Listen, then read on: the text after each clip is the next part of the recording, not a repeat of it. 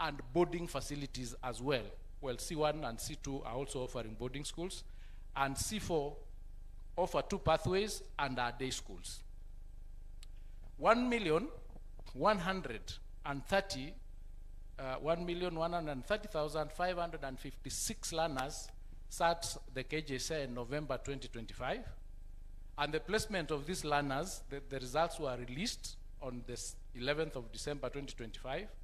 On 14th of December 2025, we started the placement system. By 19th of December, placement was completed and results were released. But we allowed learners to review the places, the schools that they have been placed in, so that we could review that. So requests were received between 23rd and 29th of December 2025 for the first revision, when we received over 350,000 students requesting changes in various schools, and that was done. And then on this, we did not complete, we approved about 220,000, and we decided to offer another window from the 6th to the 9th of January, again, for that revision to be done. Because this being the very first time we were undertaking this, we said, let us give the students enough time to choose the schools that they would like to go to. Senior school dates were also adjusted because we were opening on the 12th, and we intended to have it, the deadline on the 16th of January 2026. But by the time we were doing on the 16th of January 2026, a good number had not reported to the schools that they had been placed. So we extended that date to 21st of January 2026. The next slide. Now, of the students that have been placed to date, and I'm coming to the figures, 52% of that number has been placed in the STEM pathway, 38% have been placed in the social sciences pathway, and the arts and sports stand at 10%. The placement figures per cluster in the schools, C1 have received 10%. Remember, C1 we have only 263 schools. C2 have 23%, C3 have 31%, and C4 have 36%. Ladies and gentlemen, as at the 22nd of January, that is, remember we were closing a placement or reporting on 21st. By the time we closed on that date on the 21st, the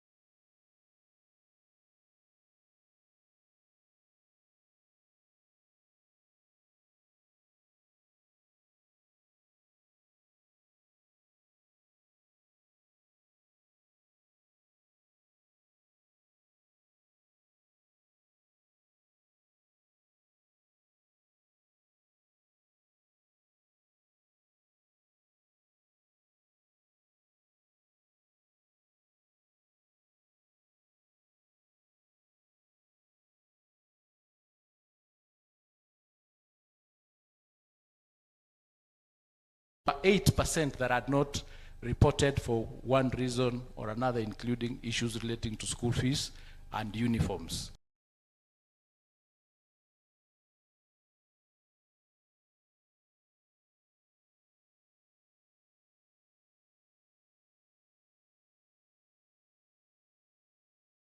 So what now that was to be done, And as at yesterday at noon, we are done 96% of the placements.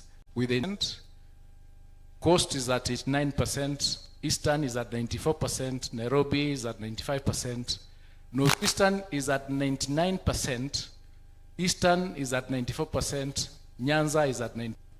So we've done quite well. This being the first time that this transition is taking place, we have actually been able to move to 96%. We think that we might be able to move to 98%.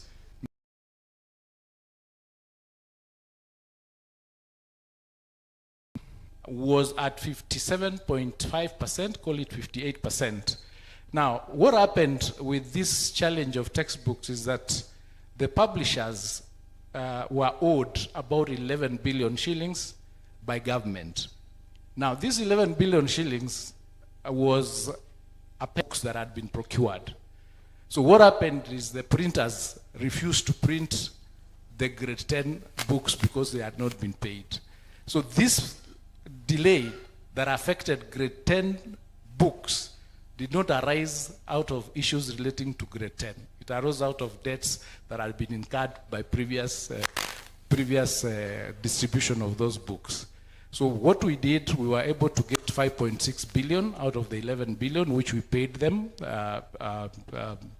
during the second week of January. And therefore the printing started and distribution started. So we plan to complete the distribution of these books at 100%, having one textbook per learner per each learning area by the first week of February. That's next week. We hope we'll give further details at the end of this week how far we are. So that is with respect to issues relating to the transition of grade 9 to grade 10. On financing, Article 53 of the Constitution provides that we should be providing free and compulsory education. Free and compulsory. We actually sometimes forget the compulsory part. And this is where we were saying and telling the parents that you must work with government to ensure that your child goes to school, and government must ensure that we have free education. We're coming to discuss a little bit more. Under the government capitation, the approved rate is the free primary education is at 1,420.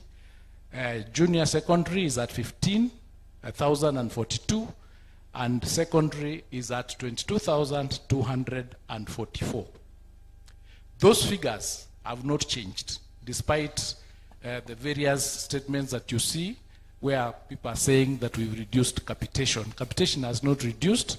It remains at that policy level. The problem lies elsewhere, not at the issue of the policy of the amounts that are provided. So that has remained continuous from previous years. Now, in the financial year 2025-2026, the education budget is at 702.7 billion, which is at almost 28%. The 26-27 is almost at 727 billion. That is the proposed, which will take it to about 30%. This is already above the international standard that requires that we should be at 20%. So we are already 8% above that with the 702, and still we are having deficits, as I'm going to demonstrate just now. Now for the financial year 2025-2026, and I would like members to take note of this slide. We have 3 columns. The first column indicates what we require to meet the provisions of Article 53 in order to be able to give free and compulsory education. For primary, we need 9.7 billion. For junior school, we need 49 billion. And for senior school, we need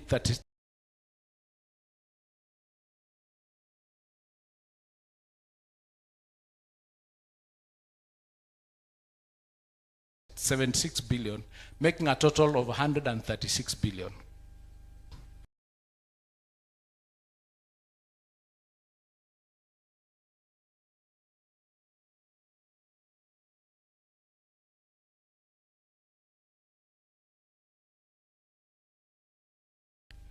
what you allocated and what Treasury allocated for primary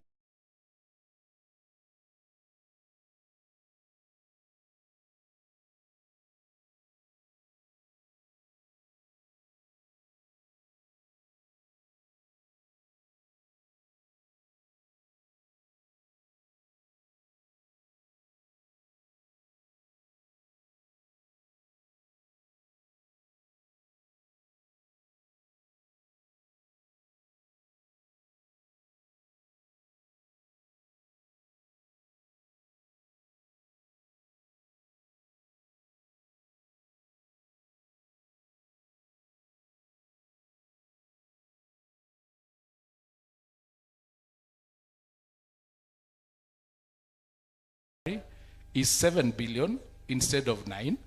For junior is 43, we do 20%. So if you go to the previous slide where the allocation is 87 billion, you will see that we have released 44 billion, which is 50% of the 87. So from where we stand, as a ministry, we've done our part. Now, the question then is this 44 billion what we required?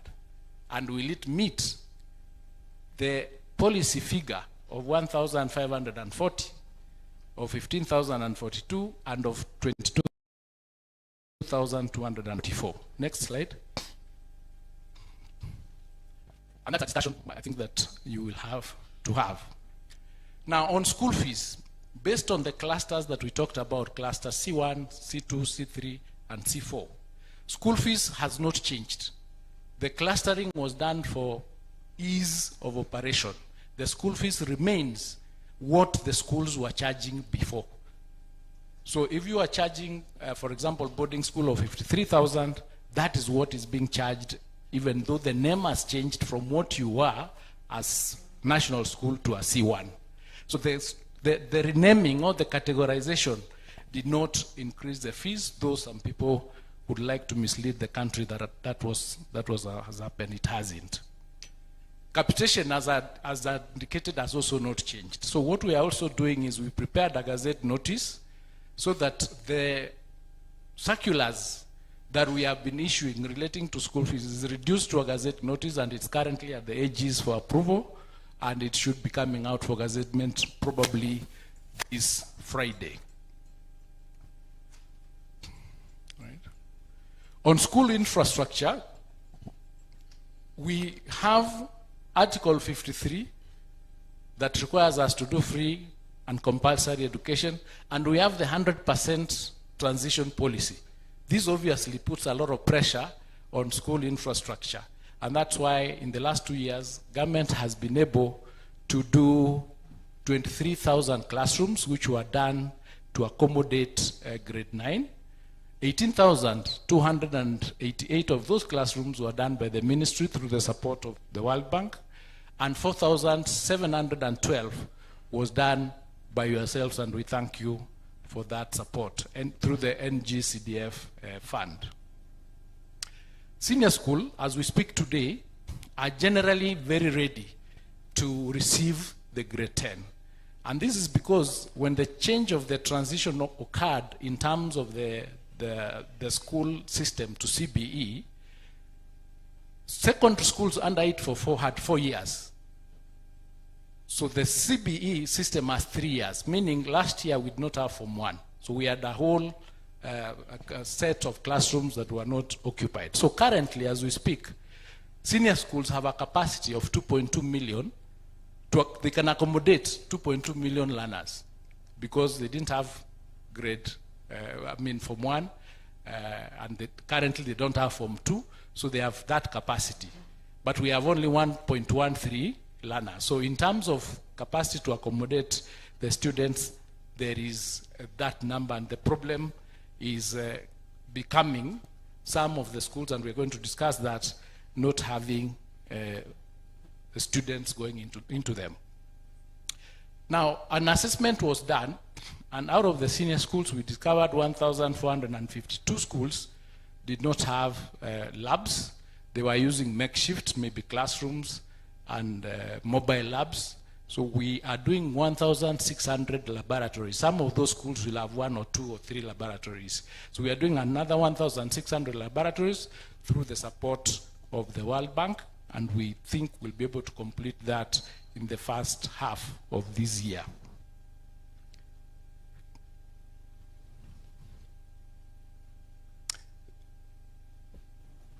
We work with other partners. That particular part, there's Kuwait Fund that is supporting us in Kisii and Nyamira, and of course yourselves who are supporting us in doing the infrastructure in your constituencies using the CDF.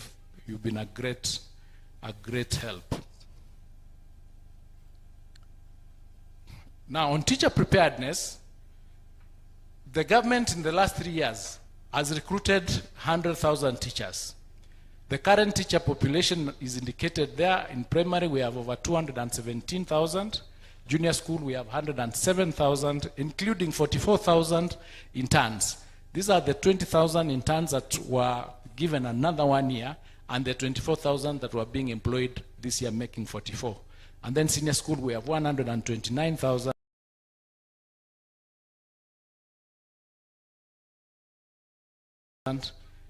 460 teachers. We are also retooling these teachers, the teachers that are already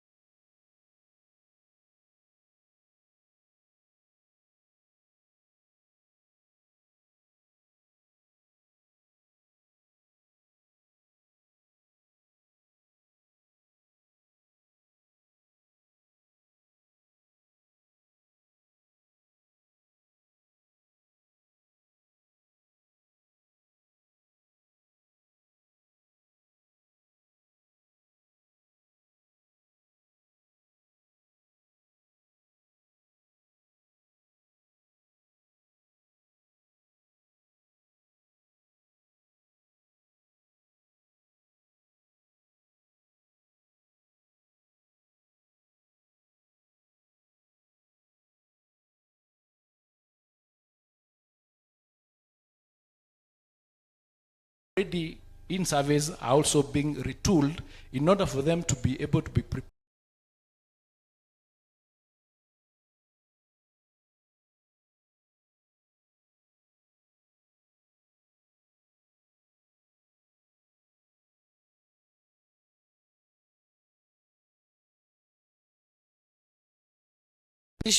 How you clustered the schools, how many we have existing, how placement was done, and the review, and how the classification of the schools and the number of children in STEM.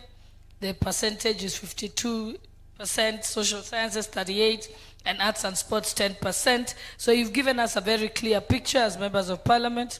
Even personally, I've learned some things that I didn't know, so we truly appreciate that. And before members, we'll field your questions to Waziri. I will allow 5 minutes for the chairperson of the Education Committee, Honorable Julius Melly, to maybe give some input before we proceed.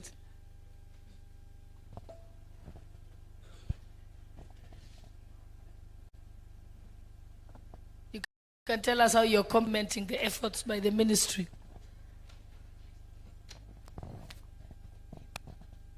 Thank you. Our CS, our Speaker, Deputy Speaker, and the Clerk's Office. I think members have nothing much to put into, but the issues raised are very important. And you being the representative of the people, you know very well that you are actually having very ready questions to the Speaker, to the CS, especially on matters of transition. The money we are giving to schools, especially the JSEA, the senior schools, and the primary schools, and what is affecting those schools within your areas. So I don't want to say much. I will just also sit like you, because the CS is here. He's going to speak himself, and he's going to be able to take. Maybe what we'll only do is we start taking questions, because I have nothing much to compliment. Is it? So maybe... Honorable members will order there is some small group on this side that is disturbing the proceedings. Ngalechei and your team there, reduce your conversations.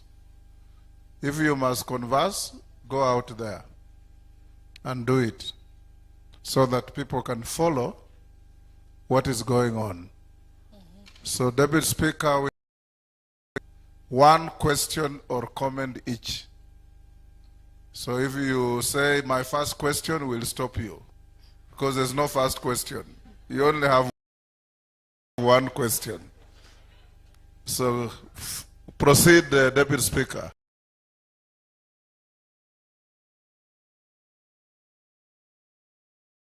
One question. So proceed, Deputy Speaker. Thank you for Take that guidance. 10, as they say. If it's Mbui, you are number 1. If it is Bai, you are number 2, so that when you start, we just say 1, 2, up to 10. Okay. Then the minister responds, then we take the next.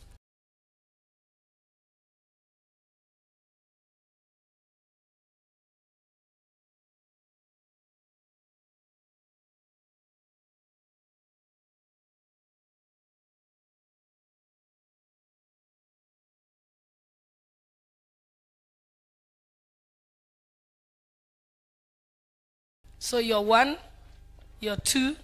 Last, Honorable Casiero. We're going to go to Those are 11. 9. Take one more. Okay, one more.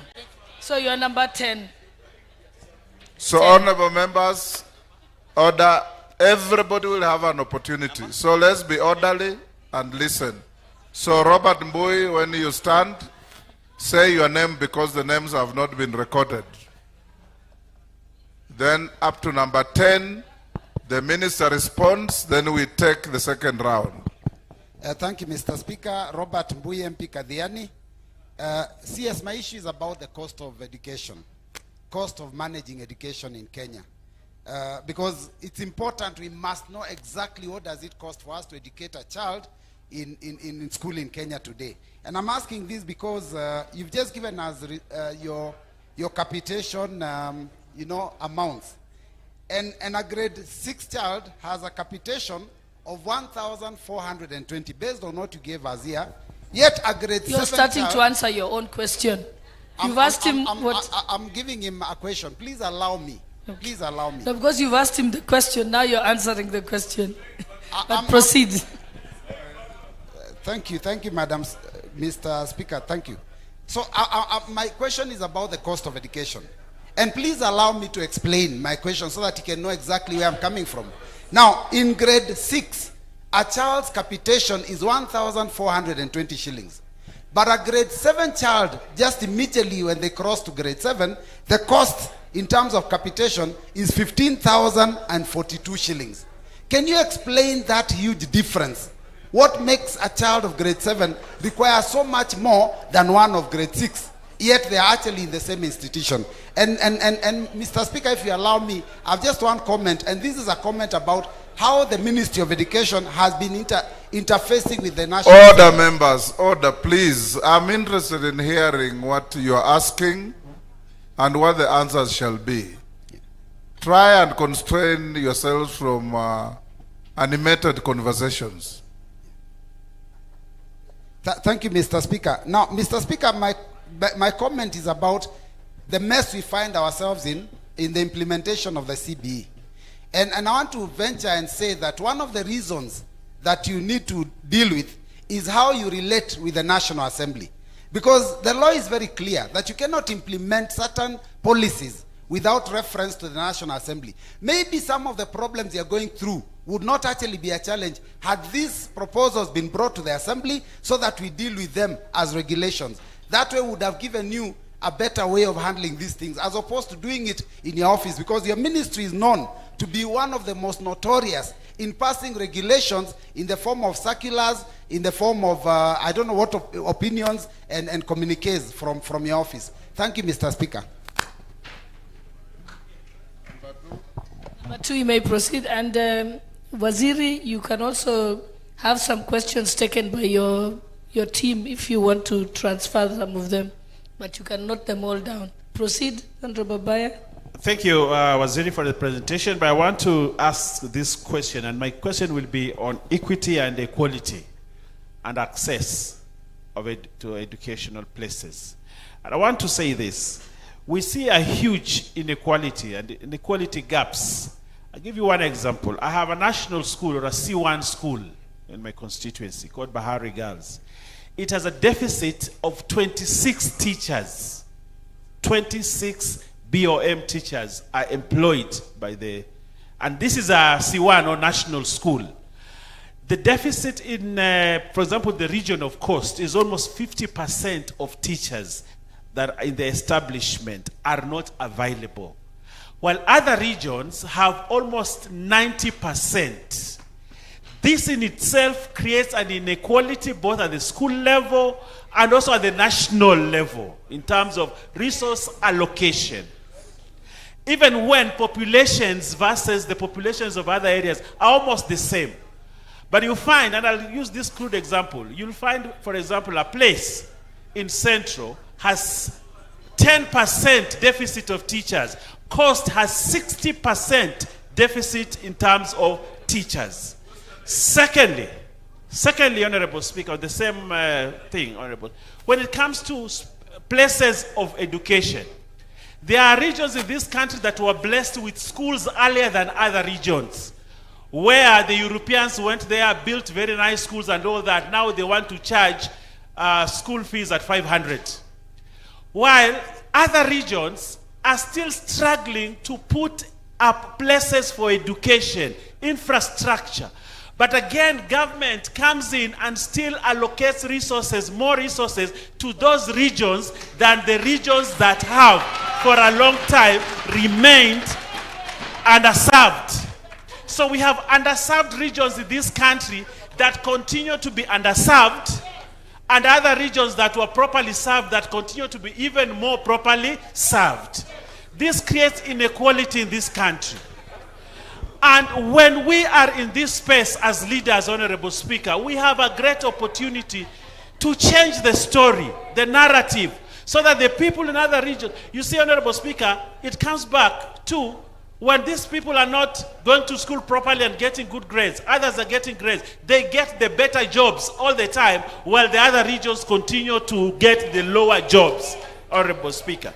So what will you do as minister? Point made. I just want to ask the question.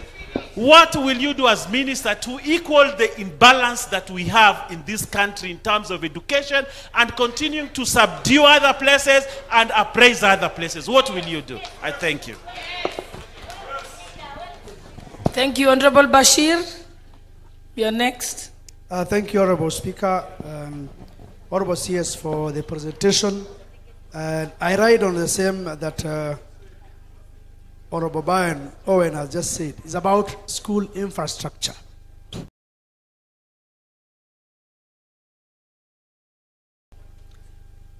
I've observed, I've been around for a while, that the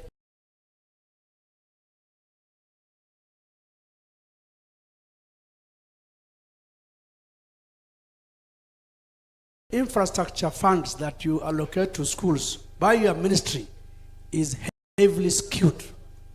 I think you have the issue of, in quotes, high potential areas, low potential areas, even in education.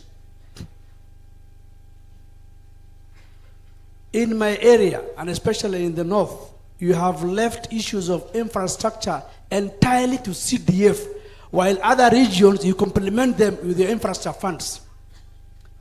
Now, you have talked about 1,600 laboratories in 1,450 schools. Where is the list? Why don't you publish that list in your website so that we see which schools are benefiting? Why is it a secret? And from which areas? So my question is, provide us with a list of these laboratories plus the 8 years funding that you have done to each of the schools in each of the constituencies in a table, provide to Parliament so that we can see where these funds have gone to. It's unfortunate that some of us are heavily building on the little CDF we have, while others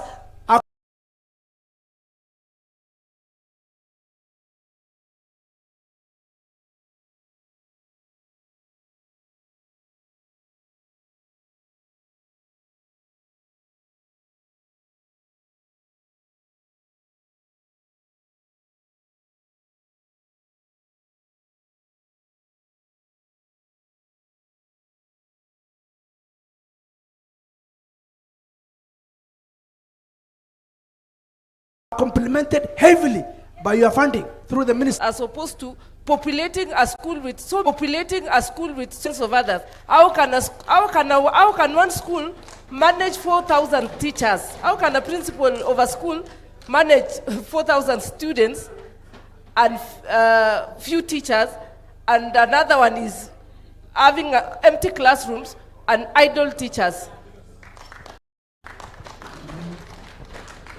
Number Thank 5. you. Next, we have Honorable Tonke.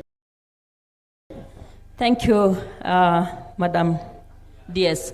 I want first of all to begin by thanking the CS and His Excellency the President for the capitation that went to schools. However, Bona CS, recently there was a directive that all the students who are going to grade 10 should just move to schools. And that has happened in most of the schools in Narok County. But now the question is, what will happen to these children because there is no capitation? What are you going to do immediately to ensure that the schools will run smoothly because there are no finances that have been allocated to those students? Thank you. Thank you. Next, Honorable Nabi. Thank you. Waziri.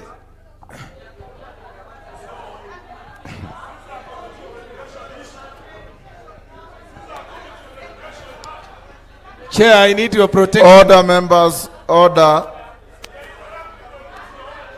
Order. Yes, Wamboka, what is your point of order? Nabi, hold. Honorable Speaker, the Committee of Education interacts with the minister all the time, every other time, including today morning. They were with him. Why are they coming now to take positions, to ask questions that they normally ask the minister? In fact, they should be helping the minister to respond to us on some of these issues. Because a lot of what members are raising here, including what Honorable Baya said about funding, it is done by the Committee of Education. Thank you, Honorable Speaker. They should spare us. Order, members. Chair, can I? Order. Point made. Everybody will have an opportunity. Order.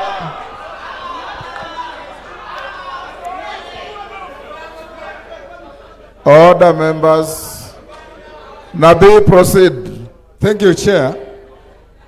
I think I represent the people of Lugari. Don't defend yourself. Just proceed Yes. and ask your question. Waziri, you created 3 pathways from grade 10. Unfortunately,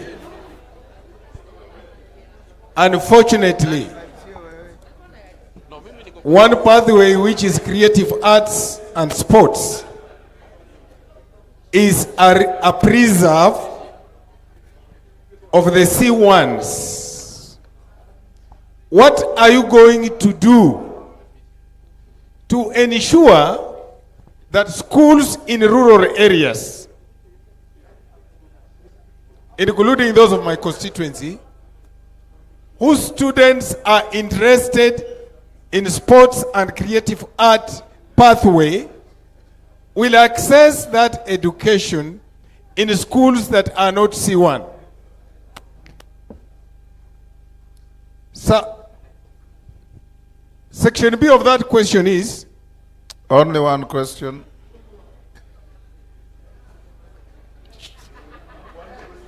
the C1 school, like Pangani, which has admitted over 4,000 grade 10 students without requisite teachers for STEM, and facilities like the laboratory.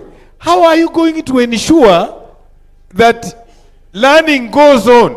Or are we just going to transit 100% without requisite curriculum delivery?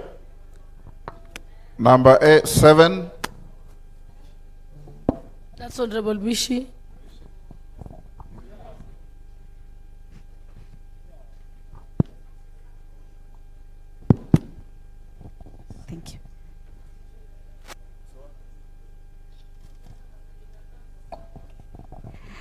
Asante sana Mheshimiwa Spika.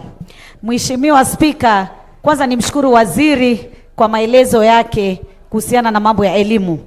Na mimi niseme tatizo moja nyeti kabisa ambalo tuko nalo ni tatizo la kulipia walimu ambao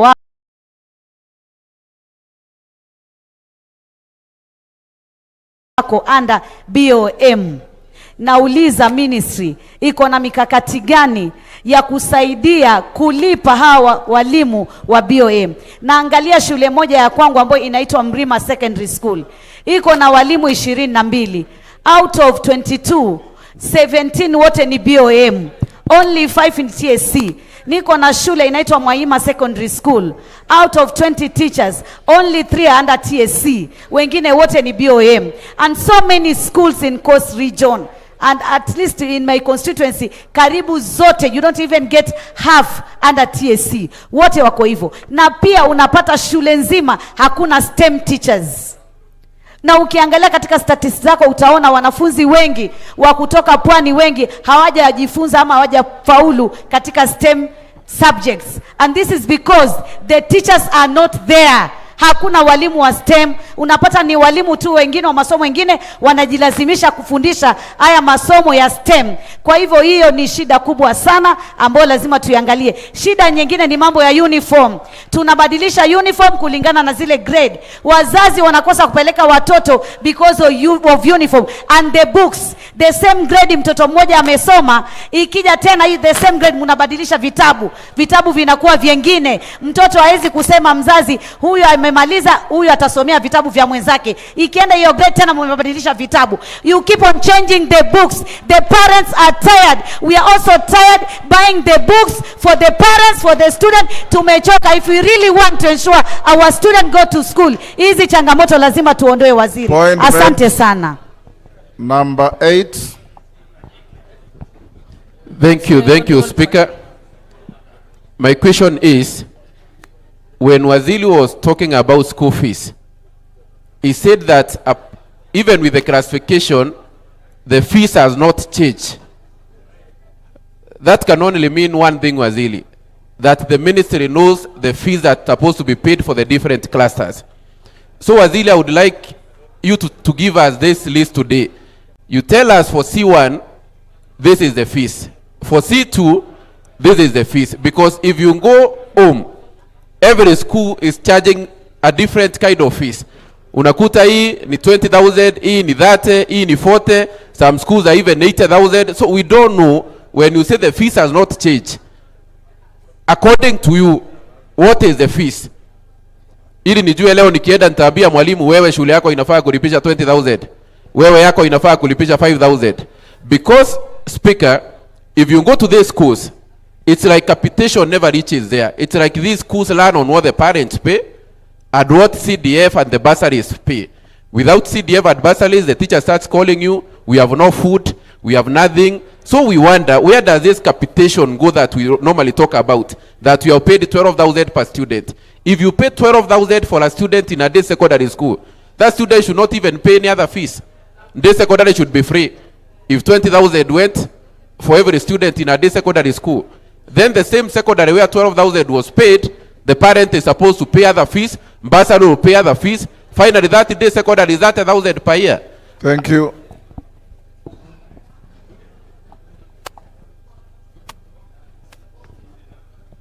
There is a Honorable Gasero and then Kitur. Number 9. Thank you very much. My name is Bernard Kitur, MP for Nandi Hills. My question goes to the equity and furtherance of the cost of schooling in terms of the issue of uniform. I want to ask you, Waziri, have you ever considered that we have one standard uniform for all schools so that we don't have the challenges of those children, like those ones that we are asking them to go back to school when they don't have fees, but one of the most expensive thing is the uniform. What are you doing about this in regard to all the public schools having one standard uniform? Secondly, you mentioned Kuwait Fund. Members, I told you to ask one question each. Now you say secondly. No, it's It's just a clarification I just wanted to get, Speaker. Let me just ask you that. He mentioned about Kuwait Fund that is assisting schools in Nyamira and Kisii. And I wanted to find out, some of these funds come by virtue of being a CS and coming from that region, or what was the basis that was used that it only covered one region? Thank you. Number 10. Thank you, Speaker. I'm Honorable Ken Chonga, MP Kilifi South. Speaker, bear with me. My question is in two parts. Very brief. Very, very brief. Speaker, without taking a rider to what Honorable Owen has asked, one of the reasons why we have serious shortages in schools is the issue related to hardship allowance.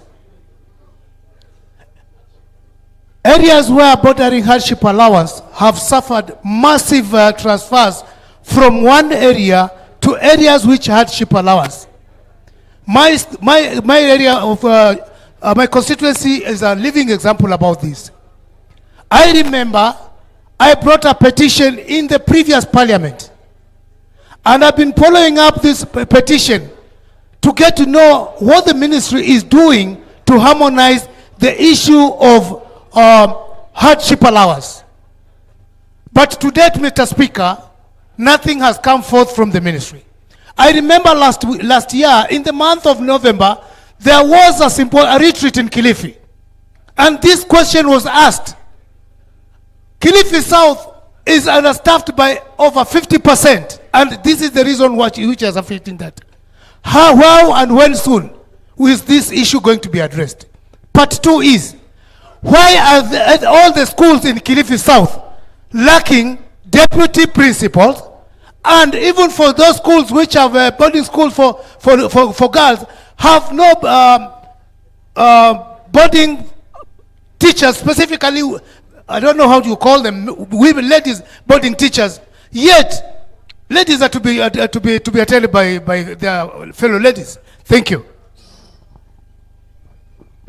And I think we had forgotten Honorable Gaisero. You can go now. You're the last one. Sorry?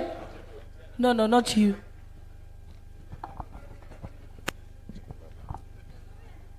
Thank you, Honorable Speaker. CS, for me, I'll be very specific on the... Say your name, then ask your question. My name is Gisairo, Member of Parliament, Kitutu Masaba. CS, I'll be very specific on the placement. What criteria was being used to do the placement of grade 10? What was the level of access by your officers into that system? Because we are all aware of some of the officers who were receiving lists and kept making the system go dark. And when it gets live, there were changes in mostly C1 schools. Some of the names we have, we can't name them here because of the setting of this meeting. But what measures are you taking to ensure that this is not repeated?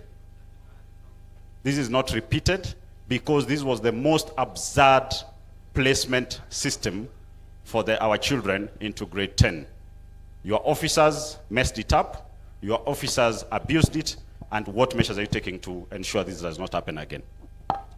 Minister, go to the podium and answer those 11 questions.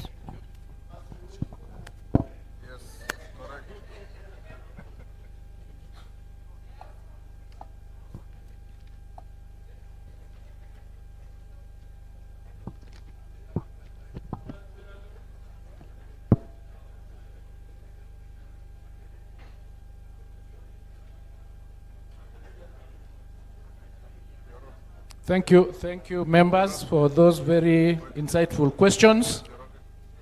I'll start with Honorable Mbui's question on the cost of educating a child in Kenya. First, let me start by saying that the amount that we indicated as capitation for the government that is giving the 1,540, the 15,000, and the 22,000 was arrived at after a task force was established, and they did an analysis, and came up with those figures. Having said that, Honorable Mbwe, the simple answer to your question is that we actually, as a country, do not know how much it costs to educate a child from grade 1 all the way to university. And I'll explain to you the reason, and members, since we are all here as leaders, it is good to interrogate these things. For example, government gives capitation, which is tuition fees, tuition of 1,420. CDF gives bursaries. County governments give bursaries. We are called to Harambes and we donate to that same number of children. There are other people, private sector, who also contribute. So no analysis, no actual analysis has been done to determine what is the actual cost. So what we are doing as a ministry currently, as we speak, through the development of the new KEMIS system, we are creating a module which will give all our learners a unique number from grade 1, from actually ECD, all the way to the universities. So that if you are supporting a child, any child, whether you are CDF, whether you are county, whether you are private sector, that amount has to be allocated to that child in that number, so that we can have a discussion about what is the total amount of money that we are putting in the sector, other than the 702 billion that the government is giving, which is at 28%. Then we can come up with an actual amount that we can say, this is what it costs to educate a child, to confirm whether, if we put all these funds in one basket, we would then be able to meet the requirement of Article 53 on free and compulsory education across the board, including issues relating to uniforms and other expenses. We have had a challenge, and you'll agree with me. This analysis has never been done. Nobody has done it. It hasn't been done. It is something that as a country today, because of the challenges that we are having, we need to face it and we need to do it. We have to be courageous about it so that we have a clear picture. Because we have an X number of students, X number of children, we need to be able to know how much money is allocated to each of those children. Question number 2. Allow him to proceed first, then you can raise your issues. On the issue of the regulations... Allow him to proceed first. When we take the second round of questions, I'll give you a priority. So just write down. Just write it down. We'll proceed that way, or else we'll not make progress. Proceed, Waziri. On the issue of the regulations that we normally issue as circulars, write it down, I'll give you a chance. We are reducing now those into a gazette notice, but also we are undertaking the amendment of the Basic Education Act, where a lot of these issues are going to be addressed through the Act and through the regulations that will be coming to you.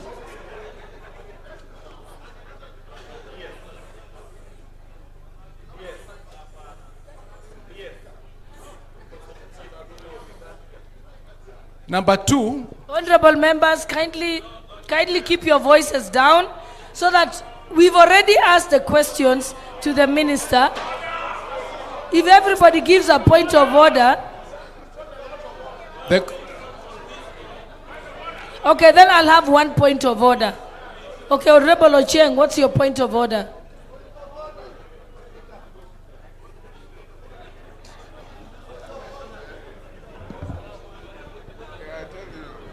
Thank you so much, Madam Speaker.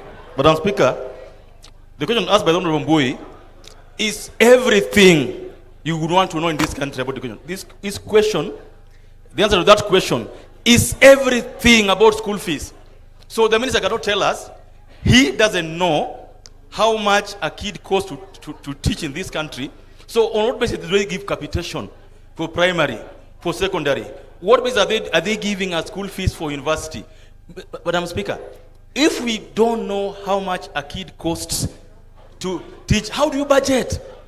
And number 2, then who does the minister expect to do that analysis? Whom does he expect to do that actual science thing? It's a question that is mishandled, and it wrecks, in my opinion, of lack of appreciation of what it's supposed to do. It has to be handled the right manner. Okay, thank you, honorable members. The good thing is the minister has confirmed, he has said he doesn't know. So what we should be doing in the follow-up questions is giving him a time frame to present that before the committee. But he doesn't know. He can't guess. Order, members, order. Order. Order. Ocheng has made a point. Minister, you have heard. Now proceed to answer. Thank you. Order. Sirma, take your seat. I've heard you. Thank you. Take your seat.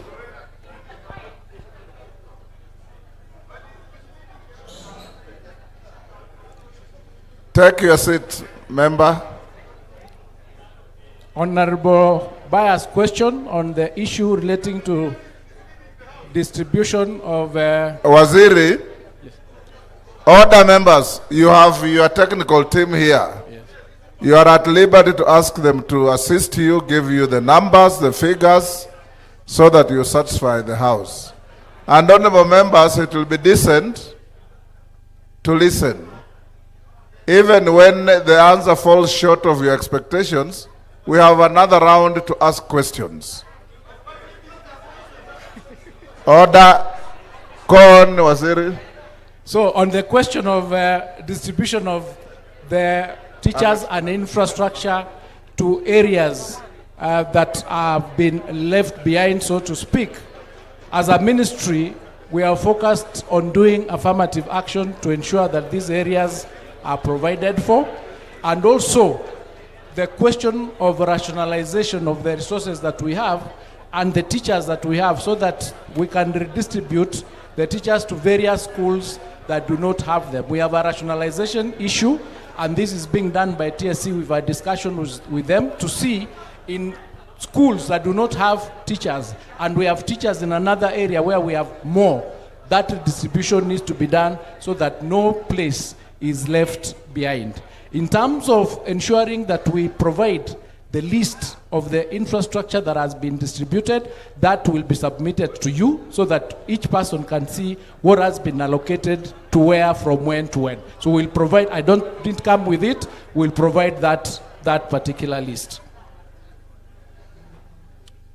Honorable Patrol's question on the number of students that we can cap on the number of schools where these students select. The policy of government is that students select the schools that they would like to go to. So what happens is, in this particular transition that we did, students were allowed to select 3 schools from each category. So they were allowed to select 3 schools from C1, 3 schools from C2, 3 schools from C3, and 3 schools from C4. Now, the reason why some of the schools received more students is because they did not have Form 2s. So they were allowed to increase the capacity a little bit because they had an extra classroom. That's why some of the schools who had indicated that they have, for example, capacity for 500 were allowed to take an extra 200 because that capacity is available in those schools. So what is going to happen is, once we complete this exercise on Friday, we are going to look at the exit report on the numbers. How many students have gone to C1, how many have gone to C2, how many have gone to C3 completely and C4, and determine the schools, for example, that did not get the numbers. Then we'll have a discussion on what we are going to have to do with those schools. But we'll only be able to reach that decision once we have the exit report of the final placement.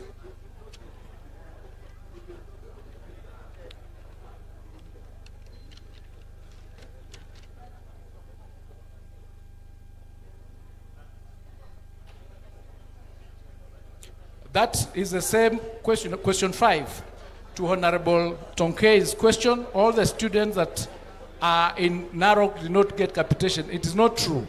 The capitation that goes to school is based on the number that is submitted by the schools. So what was happening, and maybe as an explanation, is that a request is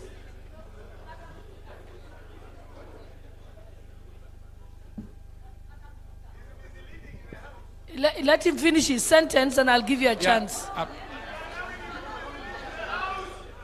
Honorable Tonke, he hasn't completed answering you. Let him finish. Then you can, I'll give you a chance to ask.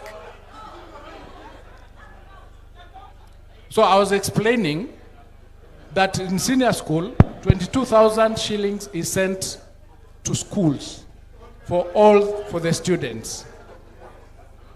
That money is sent as 50% in term 1. As a policy, it is not. Honorable Tonge, what's your point of order?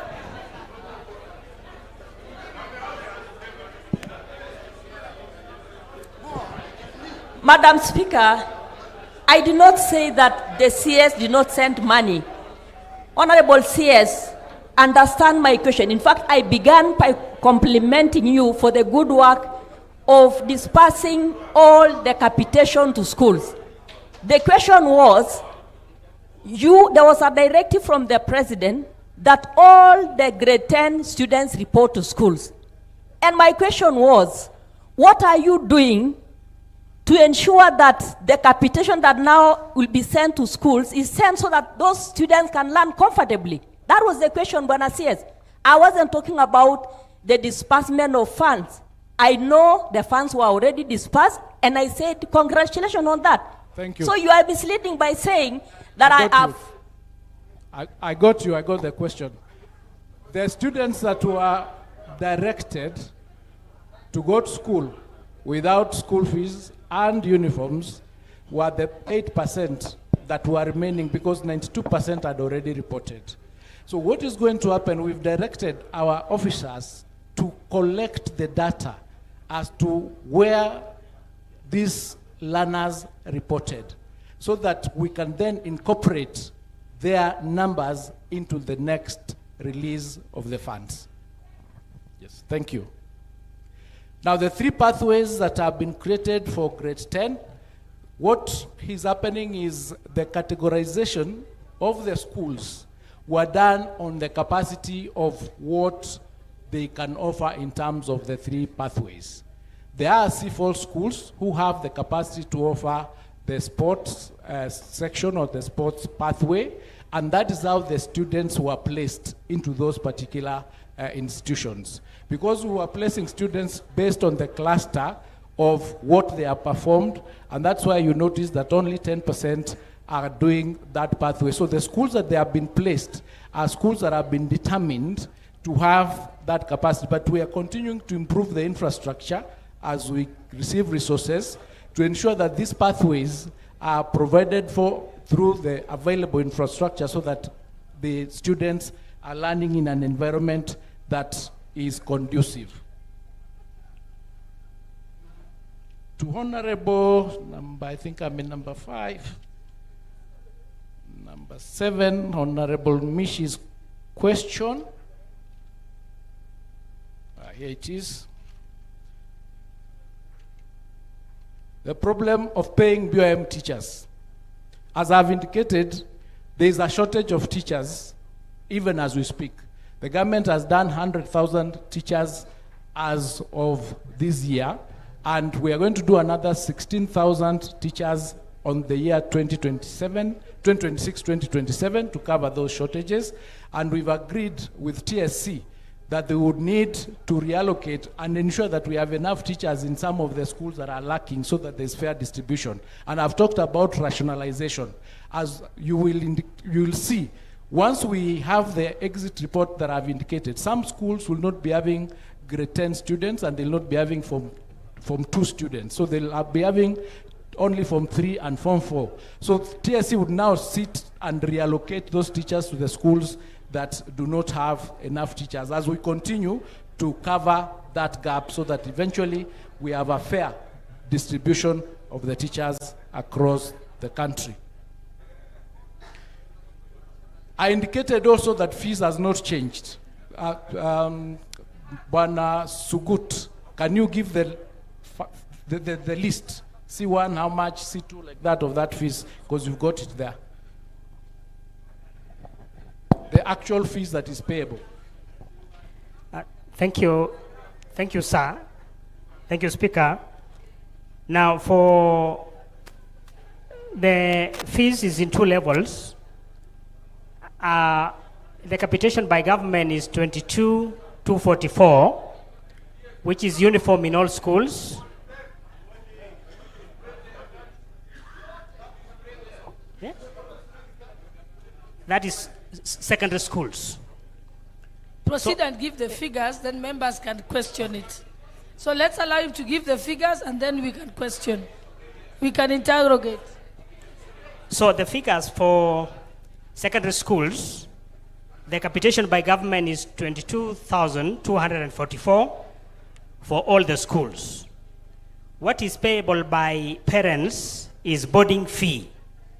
And the boarding fee in the C1 schools is 53,535 per year. In the rest of the boarding schools, it is 40,435. Thank you, sir. So C4, there is no fees that is paid, and government does not pay for food. That is the amount that sometimes the principals charge. On the question of having a standard uniform across the country, this question was discussed in 2018, and the ministry did propose that perhaps it is time that we had a standard uniform for every school across the country with just a badge differentiating the schools. But this was shot down by the public because they indicated that school uniforms are identities of the schools. So as a ministry, we are still working on a policy, and that needs to be actually in the law, that the school uniforms are bought from wherever the parents want to buy them, not from indicated or specific places directed by the principals. And in that amendment that we are suggesting in the Basic Education Act, which is coming to you, we are requesting that that becomes a law and a regulation, because it has become very difficult to implement that regulation or that circular using administrative means, because we don't get enough information from the ground. Honorable Chonga's question on hardship allowance. Hardship allowance is designated across the country. Hardship areas, not allowance, sorry. Hardship areas is designated across the country by the Ministry of Public Service, and that is what we use to indicate as a ministry which areas are designated as hardship areas. But I know that there is discussions going on the harmonization of all the hardship areas across the country, and perhaps that regulation is also coming to you through the regulations committee to ensure that at least each and every part of the country that has hardship is designated as such, and everybody in government would be able to utilize that. The question of the deputy principals, I will liaise with the TSC to find out why in Kilifi South the principals have not been sent there, or they have not been deployed. The placement criteria by Honorable Gishairo that we used, at the time we allowed the principals to come and support the placement. We had already done 88% of the placement through the chemist module system that we were using. But there was a hue and cry on the ground that the principals were saying we also need to be involved in participating in the revision. So the 12% portion, we allowed the ministry to participate or to work with the principals in the placement of those students. The system was not interfered with. As far as I know, it was being managed from the ministry. Thank you.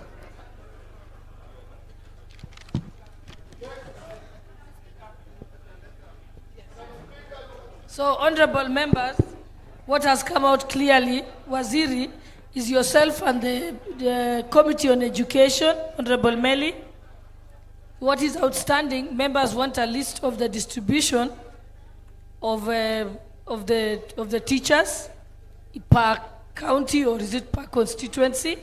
They've also asked that they want to have the exit report on student distribution, why some schools have more students, others don't have students.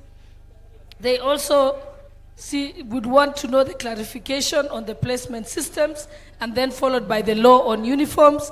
So those are things that you can work on when the session starts, so that you can report to the House for members to know, so that you can report to the House. And of course also the report on the redesignation of hardship areas. Yeah? So those are items that your committee can follow up. Chair, I think I don't want to respond to those issues. No, you're not responding. I don't it's want to homework for your committee. Yes, let me just say this, members. One minute only. Members, you remember the issue of hardship was brought to the floor of the House. We discussed it extensively, and the Prime Cabinet Secretary himself did talk on it. I think it's an issue that needs to be handled further and even be taken back by the public service, so that we have a clear policy by the government. Because if we don't have a clear policy, we'll be repeating the same questions year in, year out. One thing which I also want to talk about is the issue of infrastructure. This committee, this House, had agreed that let infrastructure move to the CDF, so that it is evenly distributed across. But I don't know why, at some point, we had done very well, and some point now it is back in the ministry. I think we need to make a proposal that no infrastructure funds remain in the ministry. It should come to the floor and be distributed equally. Okay, let's go to the next. Order, members, order. We had said we stop at 11, but we will take another round. I know it's a round of 10. Then, Minister, we want concise and precise responses. Then we'll do yet another one. Gladys, go ahead. Start with Majority Leader. Okay, Majority Leader, you're number 1. Omboko, you're number 2. Honorable Wako, you're number 3. Yeah. Honorable Yikal. No picketing, no picketing. Yeah. Yes, yes. Your number is number 4. Hillary, number 5. Hillary. You say how important. Just wait. No, I'm coming. That's why I'm walking here. Honorable Bayu. Bayu. Honorable Bayu. Yes. Honorable yes. Honorable Omar. Yes.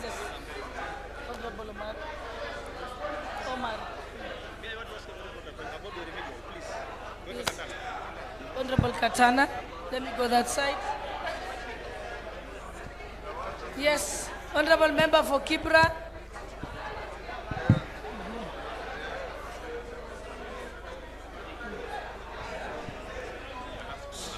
Honorable Wabilianga. Kangogo. How many are those? 11. We are coming second round. We are coming for the second round. How many have you taken? 11. 11. The next round will go to this side. Just be patient, Wanjala. You'll not miss out. Number 1. You've been given your number, so you say your name and you ask your question. Thank you, Honorable Speaker. My name is Kemani Shongwa. Order, members. Mine to begin with, if is not a question, is to challenge the Chair Education Committee and members of the Education Committee. Members, if I can have your attention, because it is very easy to make political statements. And what Honorable Meli is making here is a political statement on distribution of infrastructure funds. And I have a very good reason. Kikuyu constituency has 38 public secondary schools. Langata constituency, where Honorable Jalango comes from, has 4 secondary schools. Only. Kathiani has probably 62 schools. You are making a political statement telling us that that money should go to CDF and be shared equally. That is not leadership, that is politics. Because it is up to the ministry to allocate funds equitably and fairly. The burden of infrastructure funds lies squarely within the Committee in Parliament of Education. That is where inequity comes in. Let us just be honest with each other. And the minister has been clear, the deficit that is there in the ministry. Again, it is this house that appropriates money. You told us, minister, you have a deficit of 42 billion. 48 billion. I wanted you to clarify and disabuse the notion, because there are some people who are telling us that if you took all the money from NGCDF, it would sort out the problems in the Ministry of Education.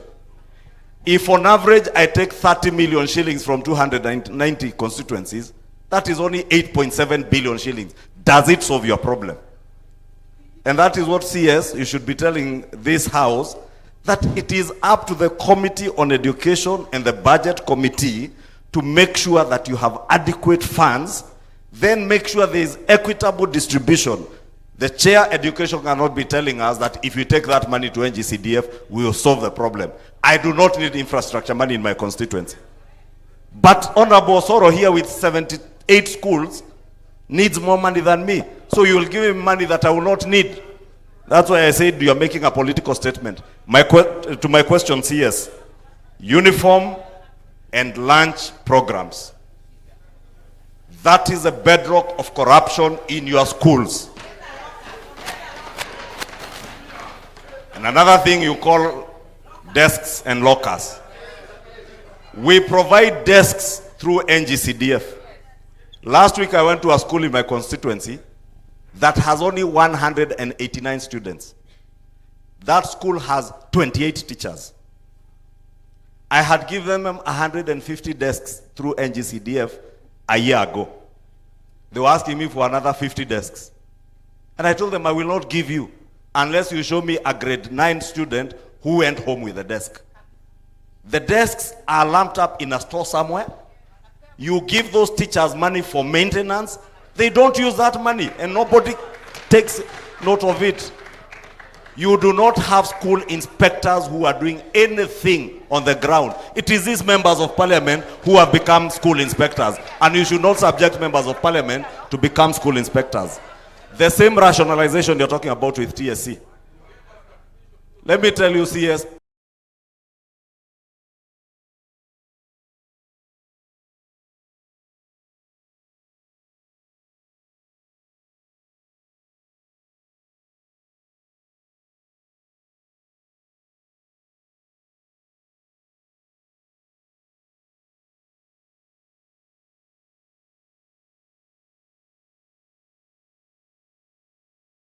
there is no rationalization that is going on. And I've heard you saying in your PS that it is likely some day schools are going to close because of the challenge you have said of the next 3 years after Form 3 and Form 4 clear. The next 3 years after Form 3 and Form 4 clear, those schools will close. And that rationalization, you must make it a reality. TSC is not doing what they ought to be doing in terms of rationalization of teachers. Teachers harass these MPs left, right, and center because every teacher in this country wants to go back to their village to teach in their village. We must decide as a country whether we want to make politics out of education and make everybody happy or do the right thing for our children.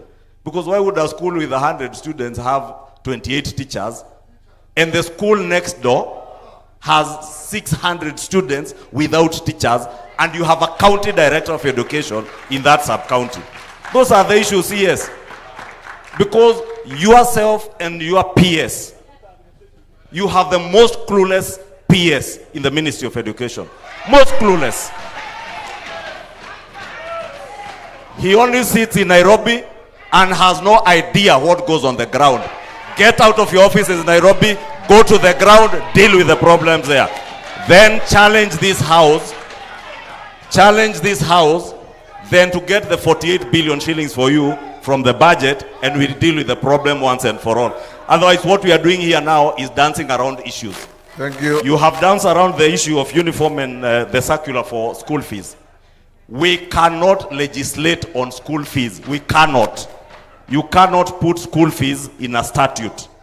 What you should do is tomorrow, CS, you have the powers as a cabinet secretary to gazette. Go and gazette the school fees that ought to be there. When you bring the basic education amendment, we will now be referring to the CS gazetting. But we cannot put school fees in a law. The same thing with uniform and lunch programs. I told you that is a bedrock of corruption in schools.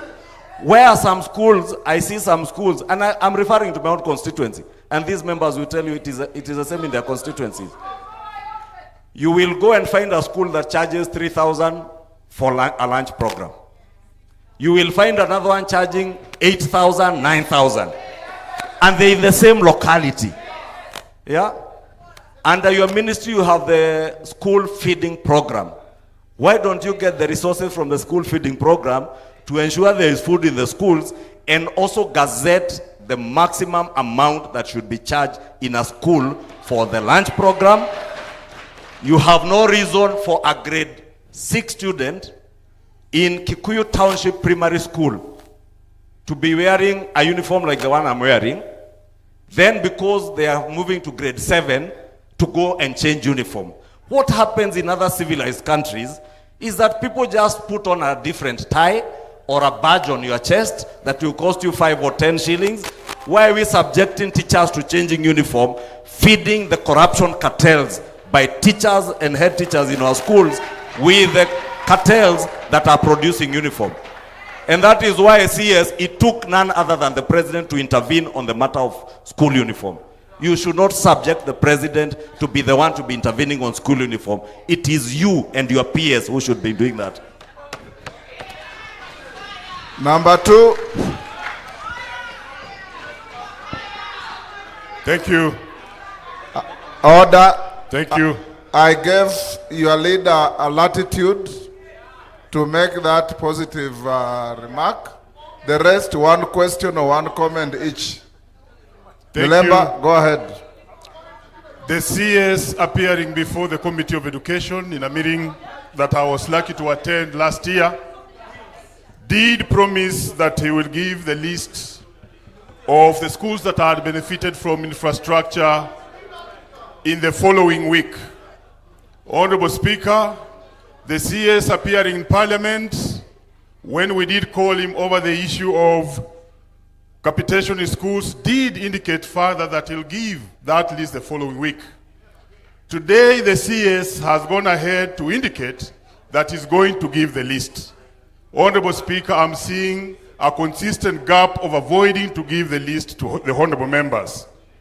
Honorable Speaker, the CS says he does not know the amount required to educate a child from the lower grades to the senior grades, and is doing nothing about it, and is mixing that cost of education for one child with the funding that comes from CDF, donors, and other people. I would wish the CS goes back there, because even the Muriel-led commission that is talking about, which brought out 15,000, must be in his office, and the PS is having the details of how 15 was arrived to and 14 was arrived to. What is your question? My question is, yes, back to what one honorable said. What is the cost of educating a child? So that Parliament can budget, so that the executive can budget. Thank you. That's a question that he can never run away from.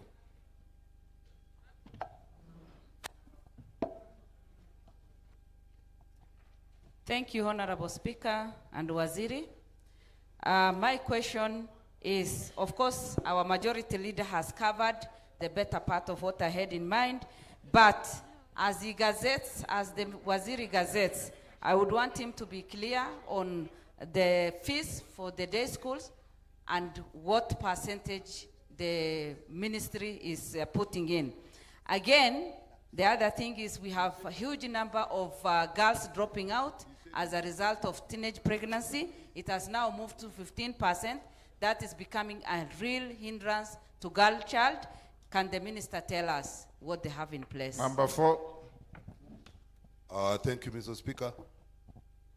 Now, when there was a change of policy of placing grade 9 in a junior school instead of senior school, there was a discrepancy in planning because a lot of work had been done in senior schools.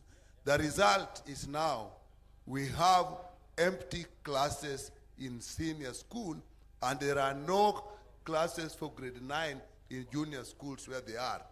Has the ministry done serious survey and harmonization to find out which schools have empty classes and which primary junior schools need classes for grade 9? And in circumstances where the schools are close together, is it possible to use the empty classes in senior schools by grade 9 in junior schools? Thank you. Next. Mr. Speaker, sir, I want to ask this House to go back to the day you saw Who is the Honorable member? Harold Kipchumba Kimoge. Okay. I want us to go back to the day we saw a child returned back from Lenana School. Let's think about it. Waziri, what steps is the ministry taking to facilitate the full participation of learners with different abilities in academic and non-academic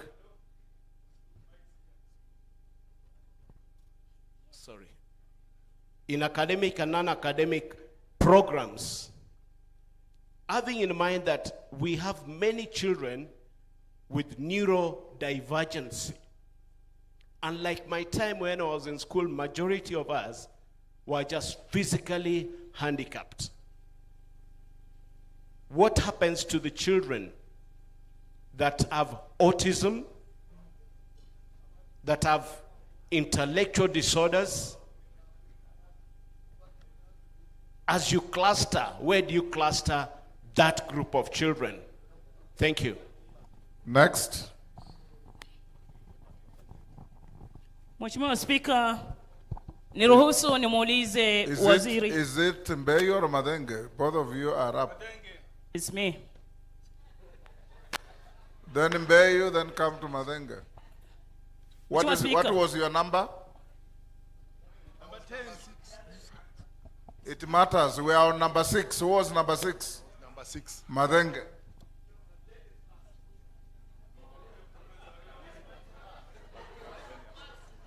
Madenge, you are rigging. I'm told it's Mbeyu, then Omar, then Katana, then Orero, then Wambilianga, then Kogoyo. Mr. Speaker, they had her call me out. Jina yako haiko, si ukae. Madenge, I'll give you the next slot, on the next round. Mbeyu, ask your question. Mheshimiwa Speaker, niruhusu niulize waziri Migosi swali hili na maelezo kamili. Mheshimiwa Speaker, waziri ameruhusu shule za mabweni, walimu wakuu kufungua maduka ya jumla katika shule zao wakati huu wa watoto wa grade 10 kwenda shule. Nitaeleza Mheshimiwa Speaker, ada za shule, fees ziko juu.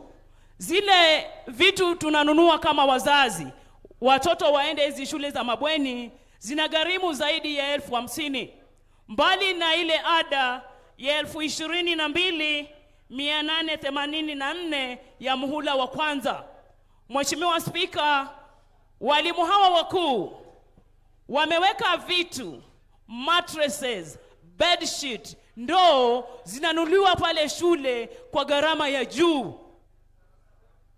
Tumechoka waziri. Walimu wako wakuu wamefanya biashara kubwa sana. Wakati huu watoto hawa wa grade 10 kwenda kuripoti shule. Tunataka life audit ya walimu wakuu. Walimu wako wakuu. Mijengo mingi inafadhiliwa na wabunge hawa na pesa za NGCDF. Mheshimiwa Spika, utapata katika zile ada zao za kulipa shule kuna pesa za ziada kulipia mijengo. Niko na shule moja kule Kilifi. Mtoto maskini, hana baba hana mama. Nimemchukua, nimelipa hii ada yote 22,884. Nimefanya shopping yote ya nje na ndani ya shule zaidi ya 50,000. Nimewekewa deni ya 12,000 kuna kulipia dining hall, conference hall. Swali ni kuwa kwa nini ameruhusu walimu kufanya biashara kwa watoto maskini, wazazi maskini wa Kenya? Asante Mheshimiwa Speaker. Omar. Thank you, Mr. Speaker, sir. Mine is to crown what my colleagues have been talking about. And this is about uniform and the certificates which the principals are refusing to give to the students after a government directive. So when we leave this place, Mr. Speaker, we want these two issues to be resolved today, and henceforth there should be no such cries again. Second, it's about the fair distribution of resources. Omar Mwenyi. No. When you start saying second, you are violating my direction. Okay. One, I'm now beginning. One. Mr. Speaker,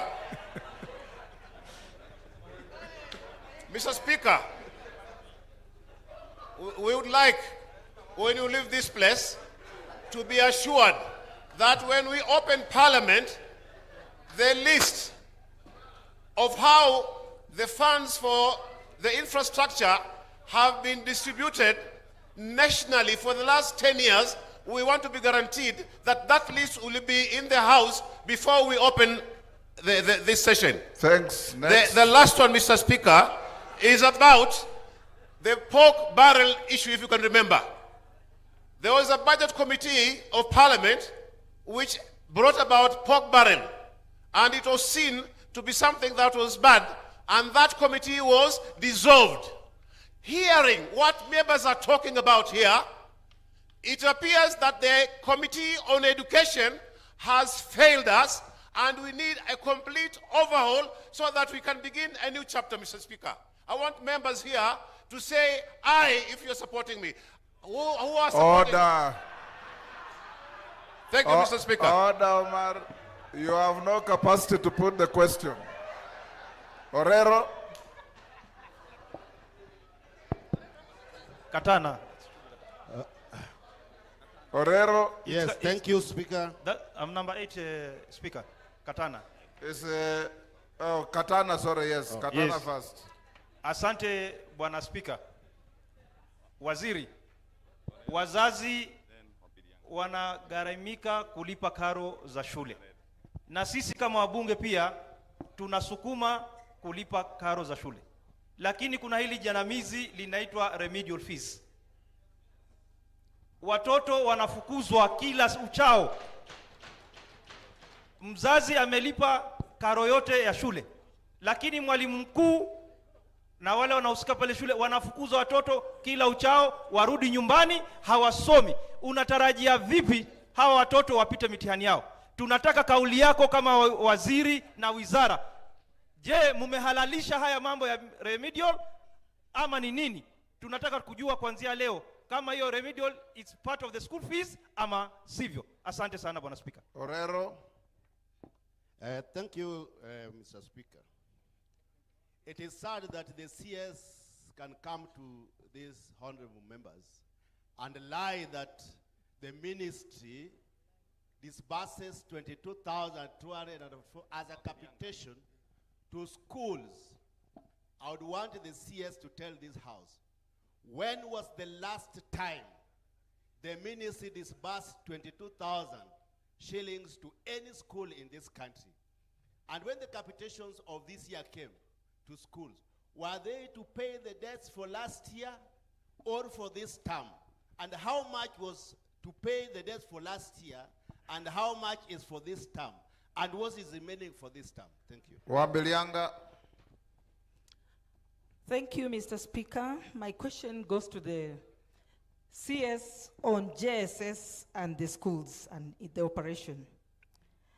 The JSS are teachers who teach in the lower secondary, but they are best in the primary.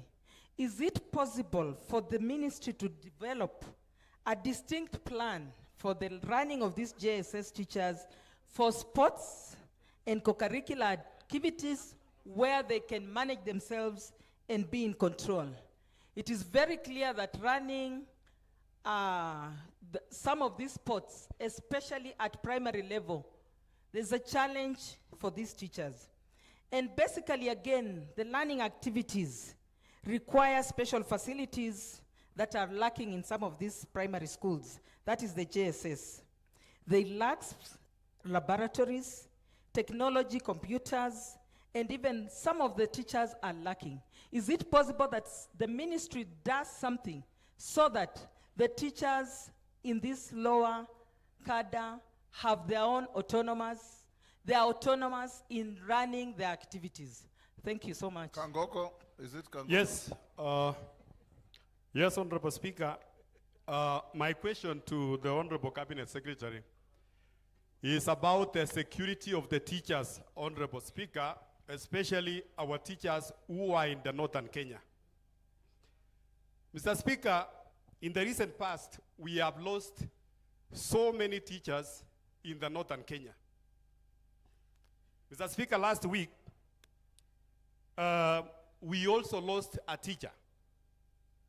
And Mr. Speaker, as we speak, there are so many teachers who have expressed a fear of their lives in the northern Kenya.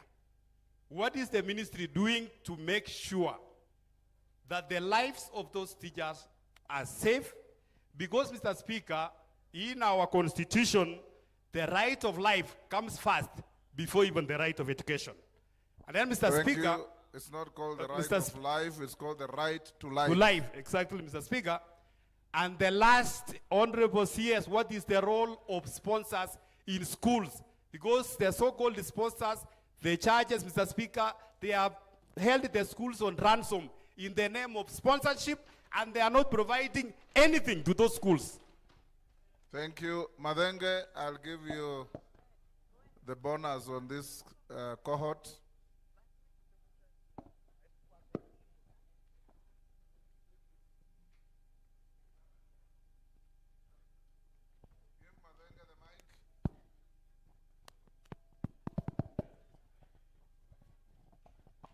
Thank you, Mr. Speaker. CS, when you presented the placement of our candidates in the 4 clusters, C1 took only 10% of the Kenyan children, admitted 10%. C2, 23%. C3, 31%. C4, which are our day schools, took the largest chunk, over 1/3, 36%. But when we go to the performance at the Kenya Secondary Certificate of Secondary Education, the grades emanating from the C4 schools only confer these students to either recruitment to NYS, the police, KDF, and the vocational training centers. CS, in your layout for infrastructure support and capacity building, we need to see emphasis. What is the emphasis that the ministry is doing to support the majority of the Kenyan children who are studying, who the ministry is confining to studying in the C4 schools? If Kenya has to move to Singapore, it is this cluster that holds the power to take Kenya to that level.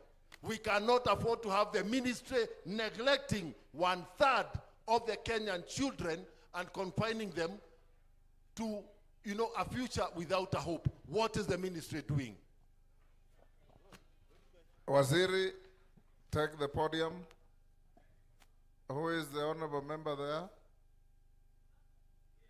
Just hold, we'll go to the last round after this.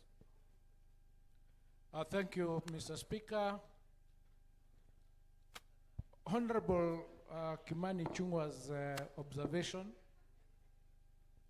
is actually correct, that we have a deficit of 48 billion, and I'll combine that deficit to the question of Honorable Orero asking whether we've ever disbursed 22,000 shillings to schools. What I indicated is that the policy of government is that capitation for senior schools should be at 22,244. But what we receive as an allocation has a deficit, so that when we are disbursing what we have received, it does not reach 22,244. So there is a discrepancy between the policy and what we are allocated. And so it is up to this House to provide that balance of 48 billion for us to be able to release the actual amount that is stipulated in the policy. Every year, the ministry requests for these figures, but the allocation is normally not given as at the rate requested, and I showed that table in that position. The ministry's policy on uniforms and lunch and remedial levies, all these remedial levies, issues relating to holding certificates, these are issues that are irregular and are illegal. And it is also true that the Basic Education Act does not have a penalty for these irregular activities, so that it is dependent on administrative action by the TSC. Now the structure of the ministry and TSC is such that TSC is an independent commission, and the teachers and discipline cases of the teachers falls under the TSC. So we recommend that this particular issue is harmonized, because we are doing the amendments to these two acts. When it comes to you, please look at it and harmonize. And what we are suggesting, because administration or inspection is administrative, but if we criminalize these activities, we gazette, which we are doing, that the remedial levies and these other levies are irregular and illegal, then we criminalize it in the act. It will become easier for us to enforce. So we have a multiplicity of issues that need to be aligned, and this is going to be aligned when we present the bills to you to look at. On terms of yes, who is that? Taitumu, what's your point of order? Give Honorable Taitumu.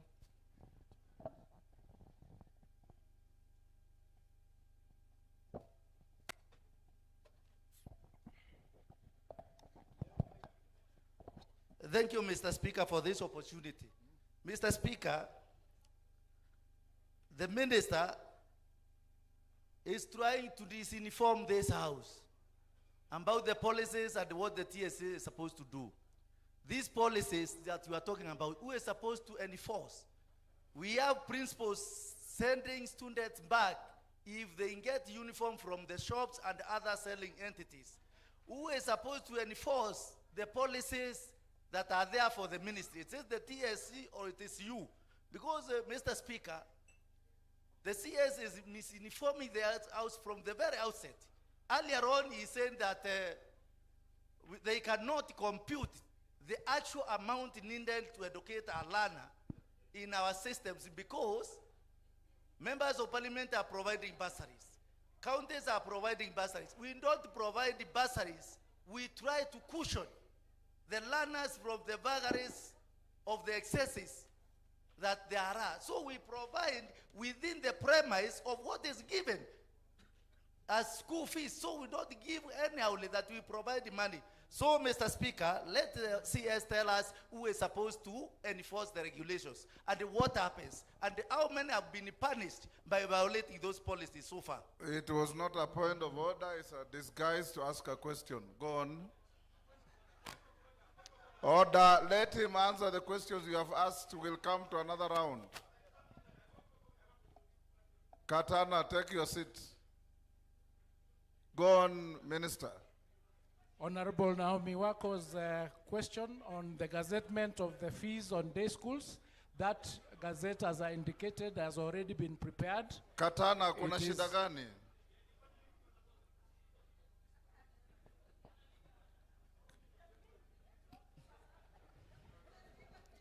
Asante, Bwana Speaker. Order, Katana, you asked about the legitimacy of remedial fees. Yes. Right? Yeah. So I've refreshed it for you. Sit down. Bwana Speaker, tafadhali niruhusu niweze kukariri hili. Vile waziri amekubali kwamba remedial na ununuaji wa uniformu katika shule ni haramu. Tunataka tuambie hapa ni hatua gani ambazo anachukua, kwa sababu mpaka leo wazazi bado wanaumia na watoto wanaregeshwa nyumbani. Atuambie kabla hajatoka pale alipo. Waziri, waambie. Thank you, Mr. Speaker. When, as I have indicated, ladies and gentlemen and honorable members, the ministry has passed a policy, and the policy has been disseminated to the principals, that they are not, one, supposed to send children home even for food, where parents are Waziri, not been able to. You will help order, you will help this house a lot more. You know, you can have a policy which nobody is enforcing. You have a policy which nobody respects. You have a policy which nobody is implementing.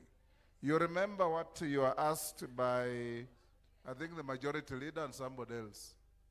Do you have a presence of your ministry in every part of the country ensuring that the policies you are talking about are actually applicable and working? I think that is the big question. Because you can have a policy in Nairobi and your education officer in Vihiga is busy in bed with teachers to make money. We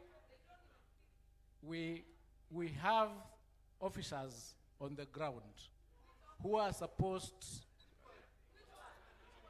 the quality control officers in the, yes, let me finish. So these officers are supposed to enforce the policies of the ministry. So that is why, ladies and Waziri, gentlemen, let me help you. Yes. You know, when you tell members of parliament that you have officers on the ground, they are supposed to enforce your policies, it means they are not enforcing. It will be helpful to tell these members that you are going to ensure that your officers on the ground enforce the directives and policies from the ministry. Then things will work better. Thank you, Mr. Speaker, for that assistance. Let me confirm that we are going to ensure that our officers on the ground enforce the directives of the ministry. We are also making, and let me put it this way, we are also doing the amendment to the Basic Education Act, which is coming to you. And our suggestion is that we criminalize failure by the officers to enforce the policies and regulations of the ministry. So Honorable Wako's question, as I said, we'll be gazetting the school fees this Friday. The gazette notice has already been prepared. And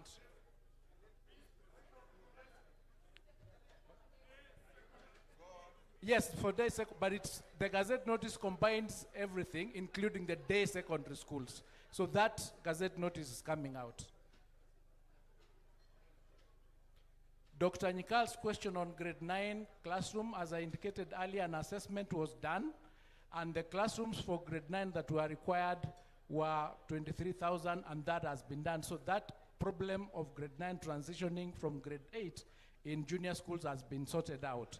And as I've indicated, the transition to grade 10 has taken place, and the exit report will be able to indicate to us which classrooms are remaining so that we can make a decision after working with the public and all of us on how we are going to handle the empty spaces and what we are going to do about the students or about those schools.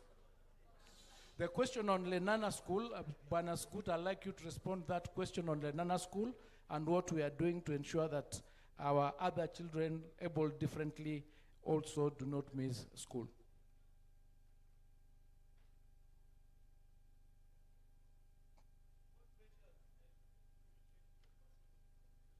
Yes. Are you done? Scoot is answering that question on the measures that are in place to ensure that our students able differently are in school. The Honorable Kipchumba's Thank question. you, CS.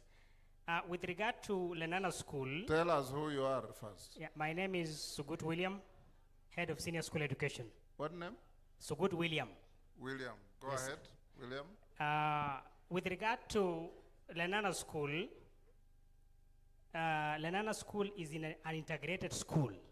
That means it handles regular children and special needs children, particularly in those that are physically impaired. And what we have seen this year is an upsurge of the numbers of children in special needs. And so we are supporting the school to enhance the capacity. You are not answering the question that was asked. Lenana was used as an example. Yes, sir.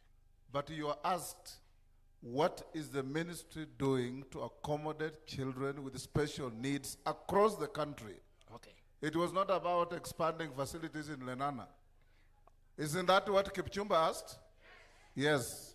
Yes. That we have children with autism, physical incapacity, some with partial mental incapacity, and so on. Yes. Lenana may be an example school.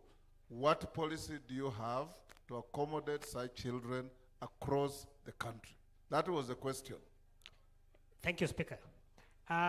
Sir, what has happened is that we have a total of 37 special needs schools that we have dedicated to handle all the array of special needs issues, from visually impaired, hearing impaired, to physically impaired. The ministry also gives an enhanced capitation for purposes of ensuring that infrastructure in these schools is taken care of. This financial year, for instance, we benefited from the National Treasury by receiving 100 million, which has been shared to those schools. Each of them will get 2.7 million to be able to improve the infrastructure across board. And we will continue then to get the data and be able to support all these special needs schools with the support of KISE and the various agencies of government. Thank you, Speaker. Go on, Minister. Honorable Ambeyo's question on opening of... yes, Deputy Speaker. Thank you, Honorable Speaker. Even as he gives that answer, there was a policy change, not only in Kenya, but worldwide, including Kenya, that children with special needs, if they are not too severe, should be integrated in schools, in mainstream schools. So actually, schools like Alliance, like Lenana, Moi Girls Eldred should be attempting to have a certain quota reserved for those children, because they have to know how to live with normal society. Because one day they'll have to come to the workplace. 4% of the workplace is reserved for people with disabilities. And I think that's where the challenge is. And I think that's how that question was being directed by Mr. Kipchumba, Honorable Kipchumba, right? So Honorable Ambea's question, Omar and Katana also dealing with these issues of the extra levies, opening of shops in schools to sell things like uniforms to parents. That's what we've said. It is in the policy, and we're going to ensure that it is enforced. Issues of remedial fees that we've discussed. And also, Honorable Mari asked about us providing the list of the infrastructure funds distributed across the country in the last 10 years. Mr. Sgut, and I can see Hassan there. When are you providing this?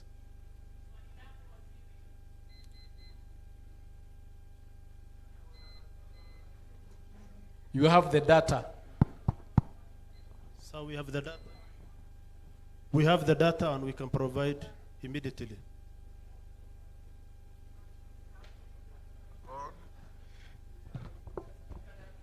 God. All right. I have answered the question of disbursement of the 22,000, and the question of whether the funds that we've released this time is supposed to pay for the debts of last year. No, it's not supposed to pay for the debts of last year. It's supposed to be paid for this year. And that is a different conversation that needs to be had, because it's not just last year that we did not give full 22, but also previous years that have indicated is as a result of what we receive. The JS autonomy is a conversation that is still going on to determine how to handle the JS in junior schools of the teachers and the other activities that they are involved with. One of the proposals is that we might have to have a deputy principal in charge of junior school to handle issues relating to the JS teachers and in that space. In terms of the security of our teachers up north, we are working with the Ministry of Interior. In fact, as we speak, there is a team that was dispatched yesterday from the ministry, from TSC and from Interior, and they are up there trying to find out solutions to ensure that all our teachers are secured in the schools where they are teaching. So that we are working with the Ministry of Interior to support us in that place.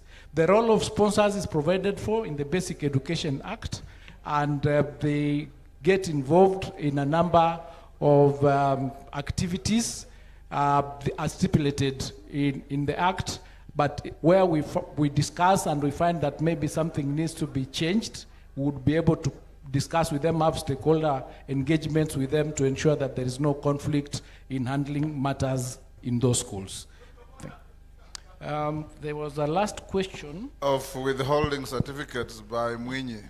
Yes, I did indicate that we are enforcing that provision because it is in the Act, but as I indicated, the weakness is there is no penalty provided for.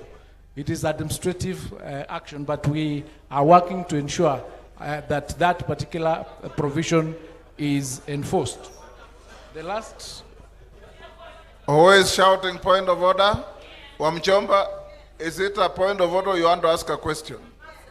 Emase? Emase, what's your point of order?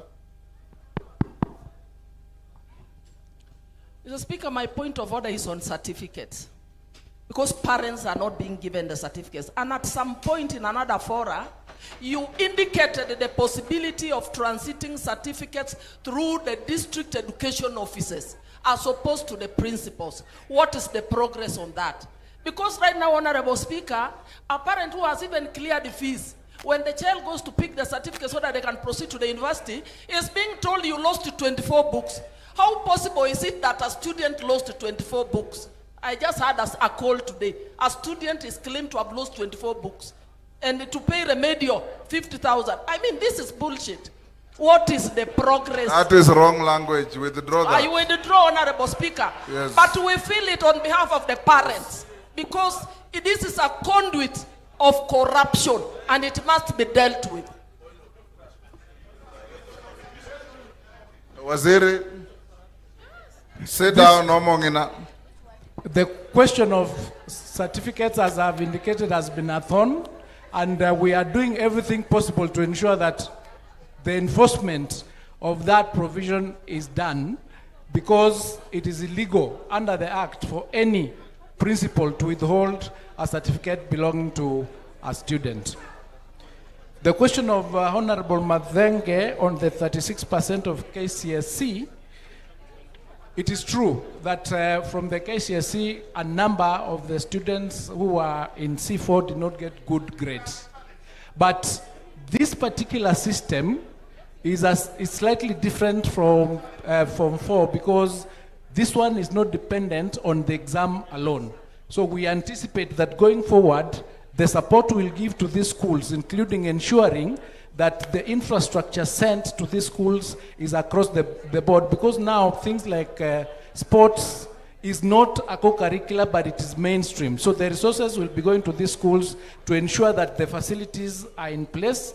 And because it is a competency-based, we anticipate that that number of children not doing too well from C4 will go down. Thank you.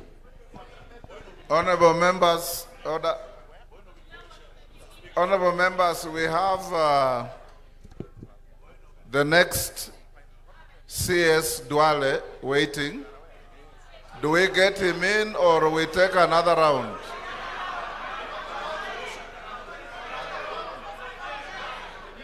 Okay. Do we take him in or we take another round? Okay. Take your seats. Let me see the hands. Wanjala, you'll be number 1. Mbeyu, you are in the last cohort, so I can't give you now. Let's be fair to others. Nicholas, number 2. Wamaua, number 3. Ambassador Sigei, number 4. Wamshomba, number 5. Even if you wave your hand and you are not in the radar, I will not give you. We have reached number 5. Huko nyuma kuna nani?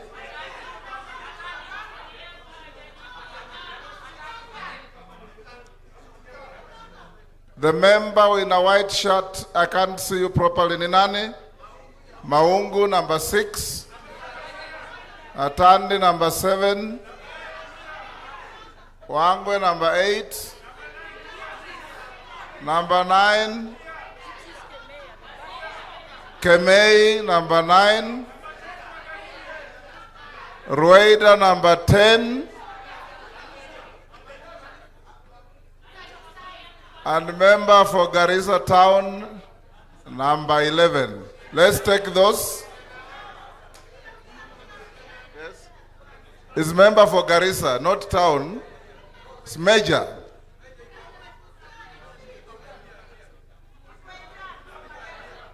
Waitan, sorry. Waitan from Mandera. Let's take those. If it's your wish that you carry on, I'll give you. Let's take those. Number 1. 1 question each. Wanjala.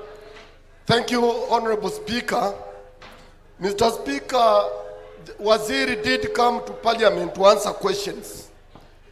And Mr. Speaker, Waziri disbursed capitation money to ghost schools.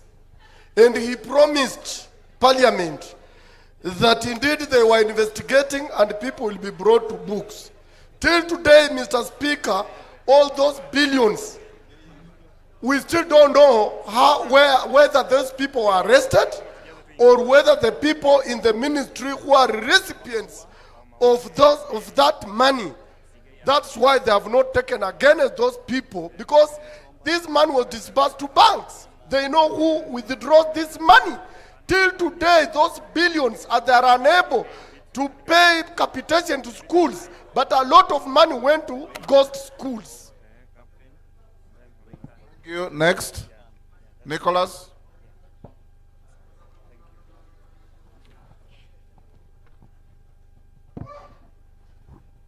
Thank you, Mr. Speaker, for this opportunity.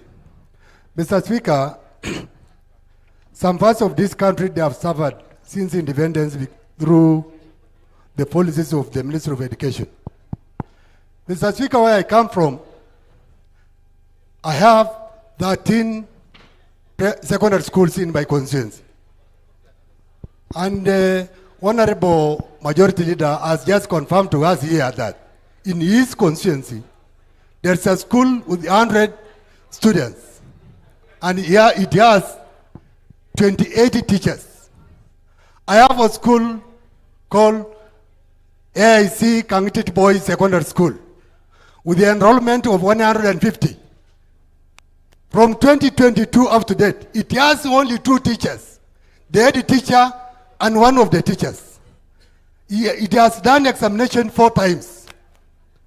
Mr. Speaker, my question to the minister or the CS, is the CS aware of these situations in some parts of this country? Because as I have just recited on that school, I have a school called Katilia Girls, AIC Katilia Girls Secondary School, with 371 students, with only 3 teachers. It has done examination 6 times. I have tried so many times to talk to the ministry, talk to the TSC, but my concerns, they have not been answered. What plans has the ministry has for these schools in those remote areas of this country? And we are trying to say, we are trying to balance education in this country. How balanced is our education as per what I have just said? Point made.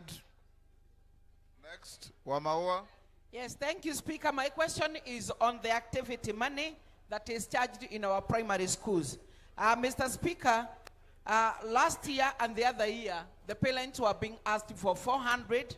Now from January, I heard from the Director of Education, it is now 500.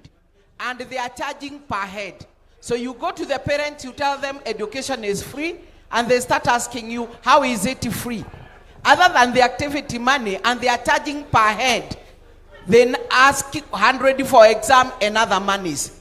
Mr. Speaker, sir, are we telling our parents that this is part of telling them they should not give birth to many children? Because for that parent who has 4 children or 5 or 6, you multiply by 5,000, you can see how much they are paying. Yet we are saying that education is free. So, Waziri, can you tell us on how this money is supposed to?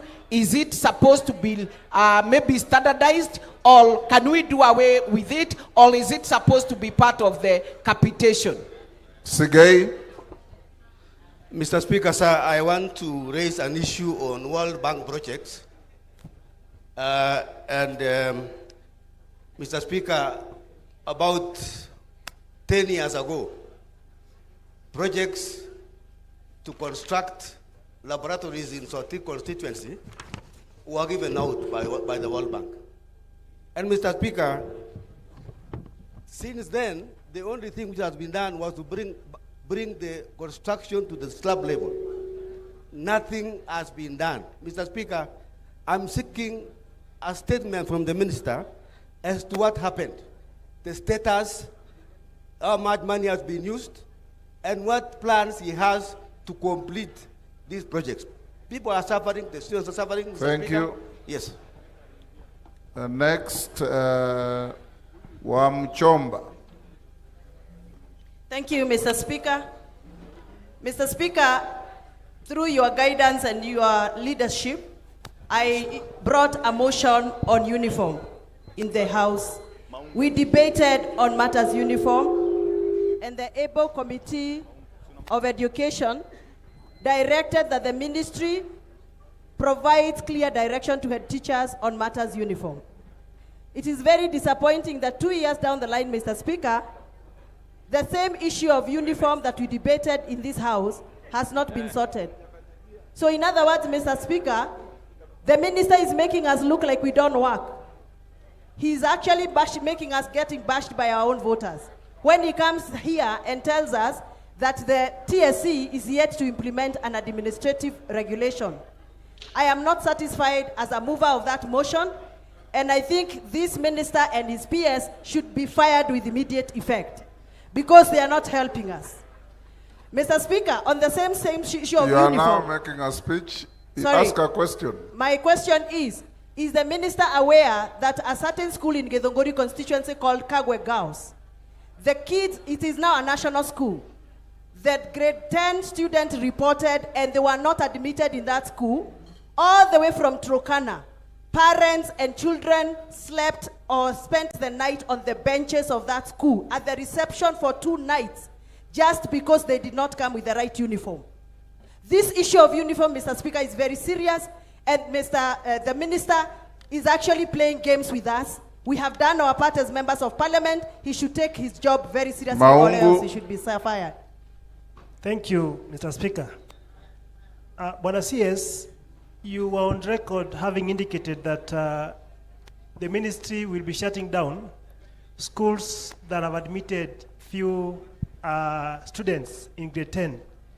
Yet we have a trend taking place currently in the country whereby greedy principals are over-admitting grade 10 learners in their schools.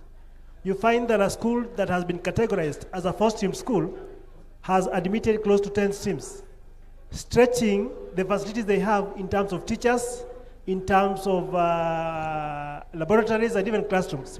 What steps is the ministry putting in place to tame these greedy principals who over-admit for the sole purpose of getting capitation and therefore denying these learners an opportunity to have a free and a fair learning environment? Thank you.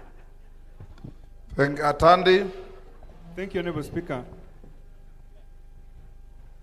Honorable Speaker, every year, Budget Committee engages in public hearings across several counties across the country, in which the citizens are allowed to give their views on which project they would like to be factored and a public participation vote. Honorable Speaker, it has come to our attention that for the last 2 financial years, the Minister of Education has failed to implement those projects. I want to understand from the Minister why he has failed to implement those projects for the 2 financial years that we have done the budgets. And lastly, on the budget, Honorable Speaker, from the records we have, the total resource requirement for capitation is 129 billion. This is information we have from the Ministry of Finance and from the Budget and Education Committee. But I've seen that from the report presented by the Minister that we have a deficit of 48 billion. From our records, we allocated 93.6 billion for capitation. And therefore, the deficit that we should be talking about is 35 billion, not 48 billion. Mr. Minister, please, you need to clarify on that. Thank you. Wangwe. Thank you, Honorable Speaker. Honorable Speaker, I want the CS to be very specific on when is he planning to submit the capitation for grade 10 students, Honorable Speaker. And underscore, Honorable Speaker, this, that he has undertaken to send the books for grade 10 by the first week or so of February. But while sending the books, Honorable Speaker, they use a specific number of students. But while sending capitation, they choose not to rely on the same figure to send the money for capitation. Where is the discrepancy coming from? Such that during the remittance of capitation, there is always less amount sent to schools.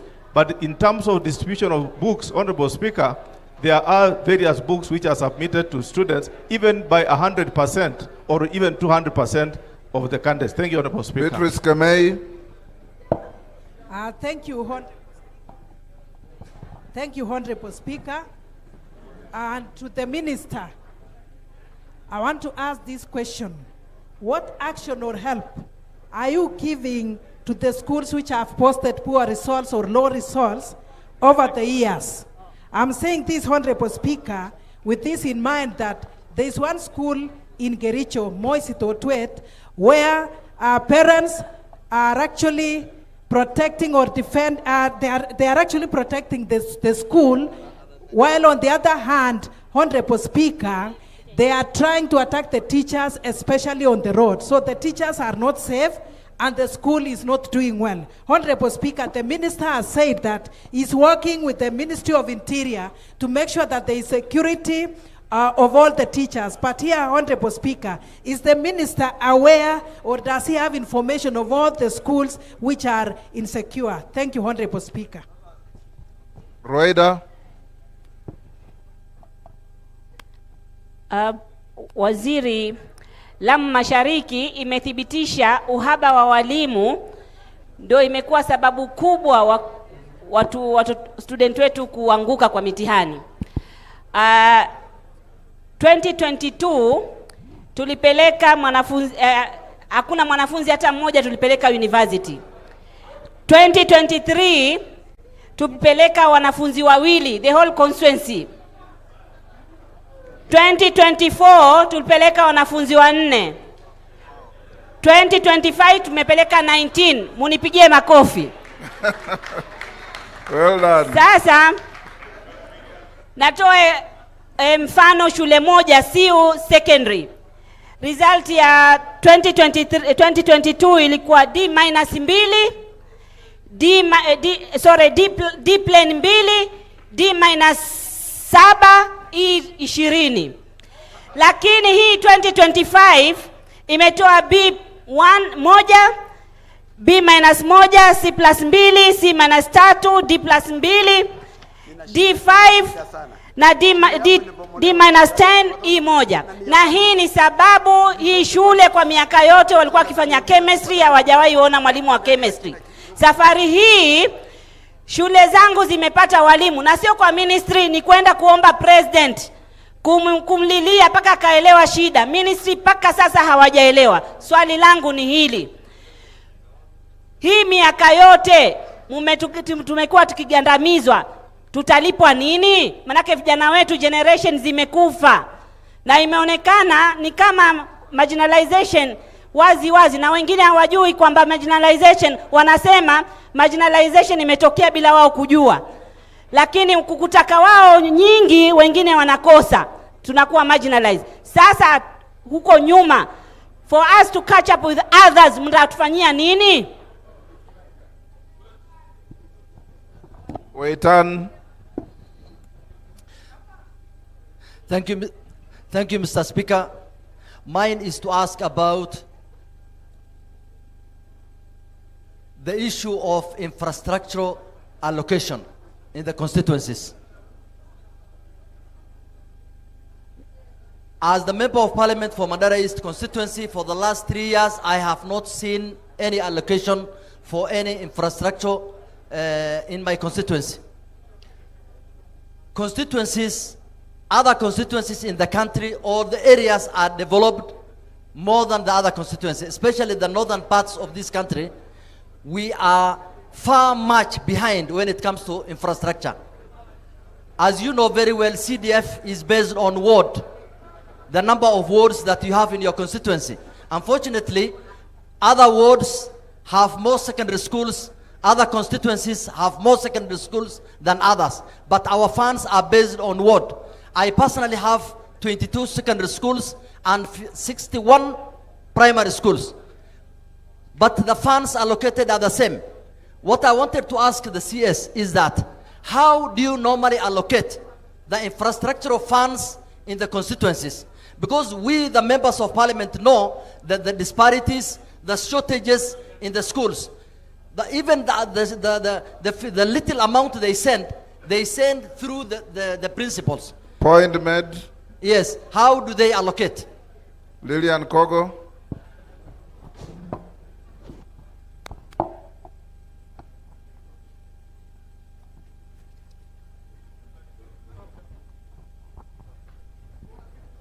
Thank you so much, Honorable Speaker. CS Education, why don't you pick your calls? I don't call you for anything personal. When I call you, I'm a representative of the people, and you don't pick your call. And you expect 350 members to come and camp in your office? Why don't you pick your calls? I text you, you don't return my text.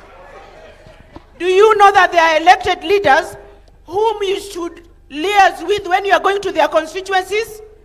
You come to Rangwe, they make for you tea, they do lunch, and you don't tell me you are in my constituency. Then you make a promise you are going to do a multipurpose hall. Nothing has been done on it up to today. How do you go to my constituency to do foundation stone and you don't involve me? Wewe. Cameron.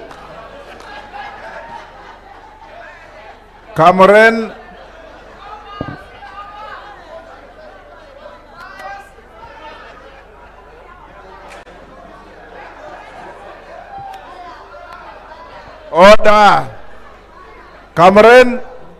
Thank you, Honorable Speaker. My question to the CS Education, can the Minister state what steps is he going to take over the destruction of Laramoru Primary School? Mr. Speaker, Laramoru Primary School is a school that was opened as a result of a dispute that was there. The people of Laramoru has been fighting for the last 25 years. That is mandatory. And the other day, they agreed to open a school. That is 2 years ago. Then somebody decided to come and destroy the entire school. Now the pupils are learning under trees. What steps are you taking as the Minister of Education to make sure that those children of Laramoru are getting education like any other children? The last one, Mr. Speaker. There is no luxury of two questions, one only. I was only requesting the Minister to visit and see the situation of the school. Thank you, Mr. Speaker. Minister, you can now answer the questions. What's your point of order, Nyamai?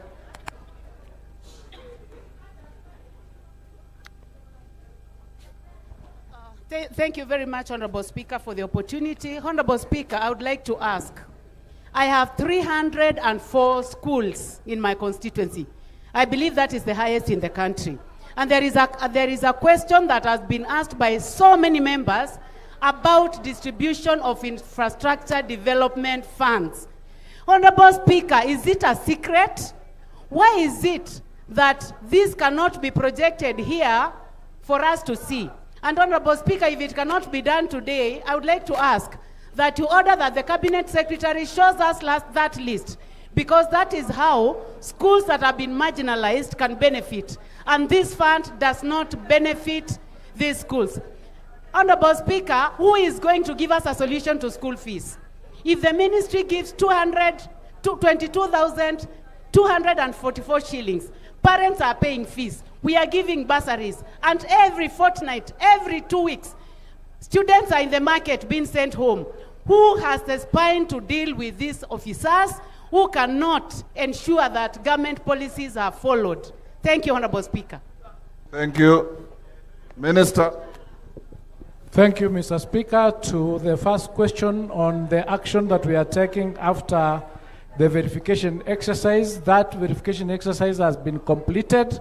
We are releasing it next week, and then action will be taken against the culprits, and we'll present the whole report to yourselves for further action in certain sections. Also, we'll present it to DSCI and also to EACC. Once we release it next week, action will be taken against all the officers and the principals involved in any irregularity. The question that relates to the 13 schools, 28 teachers, this is the reallocation by Honorable Nicholas, the issue of rationalization of these teachers in schools, where some teachers are more in schools and other schools do not have teachers. This is the exercise that we indicated that we would be working with TSC to ensure that there is redistribution of the teachers to the schools that do not have enough teachers of various subjects, so that we do not disadvantage any of our learners.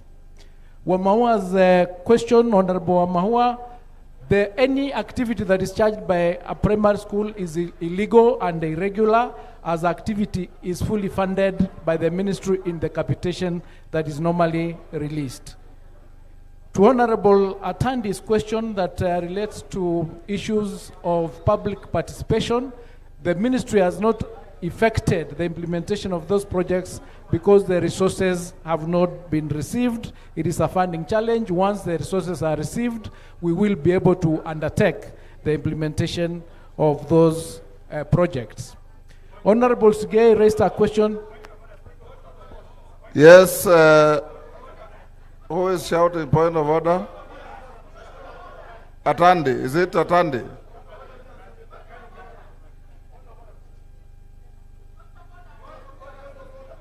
Atandi, then Makali.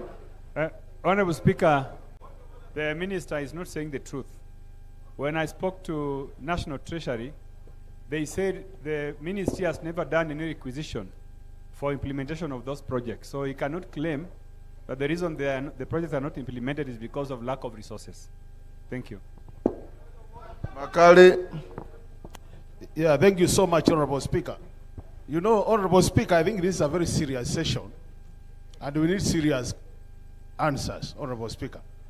Honorable Speaker, the issue of funds having not been released is not the truth. Honorable Speaker, we are talking about last year, but one, and this year, Honorable Speaker. And this is not unique to this ministry. It applies to all the ministries where public participation resources have been sent. Honorable Speaker, I think the CSCs in this country are not taking members of parliament seriously. They think we just waste our time and they can do whatever they want to do. It is time we take action, Honorable Speaker. Otherwise, we are going to mess the country. You go out there, you promise things, we can't act as parliament. So we are being seen, Honorable Speaker, as a toothless parliament. You must protect us, Mr. Speaker. Go on, Minister. Wamawa, take your seat. Thank you, Mr. Speaker. He has answered your question. I will follow up on the issue of requisition and confirm. He has said the parents should not pay any activity money. Yes. So, Minister, what are you doing about it? We are gazetting that irregularity that the Gazette is coming on Friday, showing what the parents are supposed to pay and not pay. And after that, our officers in the field will fully implement. Minister, what is coming out is perhaps there's a disconnect between your ministry and your officers in the field. Because the days we went to school, when an education officer or inspector stepped in our school, everything came to a standstill. And everybody was held to account. I think you should go back to that, because I also come from a county and I see what goes on. Your field men and women are not simply working. So you need to do something. I'm well guided, Mr. Speaker. We'll definitely act. Take your seat, Mami. Yes. Give us the opportunity. We are going to make sure that this house will support you. Yes. To streamline education in this country. Thank you. But you must take the big stick and walk with it. Thank you. Let him answer all the questions pending first. Go ahead. Honorable Sigei's question on World Bank projects that were started 10 years ago that have not been done or completed. I am aware that there is a SEQUIP program that was done that was not properly conducted or implemented, and I know that there is an audit that is going on at the moment to be able to inform the decision that will be made on actions that will be taken on those incomplete projects. So once the report of the audit is completed, we will take the necessary action and the necessary steps depending on the recommendations of that report. This question of uniforms, we've responded to it by Honorable Wamchomba. We have indicated that the teachers are not supposed to be selling uniforms in school. They should allow parents to buy uniforms from wherever they find the uniforms to be cheaper.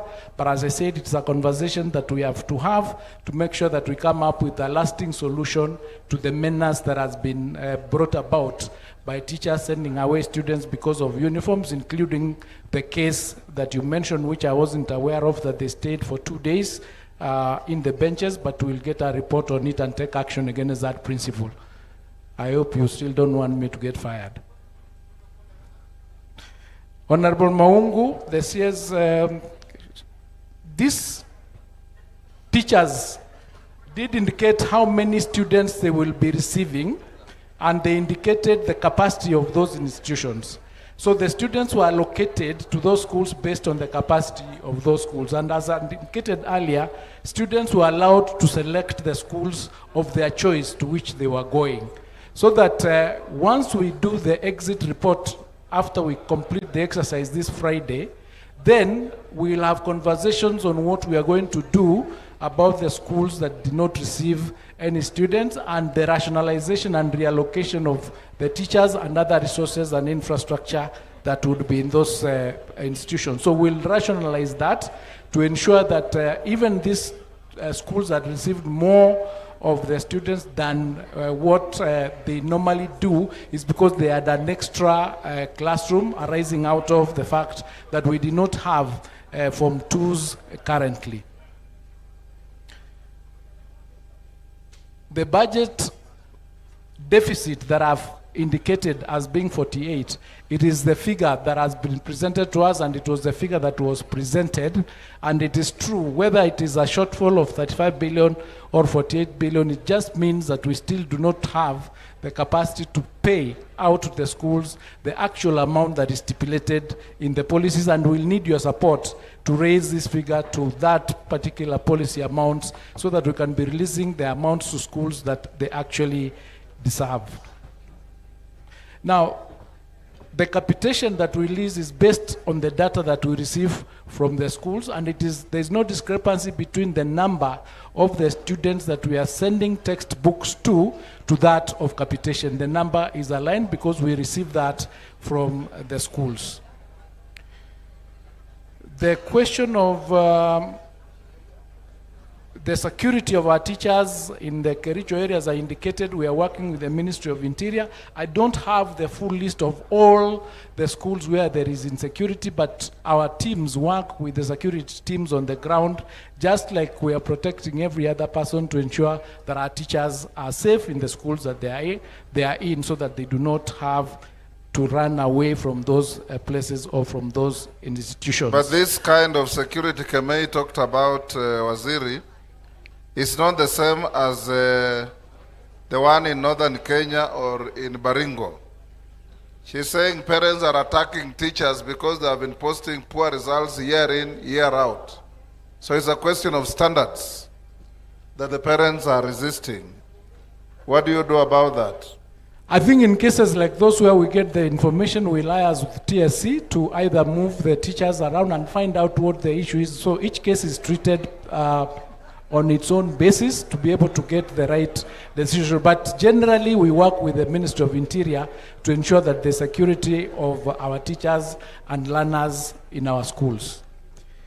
The question of Honorable Rueda about what will happen in making remedial responses to the continuous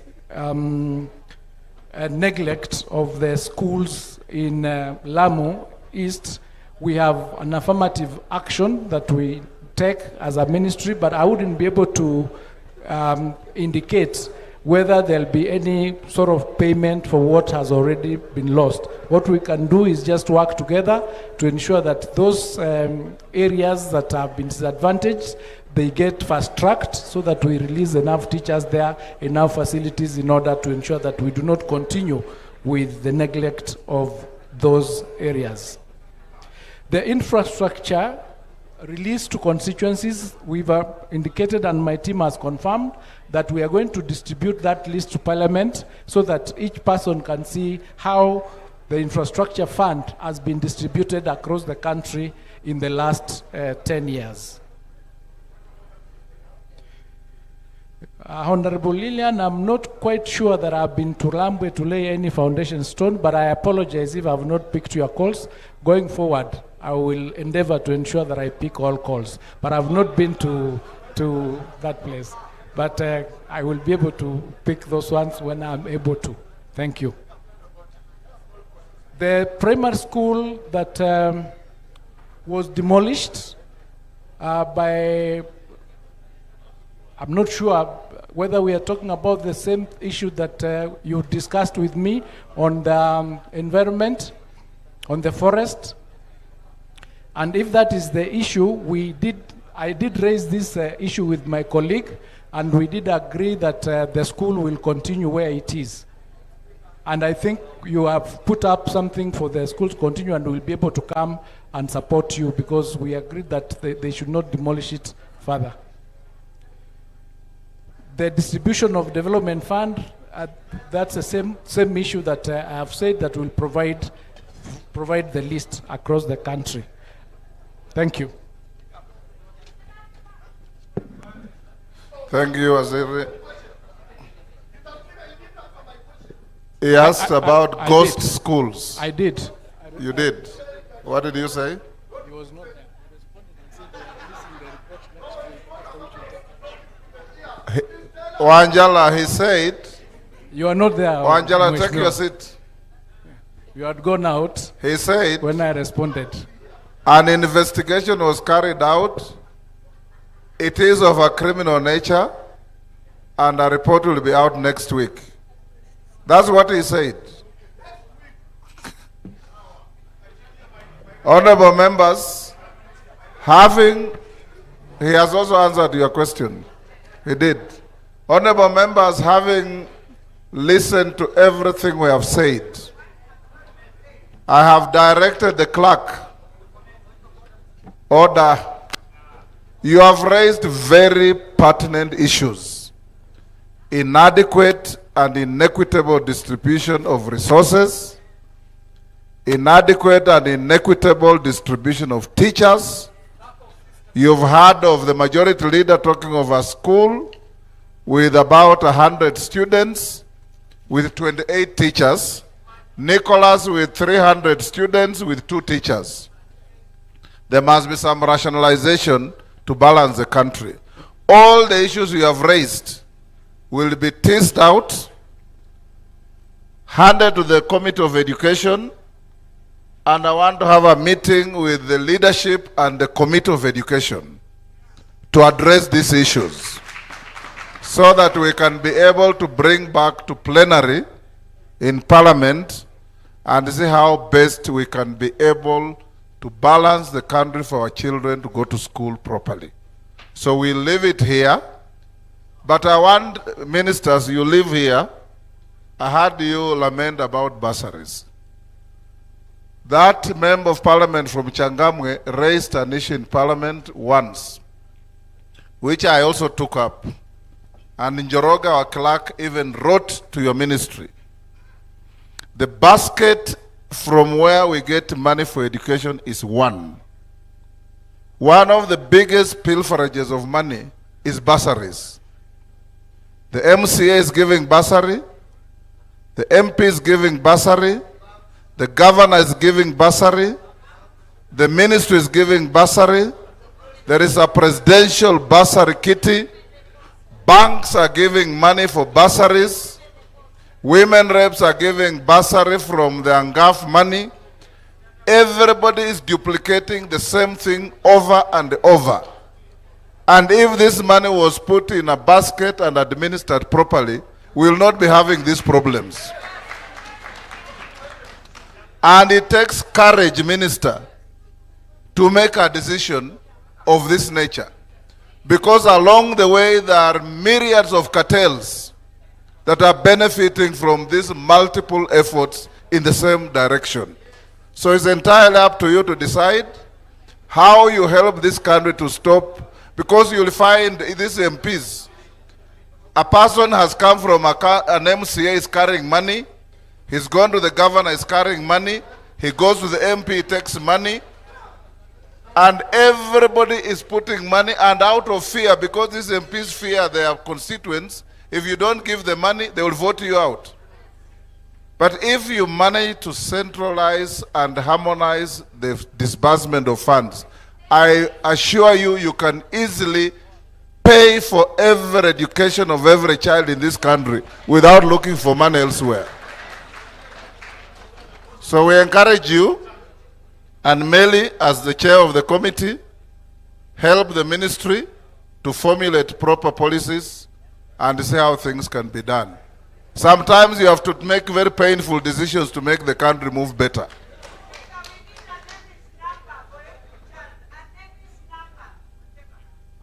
You've had Waziri, a name is number for every child. Members will now release the Minister for Education and his team so that we move to health. On the program, we are supposed to have a health break. We will not have it. We'll move straight to the Ministry of Health. Migozo Gamba and your team, you can now exit quietly so that we start our new session. Who is here? Rachel. Yes. Okay. Pardon? Yes, Your Honor.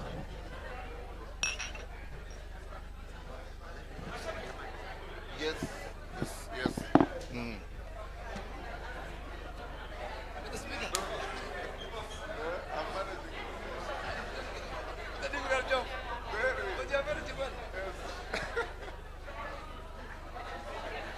Order members, Honorable Gamba, tokea mlango ya nyuma na timu yako.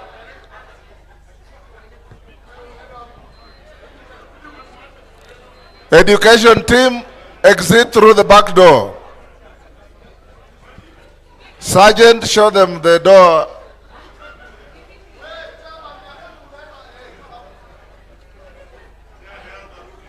Don't go, eh?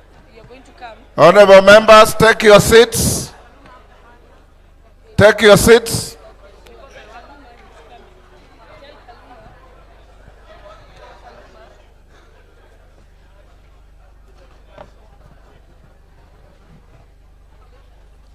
So, honorable members, we now move to session topic number 7, which is the state of healthcare in the country and any proposed legislative interventions which will be done by the Honorable Aden Duale, Cabinet Secretary for the Ministry of Health. I will just move to the introduction. Honorable Duale holds a Bachelor of Education degree from Moi University, 1992, and a Master of Business Administration from Jomo Kenyatta University of Agriculture and Technology in 2012. His early education includes Boys Town Primary School, Garissa High School, and Moi Forces Academy, Nairobi. He began his professional career as a graduate teacher before transitioning into business and public service. Between 1999 and 2003, he served as a director of the Kenya Broadcasting Corporation. He later founded the Livestock Marketing Society of Kenya as an umbrella organization representing livestock producers and traders in the arid and semi-arid regions. Honorable Duale was first elected to Parliament in 2007 as a member of Parliament for Duji's constituency. He served as an Assistant Minister for Livestock from 2008 to 2011 in the Grand Coalition government and played a leadership role in the Yes campaign in the northeastern part of Kenya, and which led to the promulgation of the Constitution 2010. In 2013, he was elected Member of Parliament for Garissa Township and was appointed a pioneer leader of majority in the National Assembly under the 2010 Constitution, a position he held up until 2020. As leader of majority, he oversaw the passage of over 200 bills and more than 500 motions, and served as the principal liaison between the executive and the legislature. In 2022, he was deeply involved in the founding of the United Democratic Alliance, UDA, and was re-elected to Parliament for the 4th term on the UDA ticket. He was appointed Cabinet Secretary for Defense in October 2022, a position he held until 2024. Following the subsequent cabinet reshuffle, he served as Cabinet Secretary for Environment, and in March 2025, he was appointed Cabinet Secretary for Health, a position he holds to this date. A senior legislator and national leader, Honorable Duale has served 4 terms in Parliament across 4 political parties and is recognized for his institutional leadership, legislative experience, and commitment to public service and constitutional governance. Karibu, Honorable Duale. Honorable members, thank you, Deputy Speaker. The chair of this session is Rachel Nyamae. And Honorable Duale, take the podium. Once the minister finishes his presentation, we'll give Dr. Nyikal 3, 4, 5 minutes at the very most if he has anything to say. Then we'll go the same way of asking questions for the minister to answer. Rounds of 10, 10, 10 until we finish with him, then we break for lunch. Minister Karibu. Thank you, Mr. Speaker, the Honorable Speaker of the National Assembly, the leadership of the House, Honorable Chairpersons of committees, distinguished members of Parliament, ladies and gentlemen, good afternoon. It's a distinct honor first for me to stand before this august House today, and I do it so with a very profound sense of gratitude. The journey to transform Kenya's health care system has been long and tedious, but it's a journey we have walked together. This House has been the bedrock of that transformation. Without your legislative wisdom, your oversight, and your bipartisan support, the milestone we celebrate today could remain mere aspiration. And for that, Honorable Speaker, I want to say asanteni sana, and we are happy that you stood with us. Honorable members, our mandate basically is anchored in the better agenda, the bottom-up economic transformation. When this administration took office, we made a very solemn vow that healthcare will no longer be a privilege for the few who can afford it, but a constitutional right for every Kenyan, as it is enshrined in Article 43. Health is not just a social service, it is a key economic pillar. And I say that with conviction that a healthy nation is a productive nation. We committed to shifting the paradigm shift from curative to preventive care, and from catastrophic out-of-pocket expenditure to social insurance model that leaves no one behind. To realize this, Honorable Speaker, this House undertook a historic legislative marathon. You debated, you refined, and you enacted 4 crucial laws that now form the legal spine of our healthcare system. And that is the Social Health Insurance Act of 2023 that established SHA and replaced NHIF, the Digital Health Act of 2023 that created the Digital Super Highway for Health Data, and the Primary Health Care Act of 2023 that operationalized the hub and the spoke model and the community health promoters. And finally, more importantly, the Facility Improvement Financing Act of 2023 that ensured funds raised in hospitals stay in hospitals. Honorable Speaker, let us be very honest about where we came from. Prior to these reforms of this administration, our systems was ailing. We had a very fragmented financing model where NHIF paid out more in fraudulent claims than it collected in legitimate premiums. We had no visibility of the patient data. We had no visibility of the patient records, and patient records were paper-based. Making portability was impossible. When I first stood before the ministry during my maiden speech on 1st of April 2025, the situation was critical. We were 6 months into the Taifa Care rollout, facing public scrutiny and systemic roadblock. I told the country then that, and I was given a name that I am a bulldozer, and that was for the right reason, to clear the way for universal health coverage, but to crush the bureaucracy and to build a system that works. Today, I return to report to the people's representative how that ground has been cleared, what we are building upon it. And I want to start with the first pillar, the pillar of sustainable health financing. I wish to begin with that pillar, and the transition from NHIF to Social Health Authority is the engine of our reform as an administration and a country. The numbers tell a story of unprecedented success and stability. As of 26 January 2026, we have registered 29 million Kenyans into the Social Health Authority. This mass registration has translated into tangible financial health for our system. We have collected 130.4 billion in contribution. And critically, we have disbursed over 93.4 billion to healthcare providers, both in public, in private, in faith-based, and in our national referral hospitals. Contrary to the inefficiency of the past, we are making great strides in settling all verified, validated claims. Currently, we have achieved an average claim settlement rate of 73% across the board.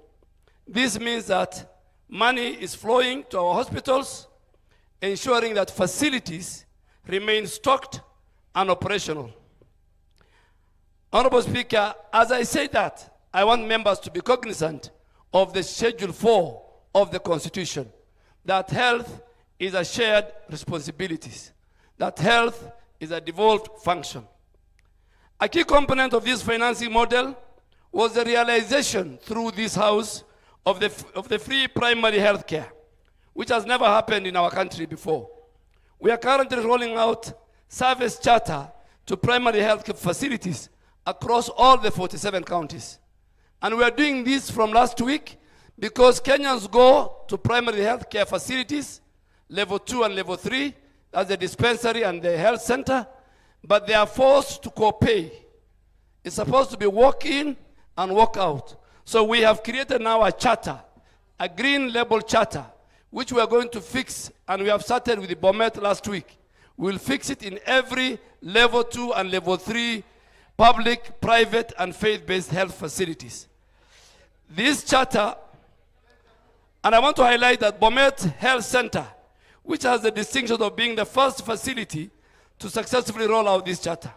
This charter is our promise to the people that at level 2 and 3 facilities, a Kenyan citizen should be able to walk in and walk out as an outpatient without paying a single shilling.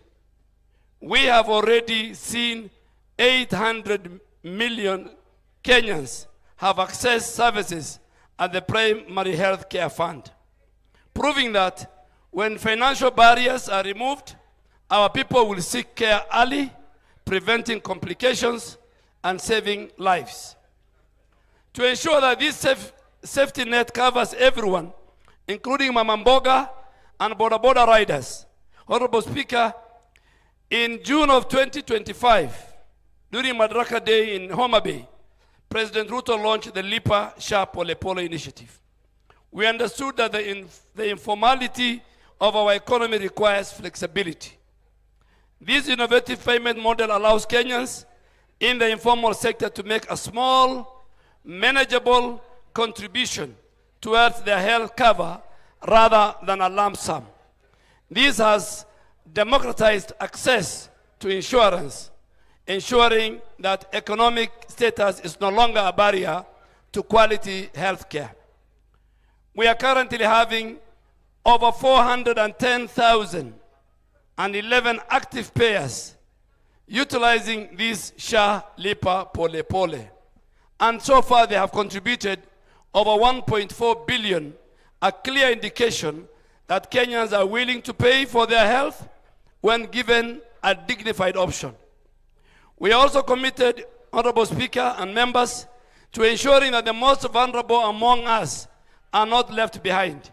The national government is currently sponsoring over 558,000 indigent households, picked from the social health protection data in all our villages and all our counties and constituencies.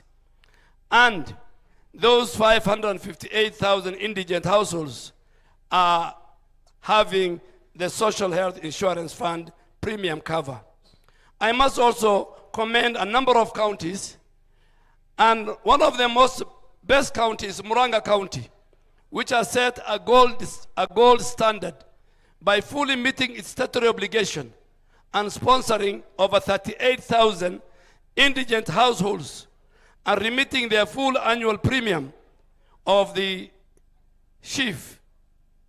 And we asked more other counties, Makwiny County, Kisumu County, most of our other counties are also preparing their list between 10,000 to 20,000 indigents so that they can pay for. Honorable Speaker, furthermore, through the through the national government, CDF, a number of members of parliament have paid for indigents from their constituencies. And you can see the list here. And there are more that we are going to post. And I have asked the CEO, Honorable Deputy Speaker, representing a number of our women rep, has also submitted the list. And I've asked the CEO of SHA to make a dedicated desk and staff to attend to members of parliament, starting tomorrow once this workshop is finished, so that the figure is known, the figure has been agreed, and is a flat figure, and we want in your constituencies to give us the list. If you tell us to pick it from the database, we will pick it from the database, social protection, but we want our members of parliament, and they have been doing it even before. But right now, because members are asking me, how do we do it? I have directed SHA, now that they have a skeleton staff, to dedicate a specific desk that, and even come to parliament. The clerk of the National Assembly, through the speaker, can even give us a room within parliament where the SHA members can be accessed by members of parliament. Members of parliament do not, even your offices, your staff can access our team in parliament, but we really want. We have collectively together, we are sponsoring partners and development and philanthropies are sponsoring close to 62,000 if I add with the ones of members of parliament. But I want to urge the honorable members to utilize the national government CDF to sponsor the indigent in your constituencies so that we mirror this success to ensure the universal coverage. Honorable members, for a long time, the overseas treatment scheme was a conduit for abuse between doctors in Kenya and hospitals in India and many other places, where cartels and these agents exploited the vulnerable patients and the public purse. That era is over under SHA.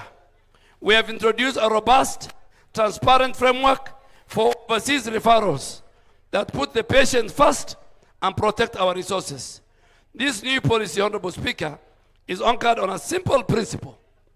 SHA will only pay for overseas treatment if that procedure is not available locally. Because when you go to India, you are supposed to go with the whole family. It's more expensive for the family, and that is why we have to do a lot of harambe. And to enforce that procedure, I have appointed the Benefits Package and Tariffs Advisory Panel, a team of top experts who have vigorously assessed our local capacity. And I am pleased to report that the panel has successfully identified and listed only 36 medical interventions that are currently not available in Kenya. And these are the only conditions for which SHA will authorize treatment abroad. If you want to pay for yourself, it's okay. But under SHA, it must fall within the 36. The only conditions which the law allowed us. We have also introduced a very strict vetting protocols. Every referral is now subjected to a peer review by the claims office to ensure that the medical necessity is found. Honorable Speaker, we are also requiring that any overseas facility receiving a Kenyan patient must also formally empaneled and contracted by SHA. So you cannot go to India and walk to any hospital. The way we contract Aga Khan and Kenyatta Hospital, the facilities in the foreign nations must come and contract with SHA. And we do it online. Honorable Speaker, We have capped the minimum payable amount for this overseas treatment to 500,000. This will ensure the sustainability while granting access to life-saving procedures. This new framework guarantees that we are not going to exporting our patients and also exporting our money to support healthcare system of other nations. And let me repeat it. We will not export our patients and our money to support healthcare systems in other countries. We must be candid. We must improve our healthcare system so that the money can remain here and support our health facilities. Our patients can be at home, and many members know during the COVID, we could not even return the bodies of our loved ones when they pass in India. Because in some countries, the only thing that happens is cremation. Many Kenyans, particularly of the Christian faith during COVID, they could not bring back their bodies. Airlines have refused. Countries have introduced protocols. So we must build Kenya. We must retain our patients here, treat them, and we must retain our money. Honorable Speaker and members, the transition from NHIF to SHA is not merely a change of logo. It's a fundamental restructuring of our national health insurer to ensure efficiency, integrity, and professionalism. We are building a new institution from the ground, and this requires a fresh, competent workforce. And I wish to be categorical. Recruitment into SHA is strictly based on merit, unlike the NHIF, unlike the defunct NHIF. There is no automatic transition. However, Honorable Speaker, we were guided by the courts. The former staff of NHIF went to court, and we were guided by the law and the courts that we must give priority to competent, qualified former NHIF staff. The days of nepotism and incompetency are behind us. Only those who prove their worth will serve the people of Kenya.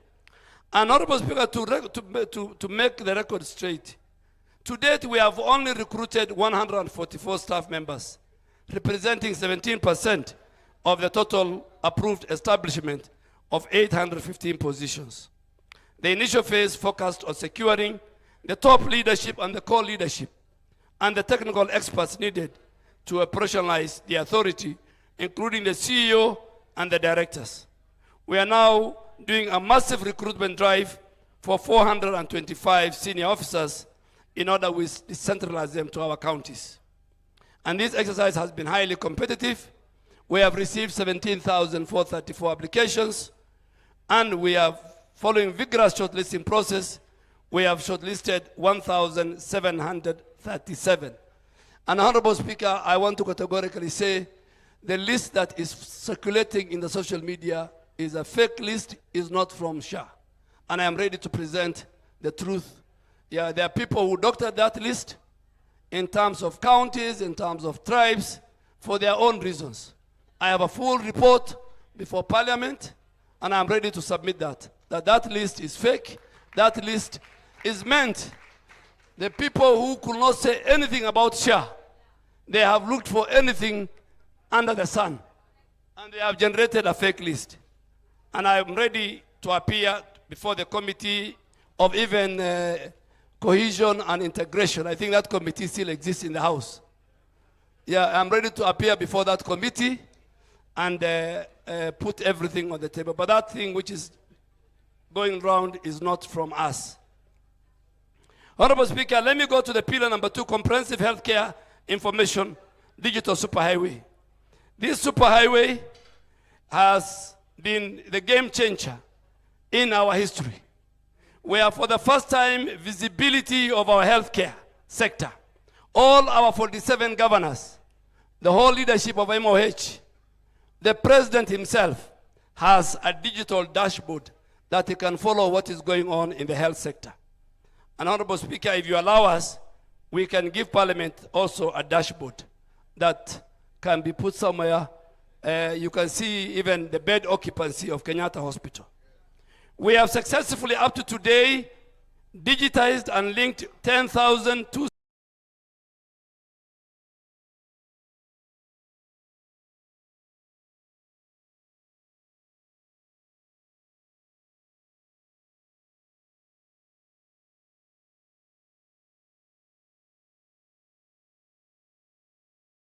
77 transacting for faith-based and private hospitals into one digital superhighway.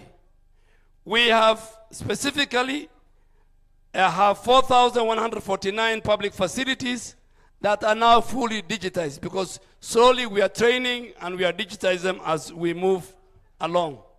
And to support the Taifa Care system, we have delivered 30,087 digital devices, including the biometrics. And that's why you see, Honorable Speaker, under SHA, there's no card. Honorable Speaker, under SHA, there's no card. It is your thumb.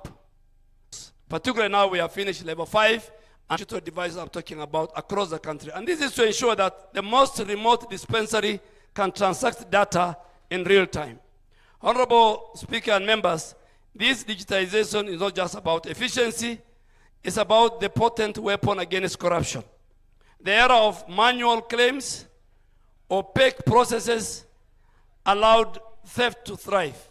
And that's why you see in today's headline, the 11 billion shilling lost between October when SHA kicked off to April when I took over, the system did audit. And we found facilities were stealing because they were used to stealing from NHIF. And how do they steal? So that 11 billion is rejection. We have presented. So that 11 billion is rejection. We have presented to the committee. And I'll give you what are rejections. There are facilities in our country that have reported 100% of the mothers who came to deliver have gone through C-section. That is even against the WHO rule. The WHO rule, international accepted, is 10 to 15% of mothers who go to deliver in hospital will go through C-section. And I think the member for the vice chair of Health Committee, Honorable Pato, is here. When I went to Tharaka Nithi, one private hospital said 500 mothers came here, all of them delivered through C-section. If that happens, it's against the law. The former chair of Health Committee, Honorable Sabina, is looking at me. SHA will not pay.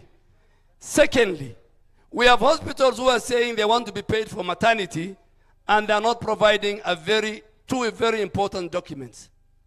The first document is the claim form. Claim form is in the law that you have passed. And even you, when you go to your doctor, a claim form, a legal document, is filled by 3 people. The patient must fill. You have seen your doctor or your nurse after they take the normal thing they tell you fill.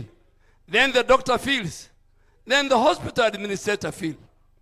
A situation where we find, SHA finds that claim forms are filled by one person, one handwriting, one pen. That is a rejection and we will not pay. It's part of the 11 billion. Thirdly, there are people who are submitting that maternity delivery has taken place in a facility. And any healthcare worker listening to me will know that when a baby is born in a facility, and there are doctors in this august house, there must be a very important document called birth notification. If you submit claim forms for maternity and there's no birth notification, how are we sure that a child was born?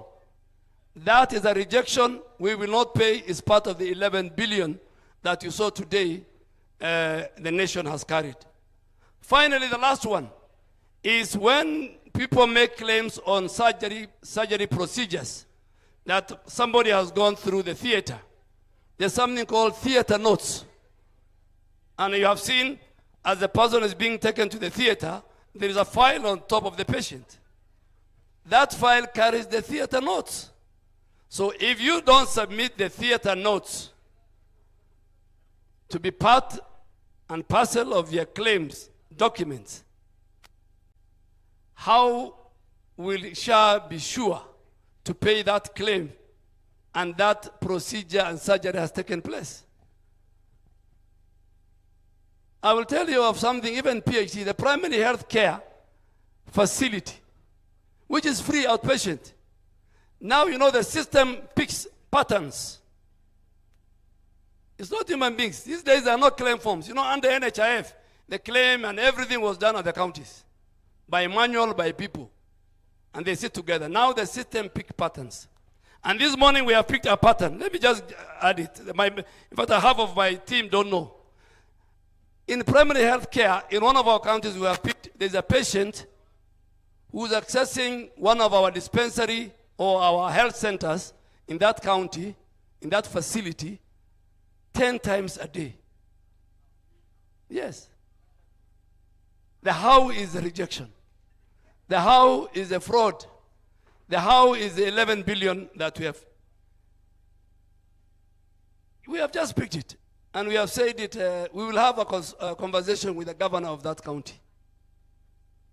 Because he wants to get more capitation, so he creates, the facility creates ghost patients, and they go in the morning, they come lunchtime, they come, but they don't know that the system picks. We have one patient whose dependents' children were 381 in Kwale County. In Kwale County. And we are giving such patients, we are giving them to the DCI, and we want to, the DCI will ask, can you show us your 371 children? Because the system is speaking. It's not human beings. This system looks for patterns. It will even tell you how many surgeries have you done. Yeah, for dialysis, most Kenyans who go through dialysis, there are two, fully paid by SHA.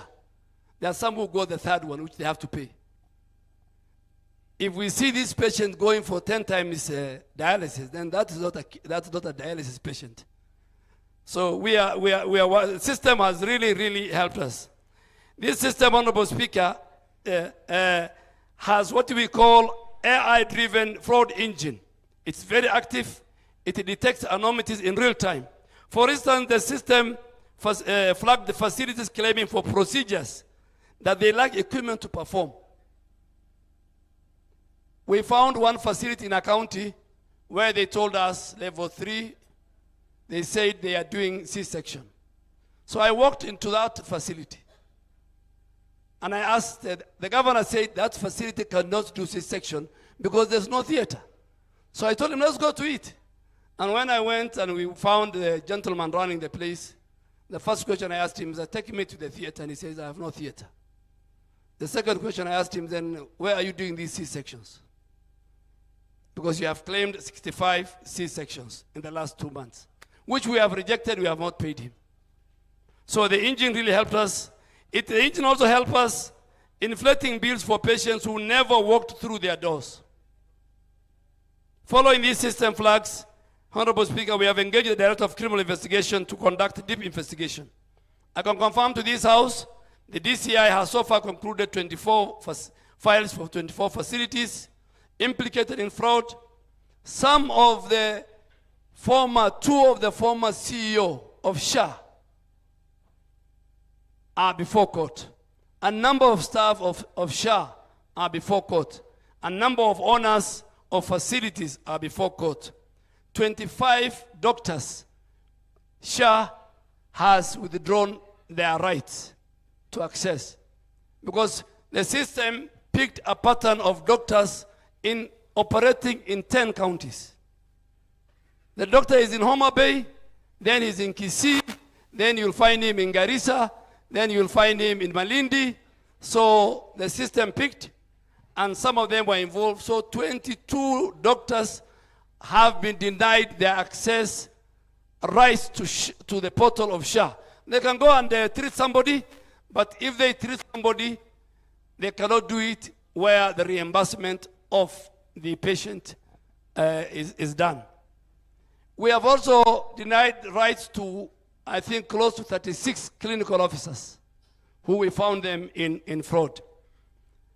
Files for facilities such as there was a facility called New Manyalo Nursing Home and Brimaxa Hospital. These have already been forwarded to the Director of Public Prosecution. Directors of these facilities have been arrested and charged, and we are not sparing, and I want to say that both the leadership of this House and the President have given us the support that we required. For us to achieve this, we must make bold decisions, hard decisions, and we must always work in the interest of the people. And Honorable Speaker and members, let me be very clear. Kenyan money will not be stolen. The digital system we have built is a fortress. It's like Fort Jesus. It will allow us to track every shilling from the moment a Kenyan contributes to the moment that shilling pays for either a pill, a medicine, or a procedure in a theater. If you attempt to steal from the sick, the system will catch you, and the government will prosecute you. That is the new order of the day. If you steal from our sick, the system will catch you, and the government of President Ruto will prosecute you. We have further secured, Honorable Speaker, digital sovereignty through our collaboration with the United States government through the data sharing agreement, which I have shared with Parliament. I am ready to defend it. That data sharing agreement, Honorable Speaker, is solid. It's done by our lawyers, and it even says where the laws of the two countries contradict, the Kenyan law supersedes. The people who have gone to court are the civil society and the NGOs who used to eat this money historical. It is not us. The Kenyan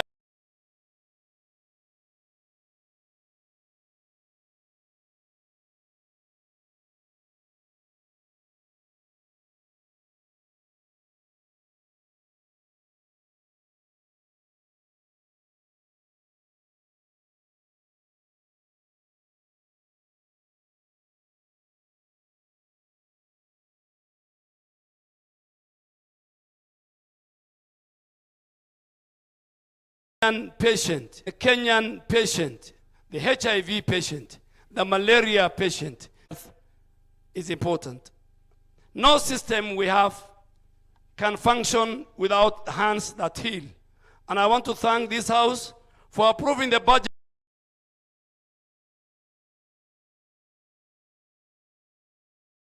that has stabilized our workforce.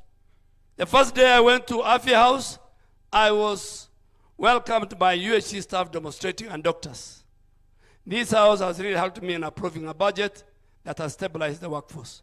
Today we have posted our interns, we have transitioned our UHC staff to SRC rates, and by June this year, in the Division of Revenue Bill, we will transfer the whole resources to the equitable share so that our counties can now absorb them as permanent and pensionable. Honorable Speaker, I must speak especially about community heroes.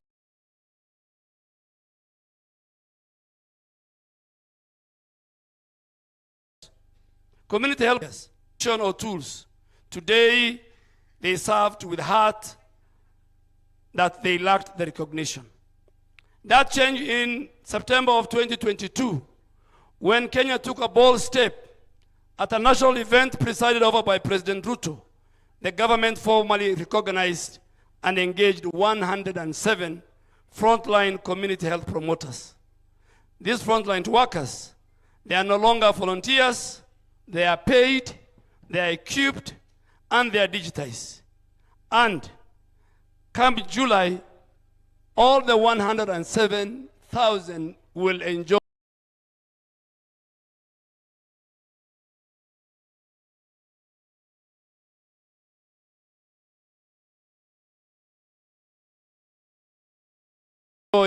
the social health insurance premium cover paid by chain for health products and technologies. We are reforming KEMSA into a very agile, transparent logistic entity that uses digital tracking to ensure the last mile of delivery of our medicines. We must ensure that a mother in a remote village has access to some life-saving drugs as a patient in the National Referral Hospital. Madam Honorable Speaker, if you allow me, we have introduced, I think, yesterday. We picked a pattern. The system has picked a pattern where 50,000 patients in a county referral hospital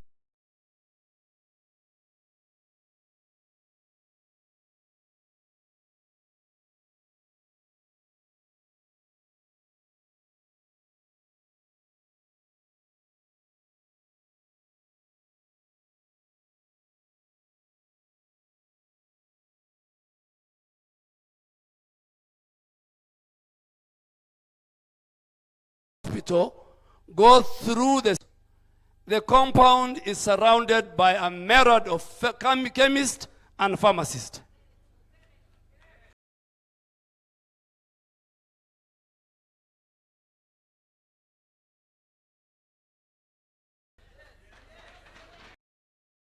Hospital. Even go to Garissa County Referral. See referral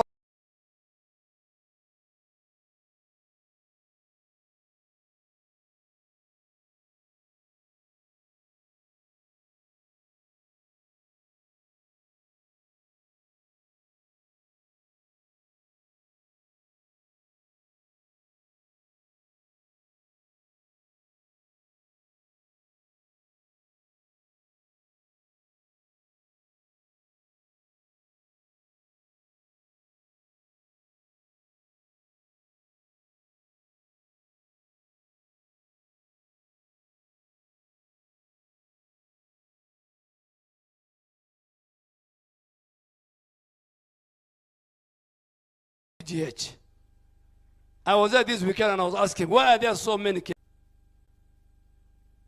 If the patient does not, because the system will know, if you don't dispense medicine to a patient, then SHA will not pay for any medicine you claim.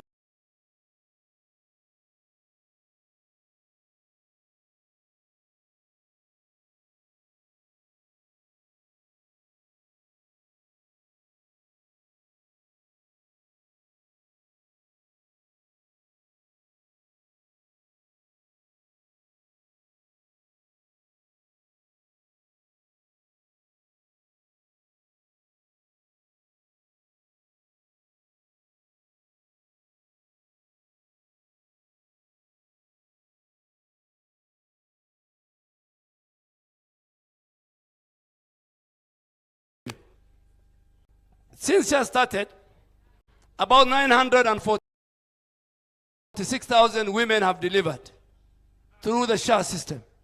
As a country, annually we are about 1.5. The Director of Medical Services is here. And when we look at those 900 and plus women who delivered either through C-section or normal delivery, we have their names, we have their ID card numbers, we have their telephone numbers, we know their county, we know their constituency, we know the facility. That is how robust this digital system is. So to kill the story that there is no medicine in our health facilities, now if you don't give a Kenyan medicine,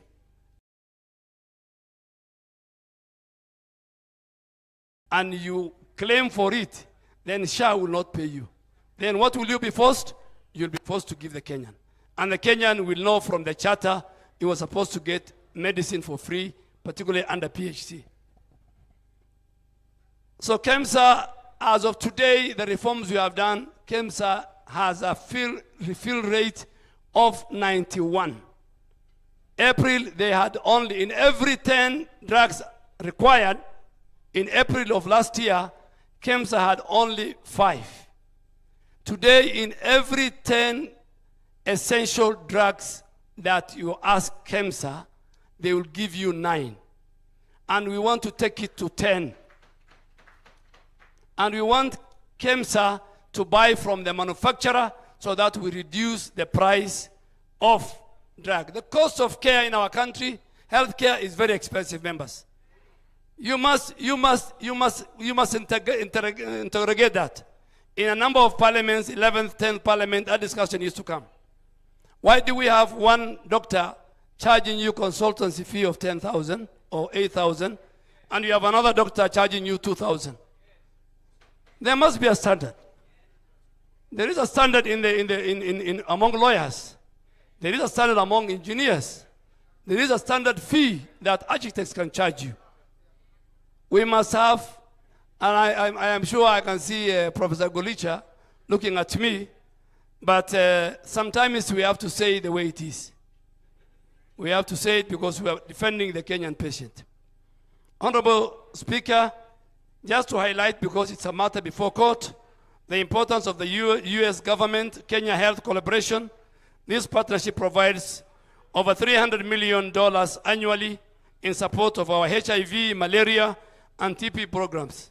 As we move towards the sunset of some of this international support, and I want to thank this House, Kenya was the only country that was allowed to come and sign in State Department. We were the first country to sign globally. And we were the first country that were allowed to sign in Washington, D.C. And that's how important Kenya is, a leader in the healthcare. And many countries want to learn the universal health coverage and share from us.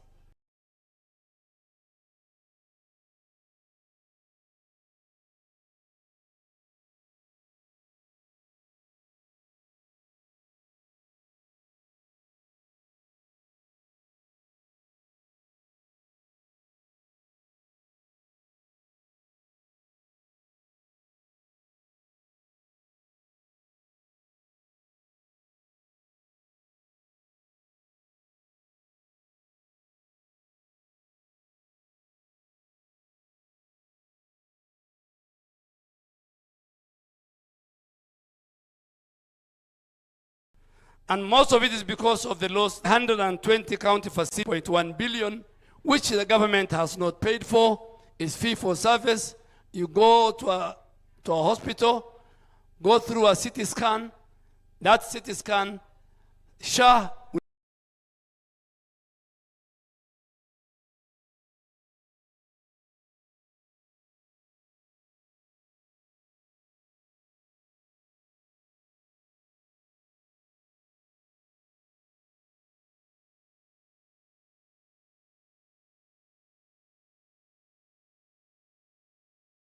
will pay part to the hospital and part it will pay. You will find a private wing. Today, the number of referrals, very few Kenyans are referred to Kenyatta Hospital or Kenyatta University or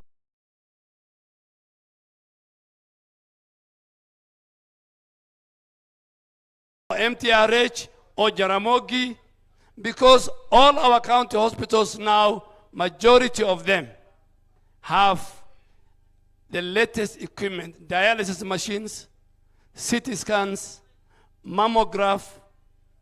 You'll find them in all our, reducing the burden. Kenyans used to die on the road. So when we talk about healthcare transformation with the support of our members, UHC is about ensuring that the quality of care received by a president is the same quality of care available to a peasant. To achieve this, we have entered into a strategic collaboration that are already bearing fruit. And I really want to ask my sisters who are in this room to listen to me.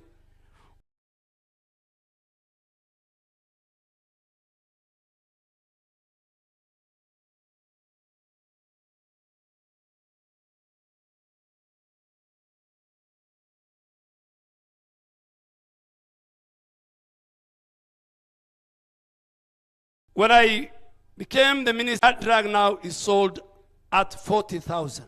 And that's why SHA is paying for the full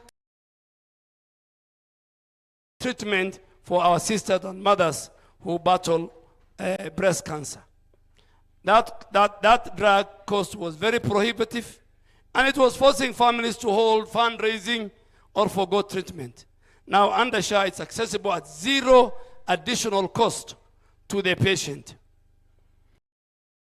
We have also formalized our collaboration with Aga Khan University. I did a partnership with Aga Khan to allow SHA beneficiaries to access the specialized service like kidney transplant. You know what happened in Eldoret? And Honorable Speaker, I really want to indulge you today. An audit was done on what Medihill did in Eldoret.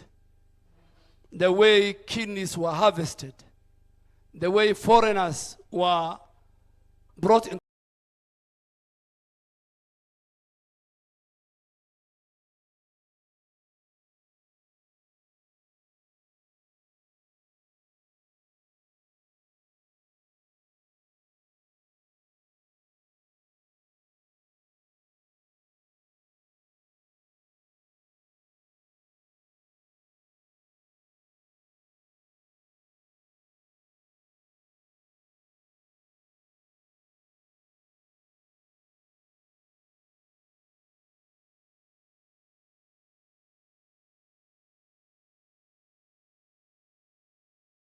To our country.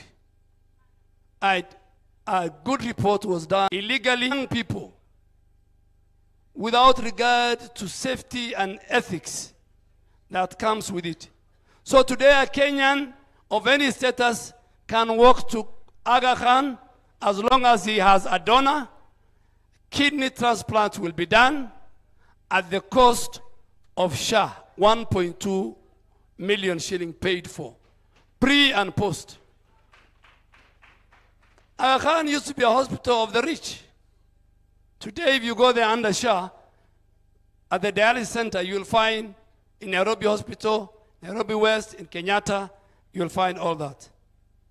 There are many people who say SHA is not working. If it's not working, then how come 29 million people have registered? There are some of the people who are saying it's not working.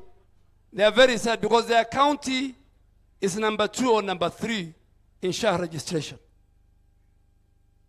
For example, Nyeri is number 3.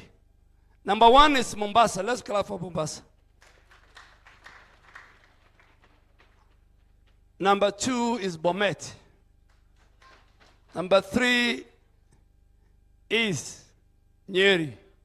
Number 4 is Kirinyaga. I can continue. But for our colleagues like me who come from the Asal, if I start naming the bottom, that is where we are, including my own county. And I have to say it. But we must clap for the counties. Elgeyo Marakwet, Kericho, among the top. Lamu, among the top. As small as it is. Honorable Speaker, we have also have an agreement with Nairobi Hospital, a historic collaboration for kidney transplant at SHA rate. Honorable Speaker, these collaborations translate to one simple reality. We are demonizing the walls between the rich man's hospital and the poor man's hospital. Under SHA, every Kenyan has a seat at the table of quality health care. Honorable Speaker, I now want to speak to key moral imperative. And I want our sisters to listen to me. And this is the health of our mothers and children. Every woman, every newborn, everywhere, agenda. And our rapid result initiative that we carried as a ministry last month showed that 26 of our counties have drastically reduced their maternal mortality rate and newborn child death. But we have 25 counties which are in the red. We are trying to make sure that those 25 counties, we have an engagement with them at the level of the presidency and the Council of Governors, and no mother, Honorable Speaker,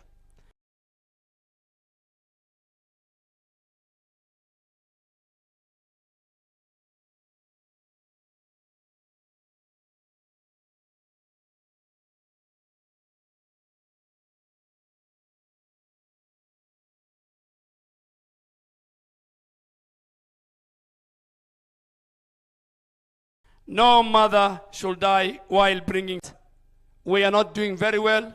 We're losing a lot of mothers in our facilities.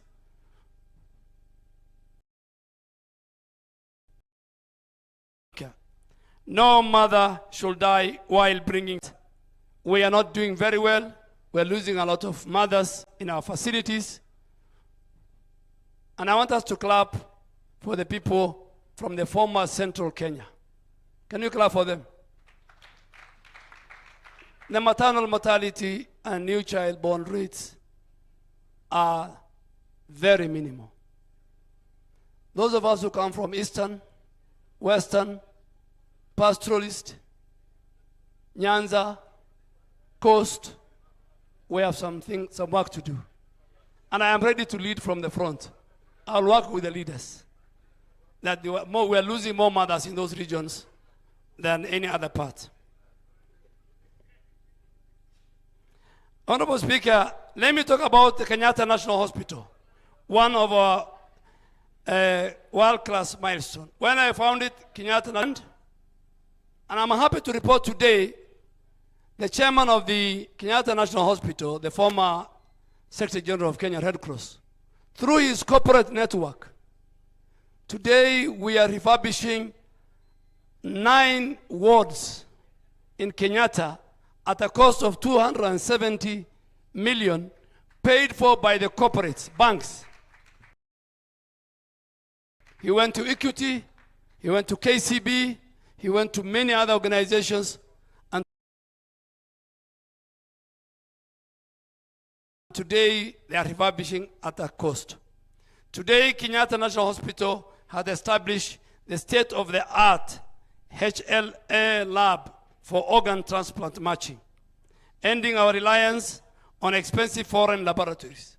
We are not sending now tests to South Africa or to the CDC Atlanta. Kenyatta National Hospital is doing a lot to our community. Record-breaking surgeries you watch in the news every day.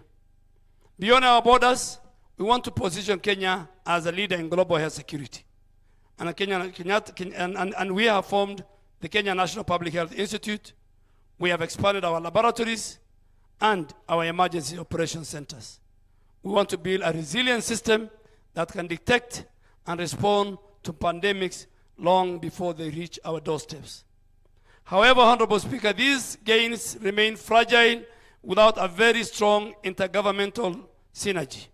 And I want to urge the National Assembly to ensure that health remains a whole of government priority. Health security is inseparable from the work of the Ministry of Interior, ICT, Education, National Treasury, and many others. Honorable Speaker, let me come now to the legislative agenda as I conclude. We laid the foundation and we have secured the standard of care. And I wish to bring to your attention that there is a bill before the House called the Quality of Health Care and Patient Safety Bill 2025. This bill is critical bill is already before the House. It went through first reading on the 14th of August 2025 and has been committed to our Departmental Committee on Health. This bill will guarantee the safety for every Kenyan patient. It establishes legal framework to ensure that the care paid for by SHA is care that cures, not care that harms. And I want to give an example. When there are 2 mothers, pregnant mothers sharing a bed, that is not care. Do we agree? When we have a mother or a patient, even male, on the floor of a hospital, that is not care. Particularly in a cold place like Nyandarua.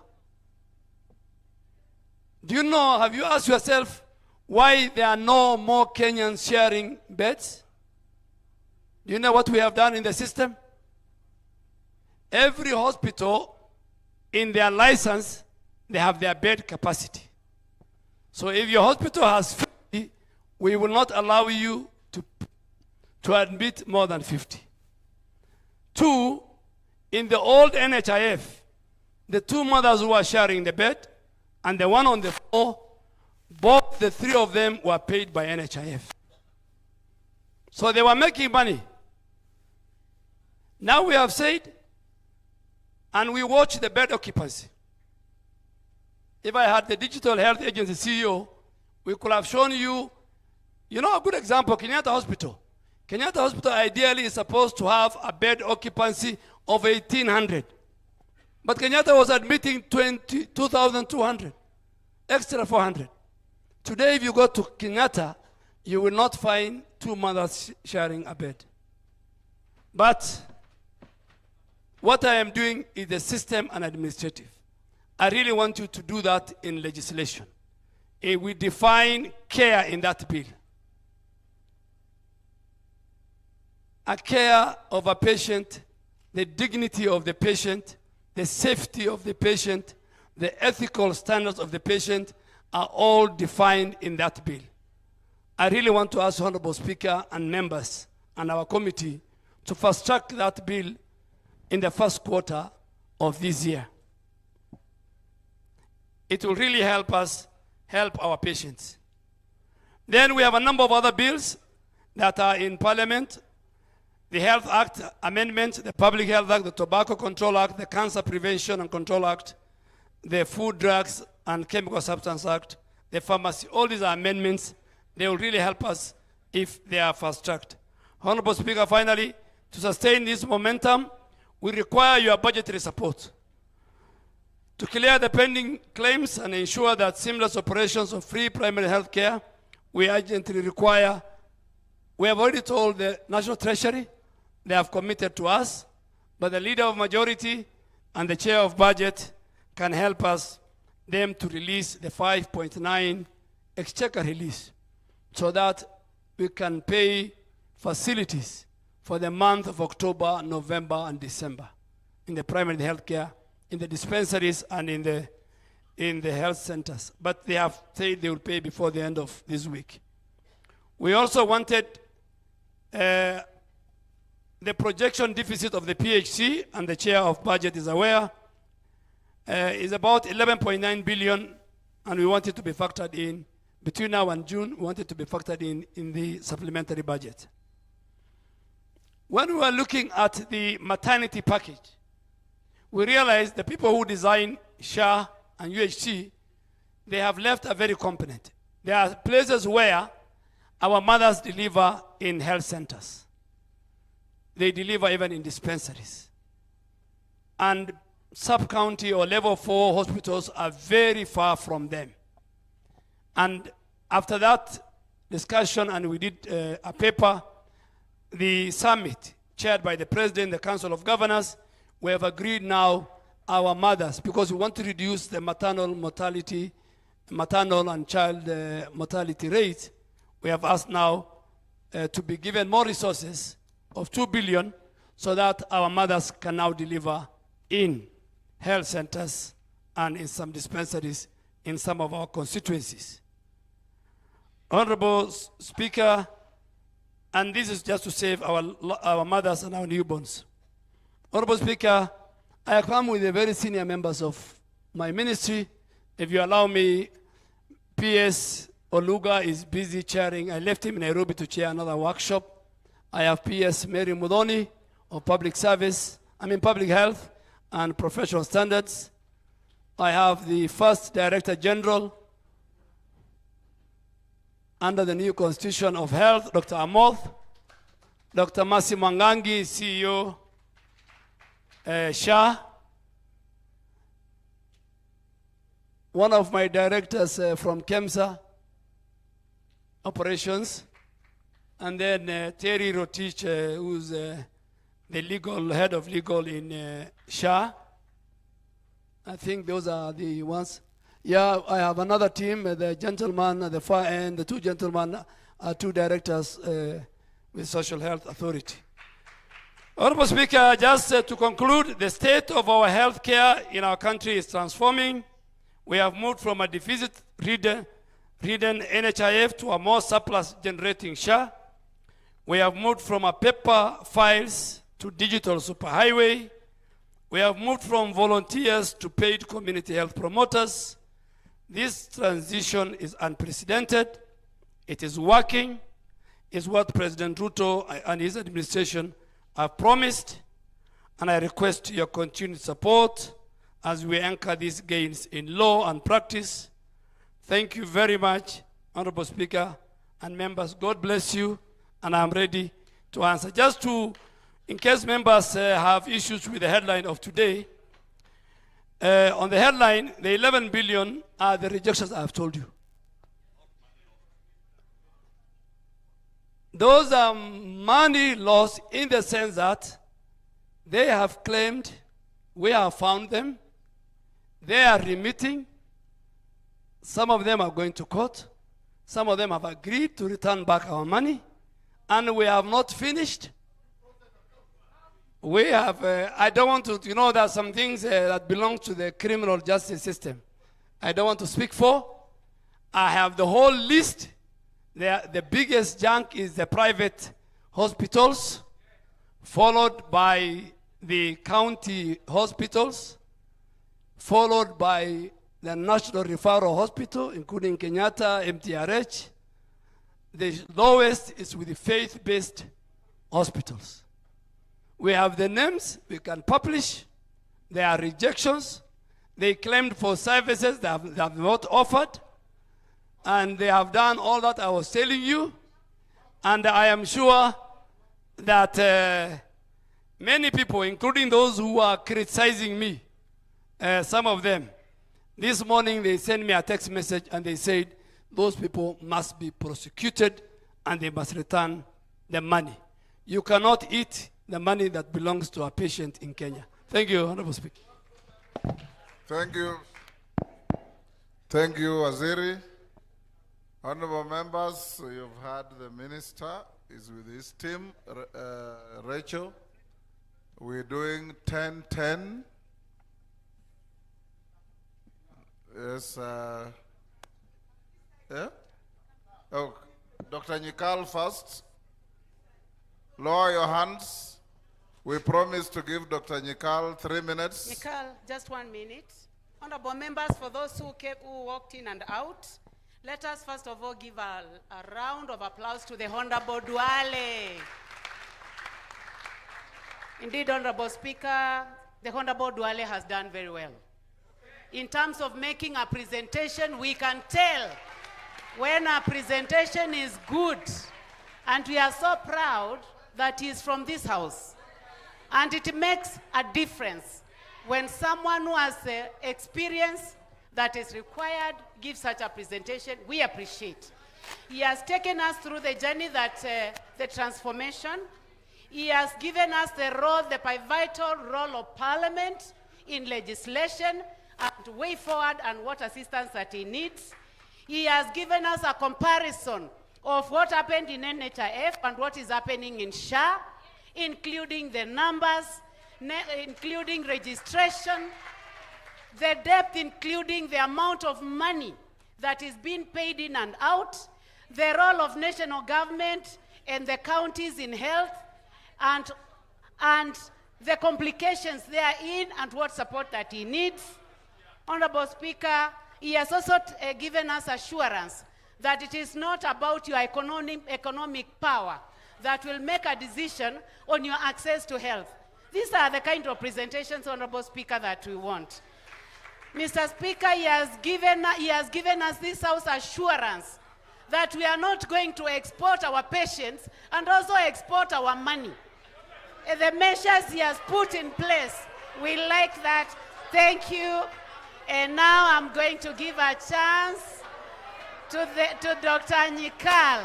Welcome, Dr. Nyikal. Okay. Mr. Speaker, let me first of all appreciate the Cabinet Secretary for the presentation. I'll not say much because this today is the presentation of the Cabinet Secretary to the House. So the members will deal with that. Most of the issues he has raised, we have actually discussed with him in the committee. We have had interactions, some of which you have seen on TV, and these are the results. I'll just make very few comments. One, there are some issues he has raised that we'll still have to look up with them as a committee. So I don't expect to say much on them. We'll have opportunity as a committee to call the team and have that. But the only ones I want to say that are really important is the issue of registration and payment of premium, which is a gap of 29 million and 4 million. It has issues.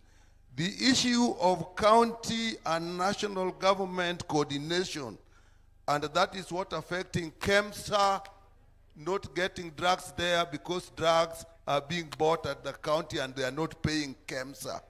So that is something we will discuss with them. The issue of primary care fund, which we actually gave this time, and that has to be used at the county level, in level 2 and level 3, where he actually we agreed as a committee that women do deliver there, they should be paid. So we look at that.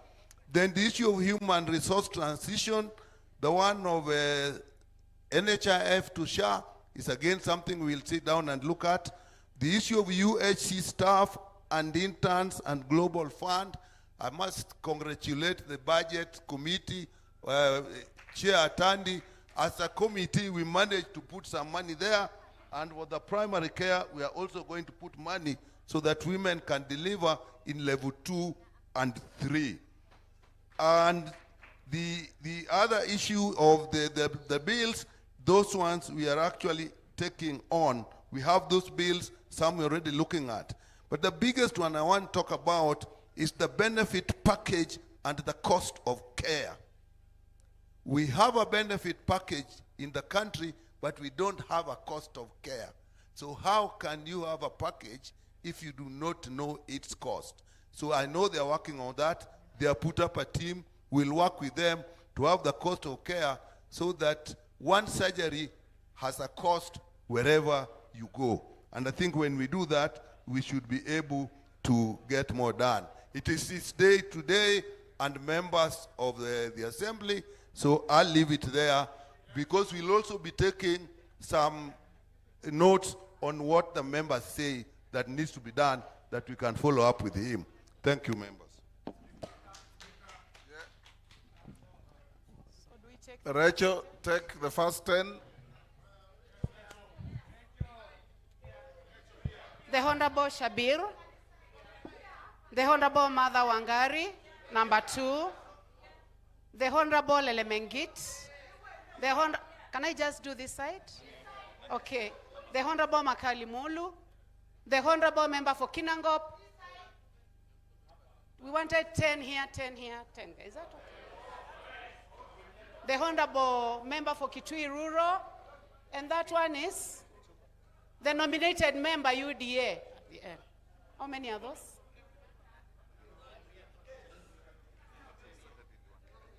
I started with Shakil. I went to Wangari. I went to Makali Mulu. I went to the member for Kinangop. I went to the member for Kitui Rural. I went to Modoni and Charles CNN. How many are those? We can get another 3 here. We can start with the nominated member. Can we go to this member? Odipo. And the 10th one, the member for Nairobi. 10, Honorable Speaker. So when we start again, we'll come this way and then that way.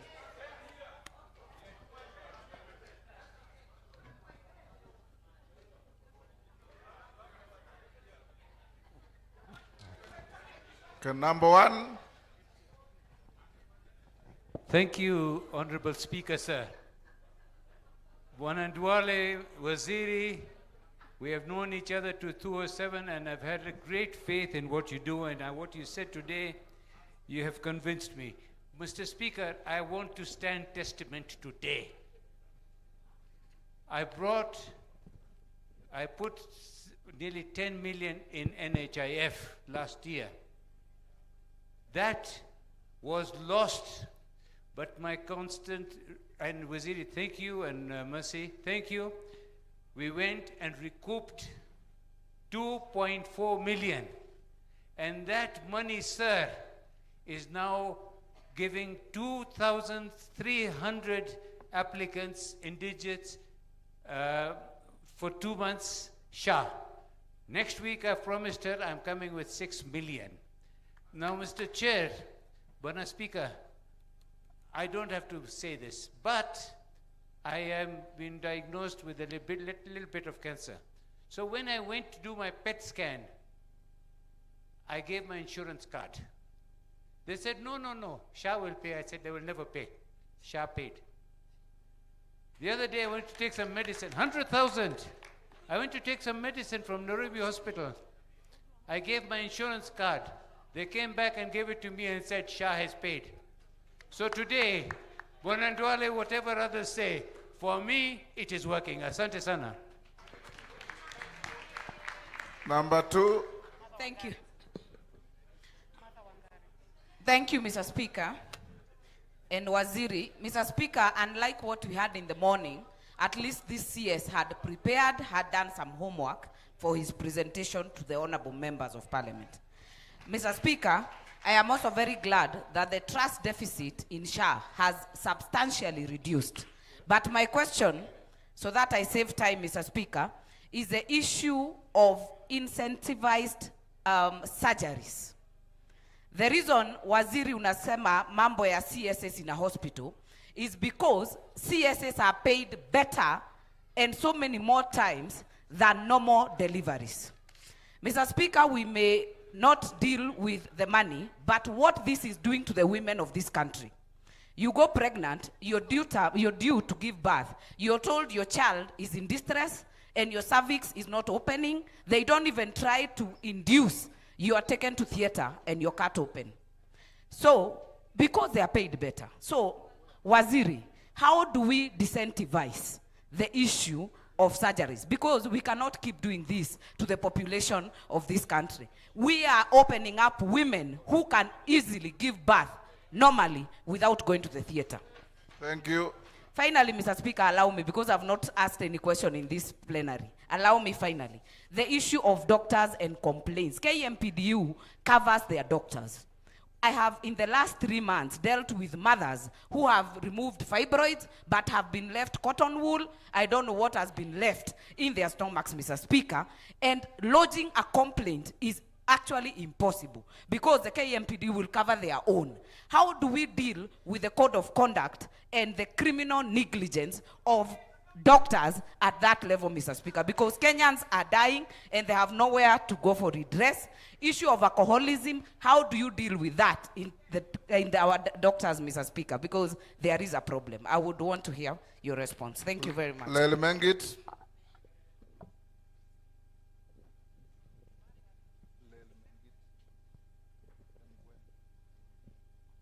Thank you, Honorable Speaker. First, I want to appreciate Waziri Duale for his perfect presentation. I also want to appreciate what SHA has done. Recently, Honorable Speaker, about a week ago, there is a mzee who is about 96 years old. He had been blind for the last 4 years. And when I visited him, I assessed the situation and he accepted to go for an eye checkup. And it was just a simple issue of eye cataract. And it was removed. The mzee is now seeing. He's been blind for 4 years, and it was fully paid by SHA. Now, my question is, Honorable CS, while we appreciate the government for paying for kidney dialysis, we know patients suffering from kidney issues are close to 10 to 15% in this country. While we appreciate that SHA is paying up to maximum of 11,000 shillings per session across the country, we still have a challenge in settling claims. We have small startups, local companies in this country or hospitals whose claims have not been paid for almost the last 3 months. For example, Oak Tree Center, Kidney Center in Eldoret, Honorable CS, what are you doing so that you can prioritize these startups who are dealing with these issues so that their businesses cannot close down? Thank you, Honorable Speaker. you. Makale Mulu. Yeah, thank you so much, Honorable Speaker. I want to join my colleagues in appreciating the presentation, Honorable Speaker. Honorable Speaker, one of the highlights of the presentation which I picked is the issue of consultants charging different rates. And I think to me that is very important that that figure is harmonized. But my question, Honorable Speaker, is on the distribution of medical equipment. I would want to hear from the CS what criteria has been used to distribute this medical equipment, Honorable Speaker. Because, Honorable Speaker, my own county where I come from, we realize that very basic things cannot be done because that equipment is not there. So is it based on needs assessment or how is it done? Thank you, Honorable Speaker. Thank you. Kinango, is that Kwenya? Yes, Mr. Speaker. Yeah, thank you, Speaker, for the opportunity, and I join my colleagues in applauding the Minister for his beautiful presentation. But on it, Mr. Speaker, I want to know what the Ministry is doing, and actually it has been mentioned, but not in depth, in terms of harmonization of charges, especially that are being charged by the private hospitals. You realize service like dialysis is being charged at about 11,000 in public hospitals, and that is what SHA is paying for. But private hospitals are charging to the tune of close to 200,000, and I have evidence to that case because my dad is doing dialysis at the moment. What is the Ministry doing to make sure that those exorbitant charges by private hospitals is dealt with and with finality? Thank you. Kitui Rural. Thank you, Mr. Speaker, and thank you, Honorable Duale, my friend. I always have a lot of confidence in you. When you are presenting, you talked about the 11 billion, how you are trying to recover that money. But I wanted to hear more on what systems are you putting in place so that this kind of debt is not going to occur again. Because this is money which is supposed to be used to buy drugs and other facilities in the health centers. Thank you very much. Next, Mudhone Marubu. Is it Mudhone? No, Mudhone nominated. Ikiara. Thank you very much, Honorable Speaker. Honorable Speaker, I too join my colleagues to thank the CS for coming when he is very well prepared for this session. We laud him for that. Honorable Speaker, my question is, what measures, Wasiri, as your ministry put in place to protect Kenyans from counterfeit medicine? More so, especially those who have chronic illnesses like diabetes, blood pressure. Honorable Speaker, I'm asking this in reference because I am a victim. When I go buying my medicine from the pharmacy, at times I have encountered a case where I bought counterfeit medicine, which when I take it does not work at all. What is the ministry doing to protect Kenyans who are not aware like me so that they don't take counterfeit medicine, which is not working? Thank you. Nguna. Thank you, CS, for awesome presentation. We are fully satisfied with what you've done so far. And again, congratulations. Since you took over SHA, it is now working. I have witnessed because I've had several patients there. Congratulations for that. My question is, how many health facilities involved in the fake claims have you shut down so far? Kipchumba. Thank you, Honorable Speaker. I want to first of all declare that I am a health advocate. I've worked with the Ministry of Health in the Vaccine Preventable Diseases campaign. I've been awarded the UN Person of the Year in 2015, fighting and kicking polio out of Kenya and Africa. It has been great. SHA, like the previous program, NHIF, and other health insurances, very little is given to therapies. There's limited package to support long-term conditions. And this in particular, children that have disorders of cerebral palsy, spina bifida, hydrocephalus, and other conditions, and it's lifelong. What is SHA doing to include the essential drugs, medication, in supporting these children, because, or persons, they have to live with the drugs forever, and they can't afford them.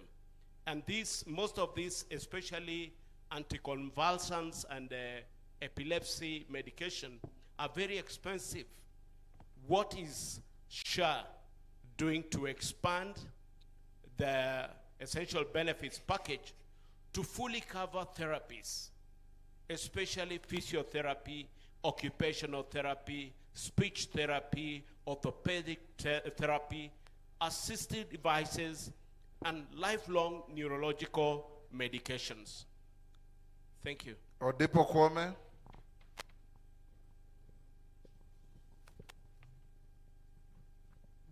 Thank you, Mr. Speaker. I think I have to congratulate our CS. His explanation was quite satisfactory.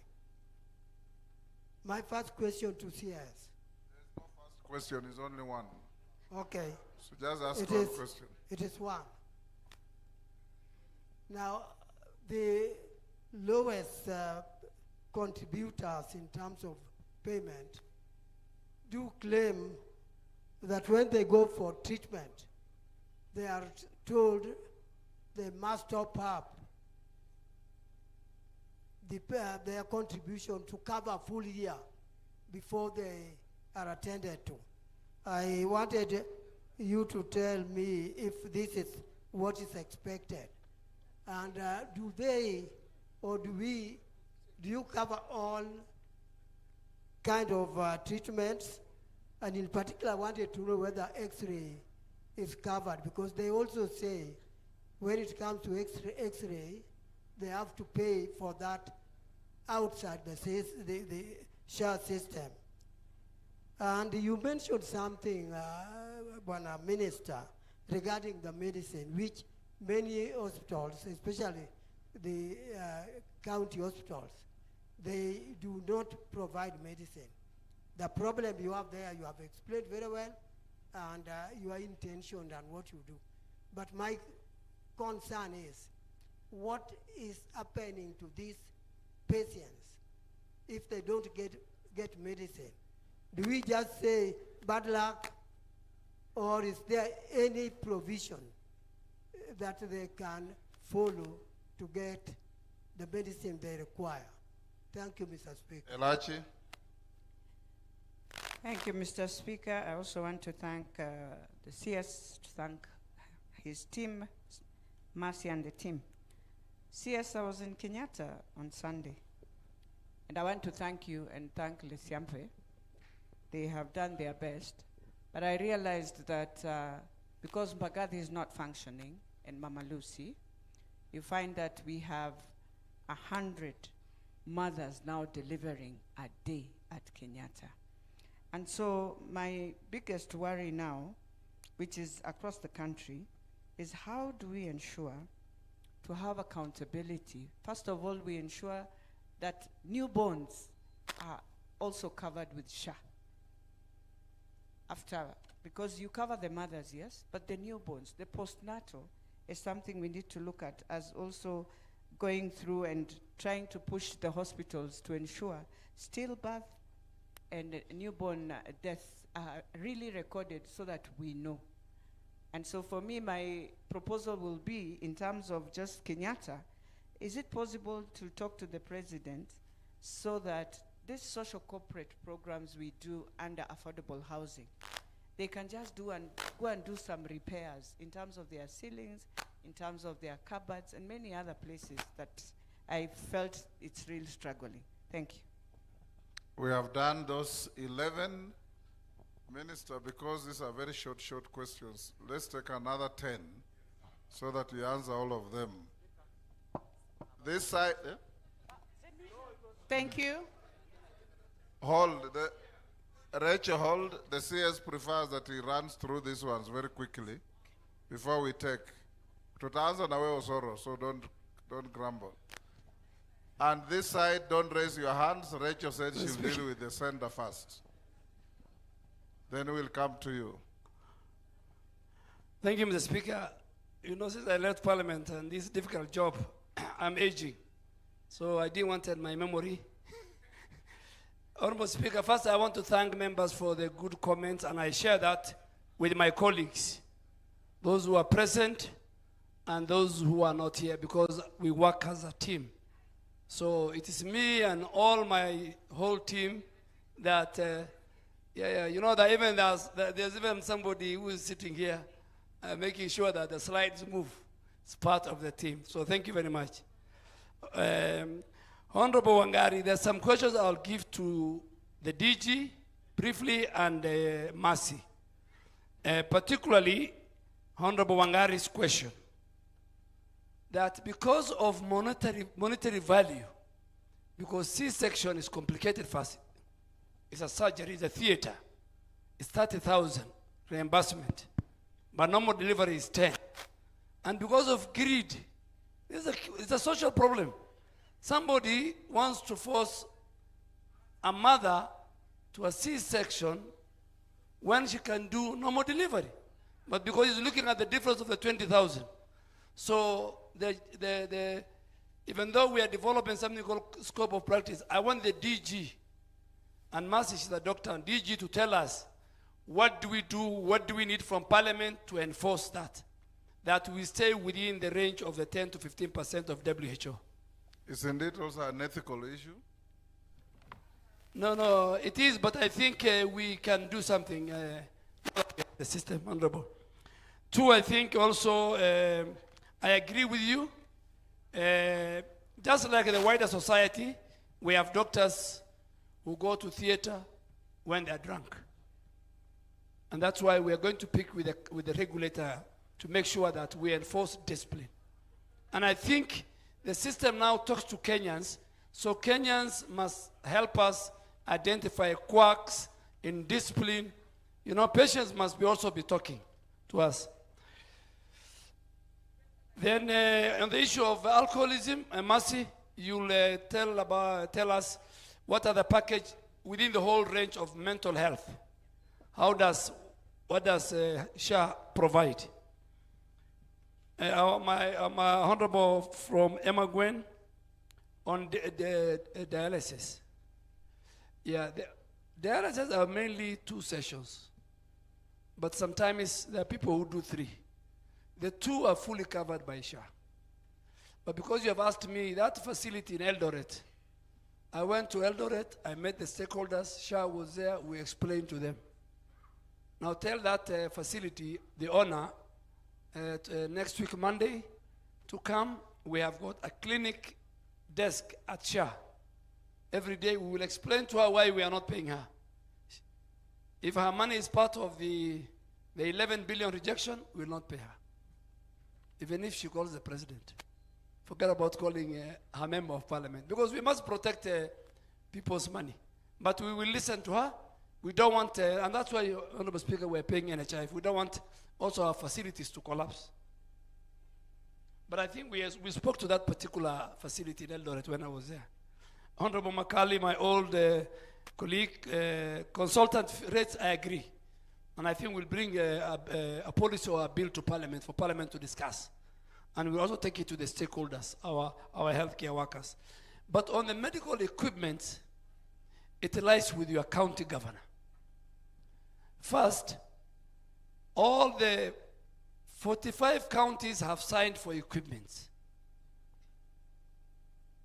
Intergovernmental partnership agreement. Nairobi County and Kiambu County refused to sign. But I want to report that I think Nairobi County now has signed, and even Kiambu County wants to sign. Then after they sign, they make a request for their facilities. So Kitui County, I agree with you that some counties, their uptake of equipment, basic equipment for their people is very slow. I can give we need to clap for Kirinyaga and Wajir and even Bungoma, where the speaker comes from, Kakamega. Kakamega, PGH, the governor has put 2 CT scans in PGH Kakamega because of the number of people. Let's clap also for the governor of Kisumu, a very progressive governor, Governor Anyang' Nyong'o and Governor Mombasa. So, Honorable Makali, the problem is I'll talk to the governor on your behalf to make the request, but please send me the facilities myself. The honorable member from Kenangop, I agree with you. And the DG must give me and mercy. There is no way we can have one facility private charging 200,000. Yeah, by the same Aga Khan, the SHA patient, the normal patient SHA, go and pay the SHA patient. But you know, because let's say, for example, me and you and the speaker, because we have another medical cover, so they overcharge us. So you should tell them, charge the SHA as a first point. Yes, the 11,000. But I agree with you, we will make. There's no way we can have 2 sets of payment in this country for dialysis. We will. And please support me when you are also in the talking to our people, say, let us use one healthcare. So 200,000, 11,000. I mean, that is a theft.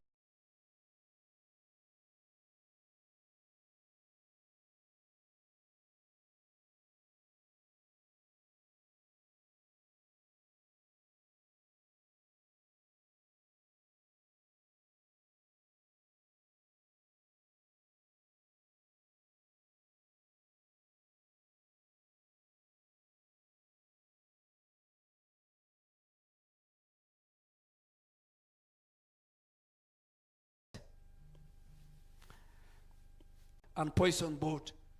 And you must have seen people making noise in the media. I stood firm. 2, and this is going to affect you. We will not allow drugs that are supposed to be dispensed by a doctor to be bought at the counter. The way me and you and our families call a chemist and ask for augmentin, and then you talk to a border ride around there and brings you, that will stop. That will stop. Even when you go to Europe on trips, do you buy on the counter? They tell you no. Even if it's on your phone, they refuse. So because sometimes you are given the wrong drug. Honorable CNN, Nguna, SHA is working. We have so far closed 1,118. And we are keeping on closing more.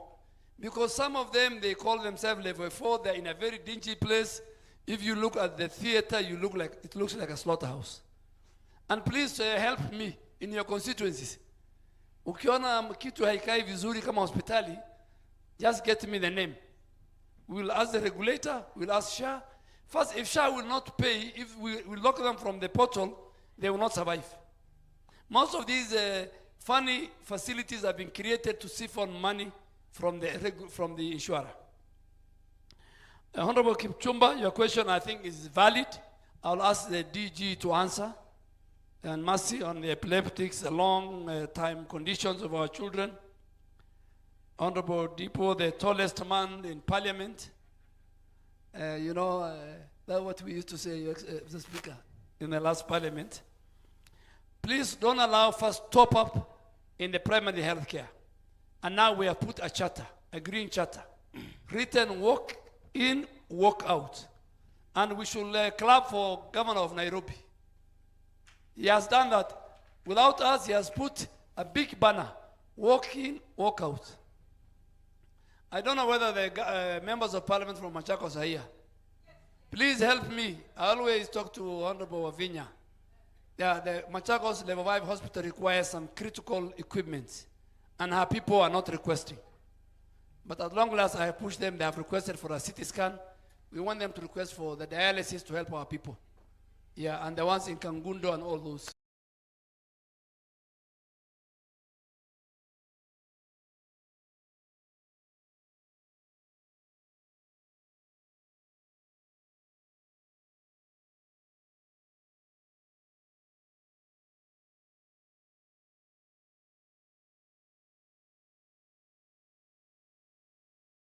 Help us. Yeah. 1 month, you pay very little money, you go to a facility, and then you incur 1 million shilling.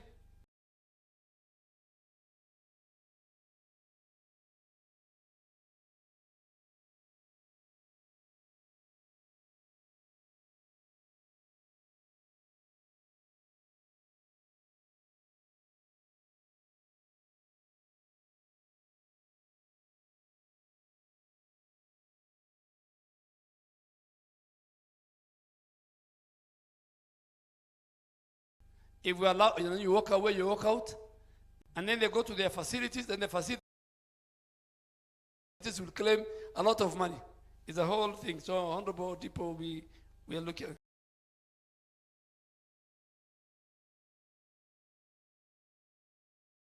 Kenyatta National Hospital or Kenyatta University is supposed to be a referral hospital. It's supposed to deal with complications even in maternal. When a mother in Pumwani, the doctors are overpowered, then they send to more experienced consultants in Kenyatta. But you know, we had a number of industrial disputes in Nairobi. We are overwhelmed. And I've already told the president that we can use affordable housing to build more wards in Kenyatta and expand Kenyatta.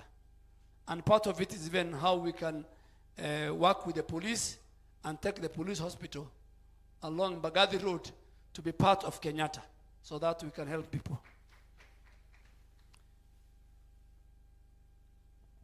I think, Mr. Speaker, give me 1 minute. Yes. Hold there. Kitui Roll, can you rephrase your question? Yes, Mr. Speaker, thank you very much. And I thought my question was very simple. I was referring to 11 billion, which is reported to have got lost. And my concern is, what system are you putting in place to make sure this kind of theft does not happen again?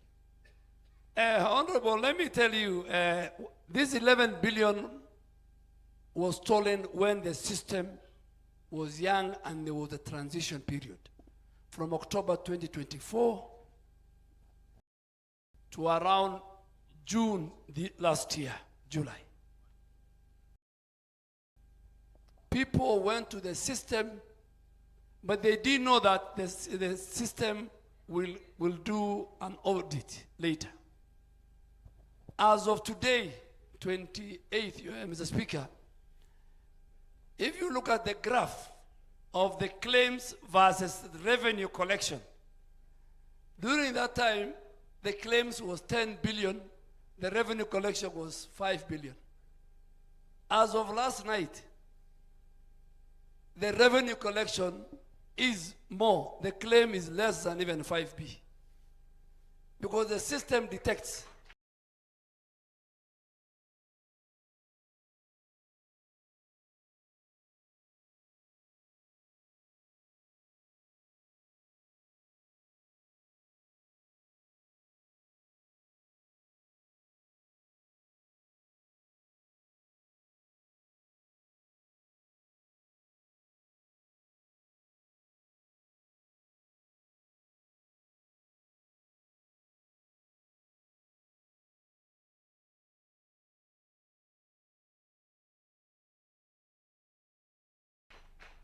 In fact, if you...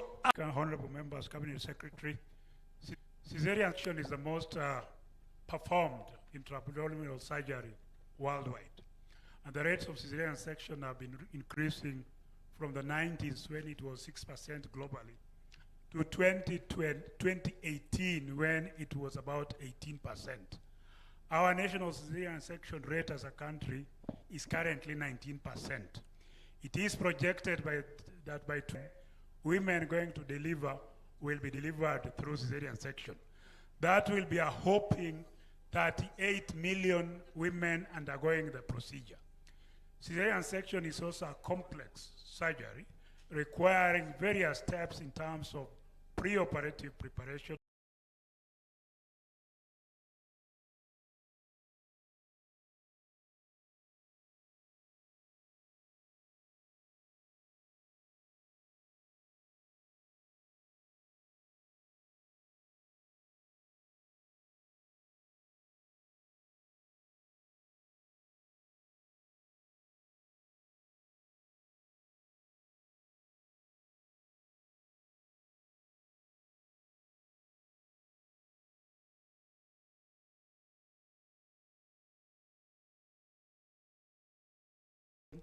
intraoperative steps and postoperative steps. Therefore, what SHA is... My mother, who died last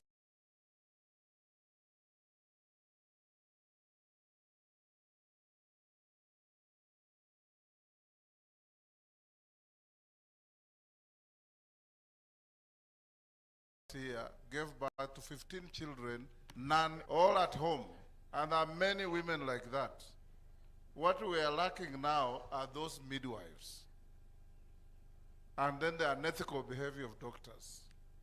What are you doing about it? Because one, give hospitals that deal with deliveries, midwives, properly trained to help.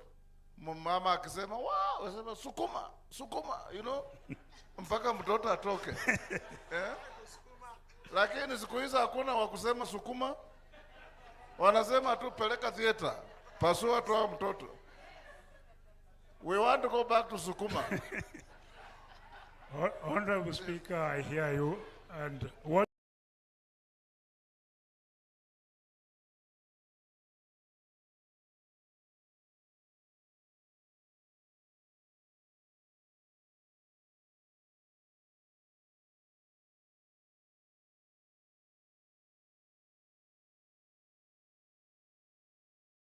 we are doing as and therefore that way we can be able to deal with it hospital by hospital, individual practitioner by individual practitioner.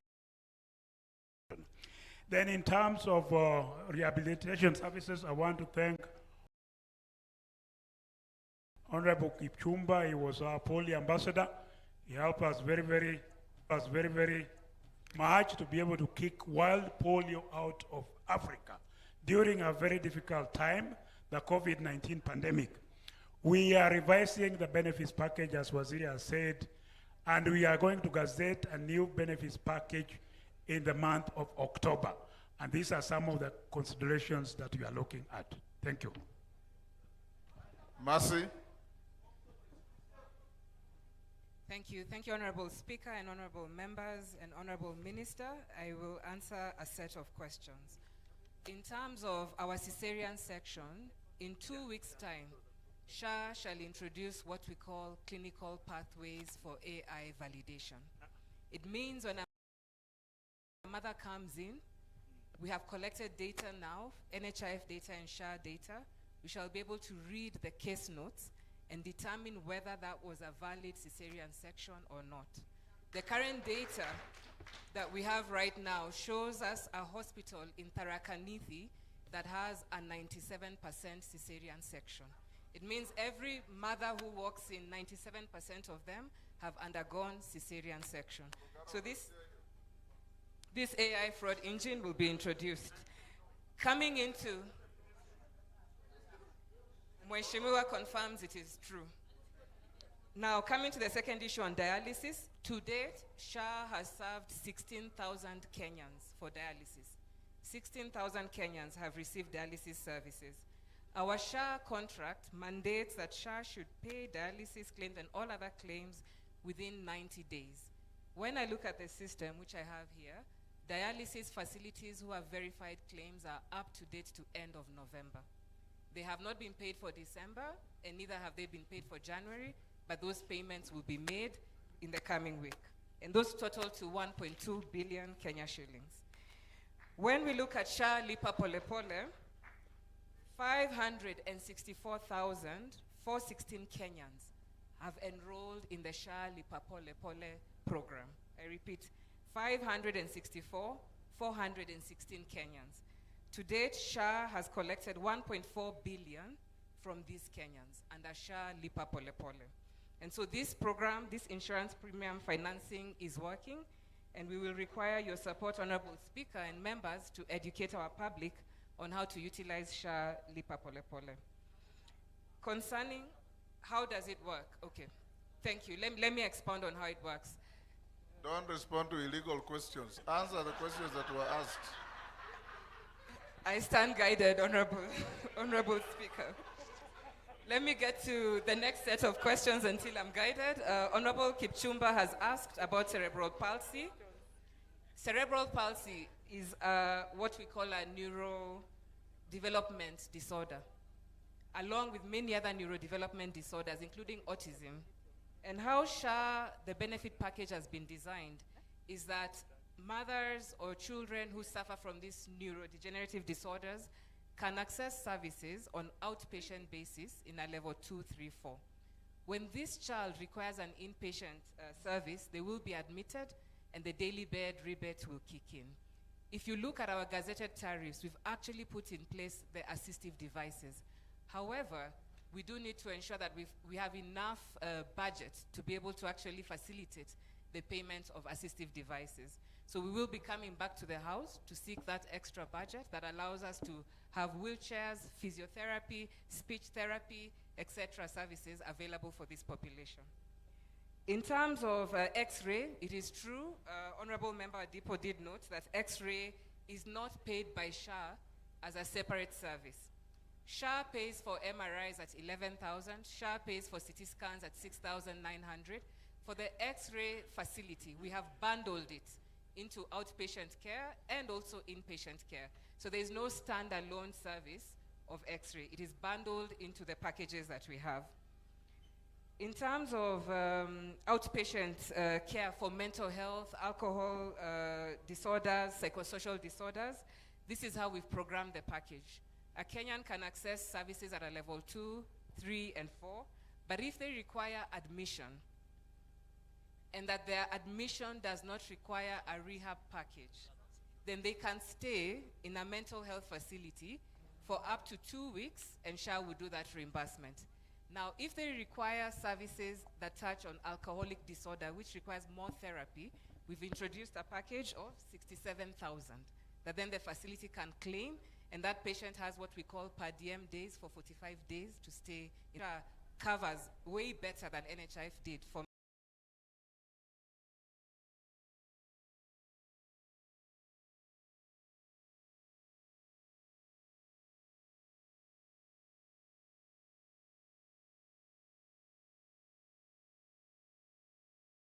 particularly for chronic conditions. We may need to do a better job as SHA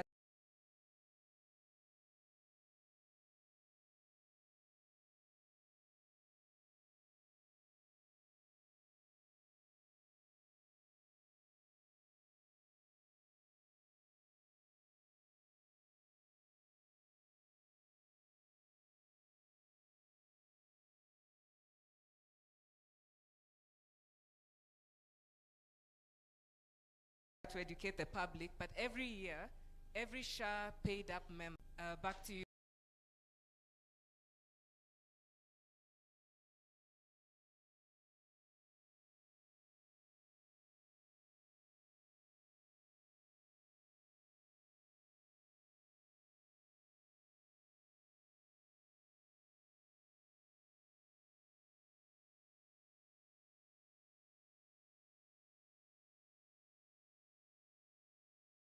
You, Honorable Speaker. Yes.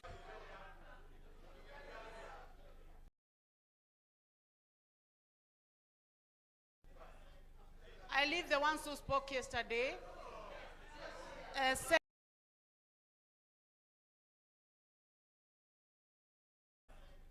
I leave the ones who spoke yesterday. 7, 8, 9. 10. Go on and reach 15. Okay. 11, 12, 13, 14, 15. Okay. Members, I think that's the fairest. way to deal Everybody with it. have your number. Osoro, start. Thank you very much, Honorable Speaker. Honorable Speaker, I also want to silence honorable members. I will still give everybody a chance, so just be patient, hold your horses. When we go this side, I know that the majority of us are sitting in the middle. I'll come back here again.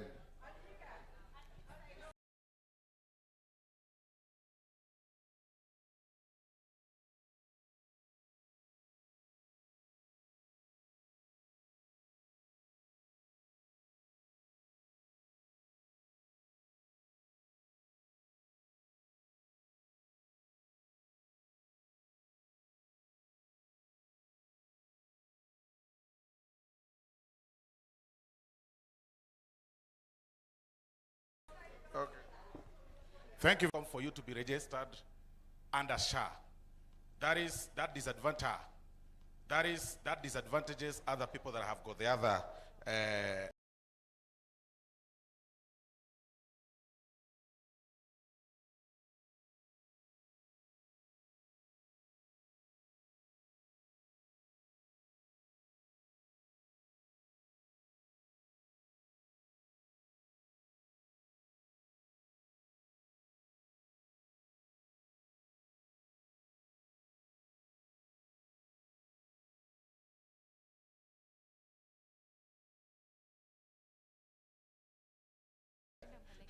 There is this issue, to put it on you, Honorable Waziri, that some of the claims or some of the issues that have been raised through your office, there's an alpha squad within also the ministry that decides that, you know, today, working in cohort with some of the county governments, today we are going to close this hospital, especially these private investors, to the detriment of the private investors, and give the advantage to the county hospital.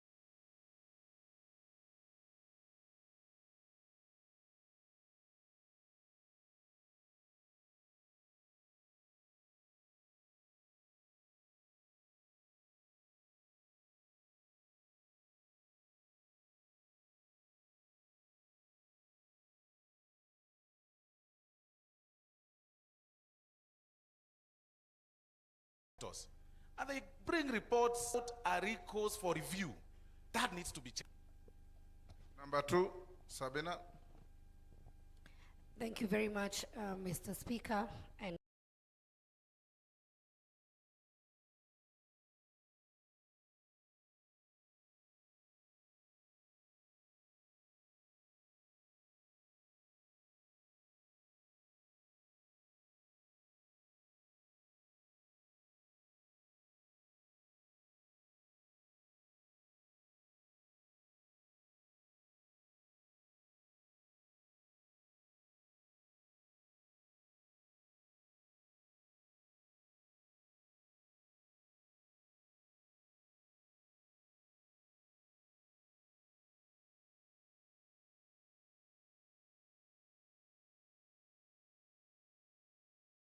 I want again to join my colleagues to good job. I've been there, and because she has mentioned clearly that you can only be admitted in a mental health facility. The one we have, I am not so sure how Mathare facility. The one we have, I am not so sure how Mathare is now. From the last time I checked, what is the plan to work with the county? And finally, Dr. Nikal mentioned about the package and the cost. And on this one, Honorable CS, allow me to speak about the KU Referral Hospital. We worked very hard to make sure that that hospital came into being. This hospital receives the exchequer money. But the cost of care, a lot of people who go to KU facility, even if somebody transitions, there's a problem. The cost of care is very high. What plans do you have to make sure that this is a national facility and patients who go there are also able to perform? Thank you very much, Honorable Speaker. Naomi Wako. Thank you very much, Honorable Speaker. I want to appreciate the Waziri and his entire team. My question is on cancer patients. We know very well that currently 44,000 Kenyans are reported on a yearly basis and about 29,000 deaths. And most of these people come from northern part of Kenya. I know you have already reported to us the consideration you have put in place under SHA, but I feel there is need for us to invest in research so that we can know the cause of this. I know we have been speaking about this for years, but there is need for this government, our government, to invest in research so that we can know the cause of cancer, especially in northern part of Kenya. And when it comes to SHA recruitment, Waziri, what measures have you put in place in terms of recruitment and employment for the marginalized communities? Thank you. Murugara. Yeah? Who is number 4? Emas.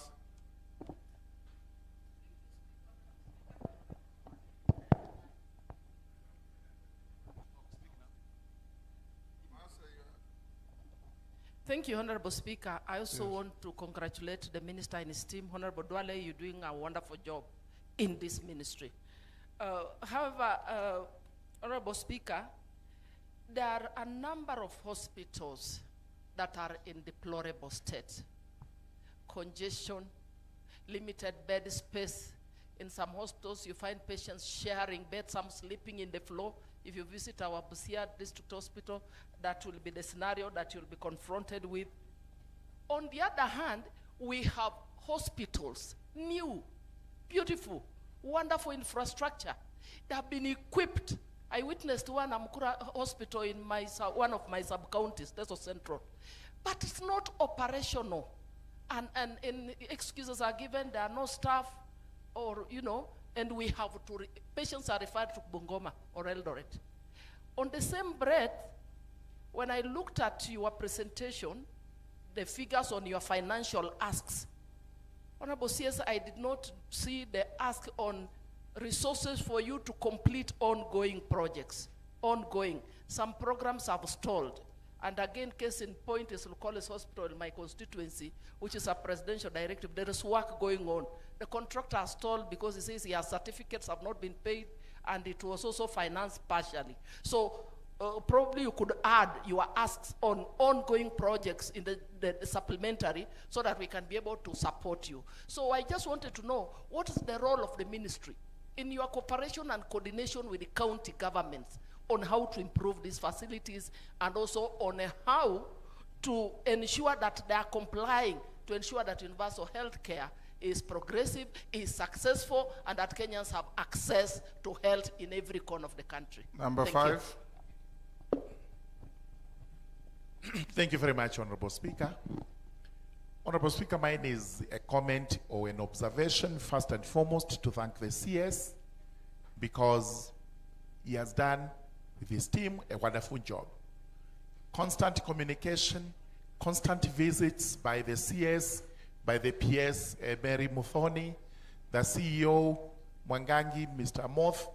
We have been able to show exactly what SHA is and what it can do. Today, when I receive a telephone call from a constituent saying I'm admitted in a hospital somewhere, whether Komarok or whatever it's called, the first question we ask is this: are you registered with the SHA? And the response in 90% is yes. Then you are relieved. You ask, what is the problem? After that, you're told, possibly I need fare to go home, or I need 2,000 shillings to buy extra medicine, which was not covered. And this is a demonstration that SHA actually works. However, I don't know how you're going to crack the whip on county governments, because the problem they have is they cannot give any explanation why they do not sign for the facilities you're offering, they do not sign for medicines, and as a result of which the hospitals down there are not able to give the services they are required to give. Otherwise, the work you have done, the communication has been excellent. Thank you very much. Thank you, Papa. CS education, not education, CS health. I want to appreciate you for the good work that you're doing and your team, because for once, pressure on members for fundraisers for medical have gone down. So I want to really appreciate you. And I told you when we met in Parliament that that was a good appointment. So we wish you well. My question comes on the National Cochlear Implant Program. And I wanted to know when you're going to reach out to the learners at Nyangweso school for the hearing, learners with hearing impairment, and how can they be helped? Most of these learners are vulnerable. Their parents abandoned them there, so I don't know who can pay for them so that they are able to be helped. But if you could give me a date, we go with you and assess that particular school so that they are helped, they are learners that belong to this country. I thank you, Papa. Thank you. 7. Thank you, Mr. Speaker. CS, I mean, you've got enough compliments today for the good work that you're doing. I wish the media this is live, is live. I wish the media would actually look at the gains and what we've achieved in terms of health moving from NHIF to SHA, so that we can always, celebrate the gains that we have in our country instead of always putting our country down. When Mercy was speaking, she's talked about diabetes, the screening, that many people are not coming up and taking advantage of the screening. For me, I think we should use social media aggressively to make people aware that the screening is happening. It's a failure if people are not aware of the screening. And then when it comes to the post-screening, you need diabetic medication. People need to know what's available and where it's available. And what if counties are not stocking it? Glaucoma. It is such a shame in this day and age for somebody to go blind because they're not been screened for glaucoma, and then they don't have the medication. The medication is 3,500 shillings. But if we got generics, it would be even cheaper. So what are the programs on glaucoma? What are the medications on diabetics? And while we're here, there is a meeting going on right now with pediatricians, the Kenya Medical Association, the John Hopkins University, and the Health Reach. They're actually in the main building. They have a program called SASA, which is Smart Advocacy for Strategic Action. And their main concern is newborn care. We care for the mother, but if the baby is preterm, we don't have enough. We don't have pediatricians in all the hospitals. We don't have oxygens.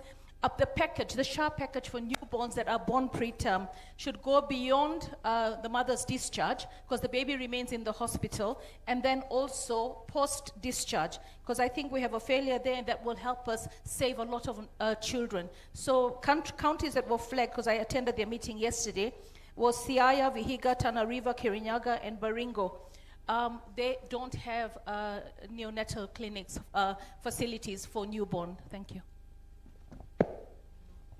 Number 8. Thank you, Mr. Speaker. To Waziri Health, I just want to know how you intend to ensure seamless services to patients requiring critical blood transfusion and services, especially plate donations and transfusions. And what other plans do you have? Do you have plans to procure another machine to supplement the existing one at the Kenyatta National Hospital? And how do you intend to upscale the blood transfusion services?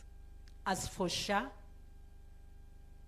I don't want to be the one to say any negative, but right now, I have a patient now in Kenyatta Hospital that has been told the machine, the Nini SHA is not working, you have to pay cash. Please confirm. Thank you. Share the details with them. Pierre Polo. Thank you for this opportunity, and CS, thank you for the very good presentation. I'm Paul Biego, Chesumei constituency, Member of Parliament, and the question goes to the CS that the recent challenges in, given the recent challenges in healthcare infrastructure and staffing, what specific strategies does the ministry plan to implement to improve at least access to quality healthcare services in rural areas? And what is the timeline? And as my colleague has said also here, what should people do when they are told SHA is not working? And sometimes it is a matter of emergency, and you go to a hospital and they say the systems are down. So at that particular point in time, what is one... You are rigging in 3 questions. That's enough. Thank you. Next. Thank you. Oundo. Yes, thank you, Speaker. I don't need introduction to the CS because we suffered with him many years somewhere. I just want to seek your indulgence, Speaker. I have a very interesting case, and I'm sure if Honorable Anjala would have been here, would have joined me in the same case. For some strange reason, we have so many ladies who cross over from Uganda, come and get married to Kenya. And for why do you call it strange? It's very normal. No, that's why I want to the strange part of it. That's why I want to go to the strange. The strange part of it will come at the tail end, so that I don't want in my village, every other home. I don't want it to be carried away for the reasons why they cross. I want to pass over the message very clear. They do not have national IDs of Kenya. They can't get national IDs because they have not migrated officially. But they are married in Kenya, that they are 3rd, 4th, or 6th pregnancies. Yet when they go to health facilities for maternity, they are not covered. In the previous regime, we used to fall under Linda Mama, where they would use the ID numbers of their mothers-in-law to get such facilities. I wonder, what does the current system, what can it do to ensure that we cover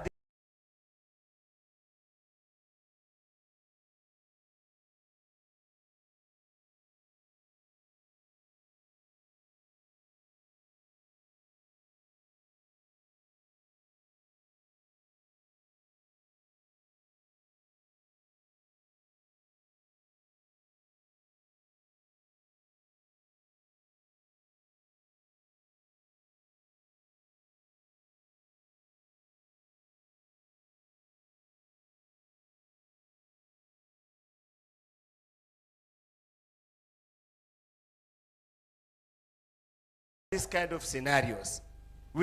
You are the member of parliament. I did.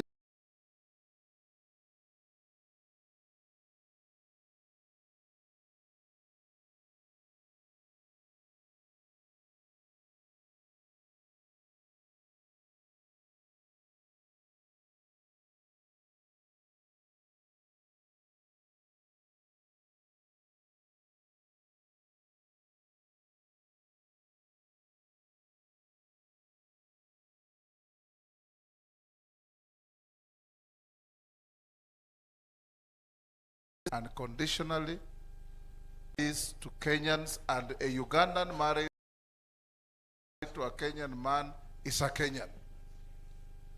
Speaker, because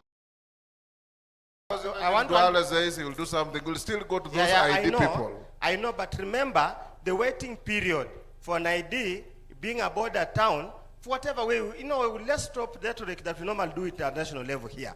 It's about 6 to 7 months. That's the standard waiting period.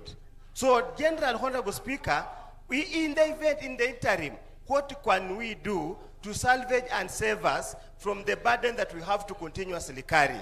We might lie on national policies, try to subjugate the matter, but we have a real problem, which if you do not want to listen, so that we can put our heads together, then we are simply saying that this is an exercise in futility. Finally, I don't want to go into that. You've done your bit. Yeah, I just want to pass over a message which I've received now. And I want to pick up, I think the lady here, the lady Joyce of Kamena has said, I'm told here, they have been asked to pay 100,000. They bill for surgery, I don't know what type of surgery it is, 100,000. They have been told because their cover is not comprehensive, the SHA cover is not comprehensive, it can only pay 35. So we have to join a WhatsApp group and raise another 65,000. So we need to understand, is there comprehensive SHA, or SHA was equal and common to everyone? See, those kind of things that we need to balance. Thank you. I still want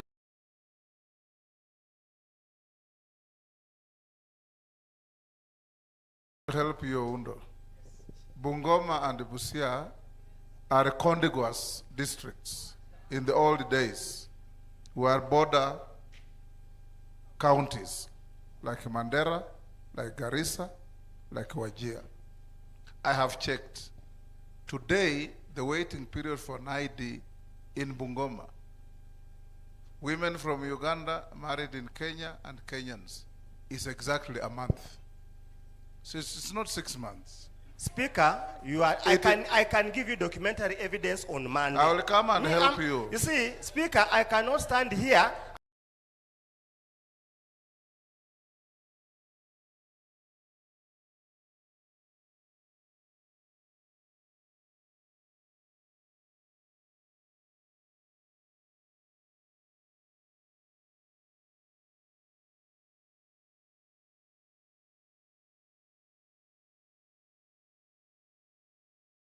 And make allegations that I cannot substantiate. Period.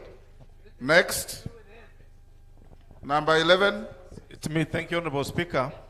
Honorable Speaker, allow me to appreciate Honorable Duale that indeed he has done a good job together with the DG and the CEO for SHA. My question to you undertaken before he's paid. Thank you, Honorable Speaker. Number 12. Thank you, Mr. Speaker. Mr. Speaker, we as members of parliament employ constituency staff. The 290 constituencies. Mulyungi. Yes, Gideon Mulyungi. Mwingi Central. Now, these members of staff for our constituency offices contribute 26 million shillings to SHA. They also contribute other statutory taxes.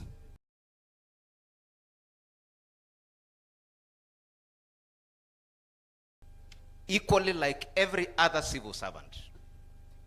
However, Mr. Speaker, our constituency staff do not get the same services as civil servants. When they go to hospitals, they are asked to pay for extra services like X-ray and ENT, which they are asked to pay in cash. So, Mr. Speaker, what is the minister doing about this? And Minister Waziri, you pass through my constituency every day when you are going to Garissa. God forbid, if you have a problem along the road, the nearest hospital you can land to is Mwingi General Level 4 Hospital. You walk there, the hospital is pathetic, no medicine, no nothing, and it is very corrupt. Even River Road to Kenyatta Hospital, you'll be asked for fuel for the ambulance. Post-mortem, you'll be asked to pay cash, 30,000 shillings. Can you look into that? Thank you very much. Next, 13. Thank you, Mr. Speaker. I also congratulate Waziri for good presentation. Mr. Speaker, I speak on behalf of other counties like yours, the ones who are within the border. But particularly allow me to mention Kajiado South, our border called Tarakea.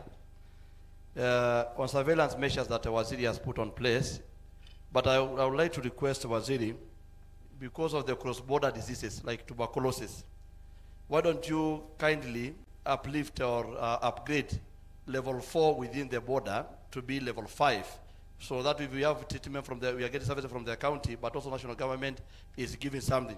Because at the end of the day, we are getting a lot of challenges with our people within the border. Thank you, Mr. Speaker. Thank you. 14. Yeah. Malenge. Thank you, Mr. Speaker. Waziri, I join the rest of the members in congratulating you on the presentation. The money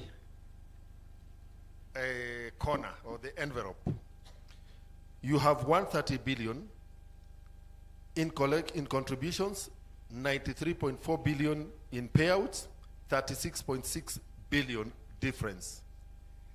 Yet we have complaints from two angles. One, patients who go to hospitals get a prescription for lab tests, either under primary health care facilities or the referral facilities, yet they are being sent outside in the private practice, in the private providers, and they are, a claim has been lodged in the system.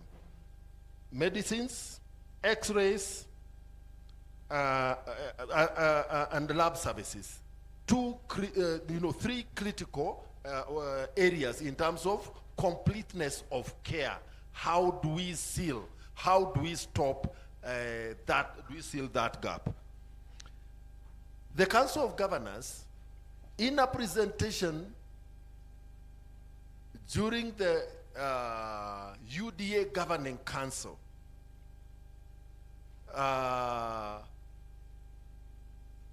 Embu Governor, Her Excellency Cecil Barire, said that the remittances by SHA to county facilities is at 60%. Your presentation here has told us overall 73%, a 13% point difference. Where is the truth? 15. Thank you. Thank you, Speaker. Martin. Yes, Owino. Martin Owino. CS, kudos for your leadership and your team. We believe if you sustain your foot on the gas pedal, we'll get healthcare right. The Speaker, I have an observation. Last year, as a health committee led by Dr. Nyikal, we went for fact-finding in the field. To single out one facility called Nyandiwa. We were so happy with Nyandiwa because the claim office was capacitated. And in fact, their claim rate was over 95%, meaning SHA was efficiently reimbursing the facility. 84 million by then. Then we asked, where is the money? And they said when SHA reimbursed them, the money goes to their facility and bounces back to county special account. And what does the county does with that money? County releases 80% back and deducts 20%. Then later on, our chair, Dr. Nyikal, is there. He asked the county government, can you then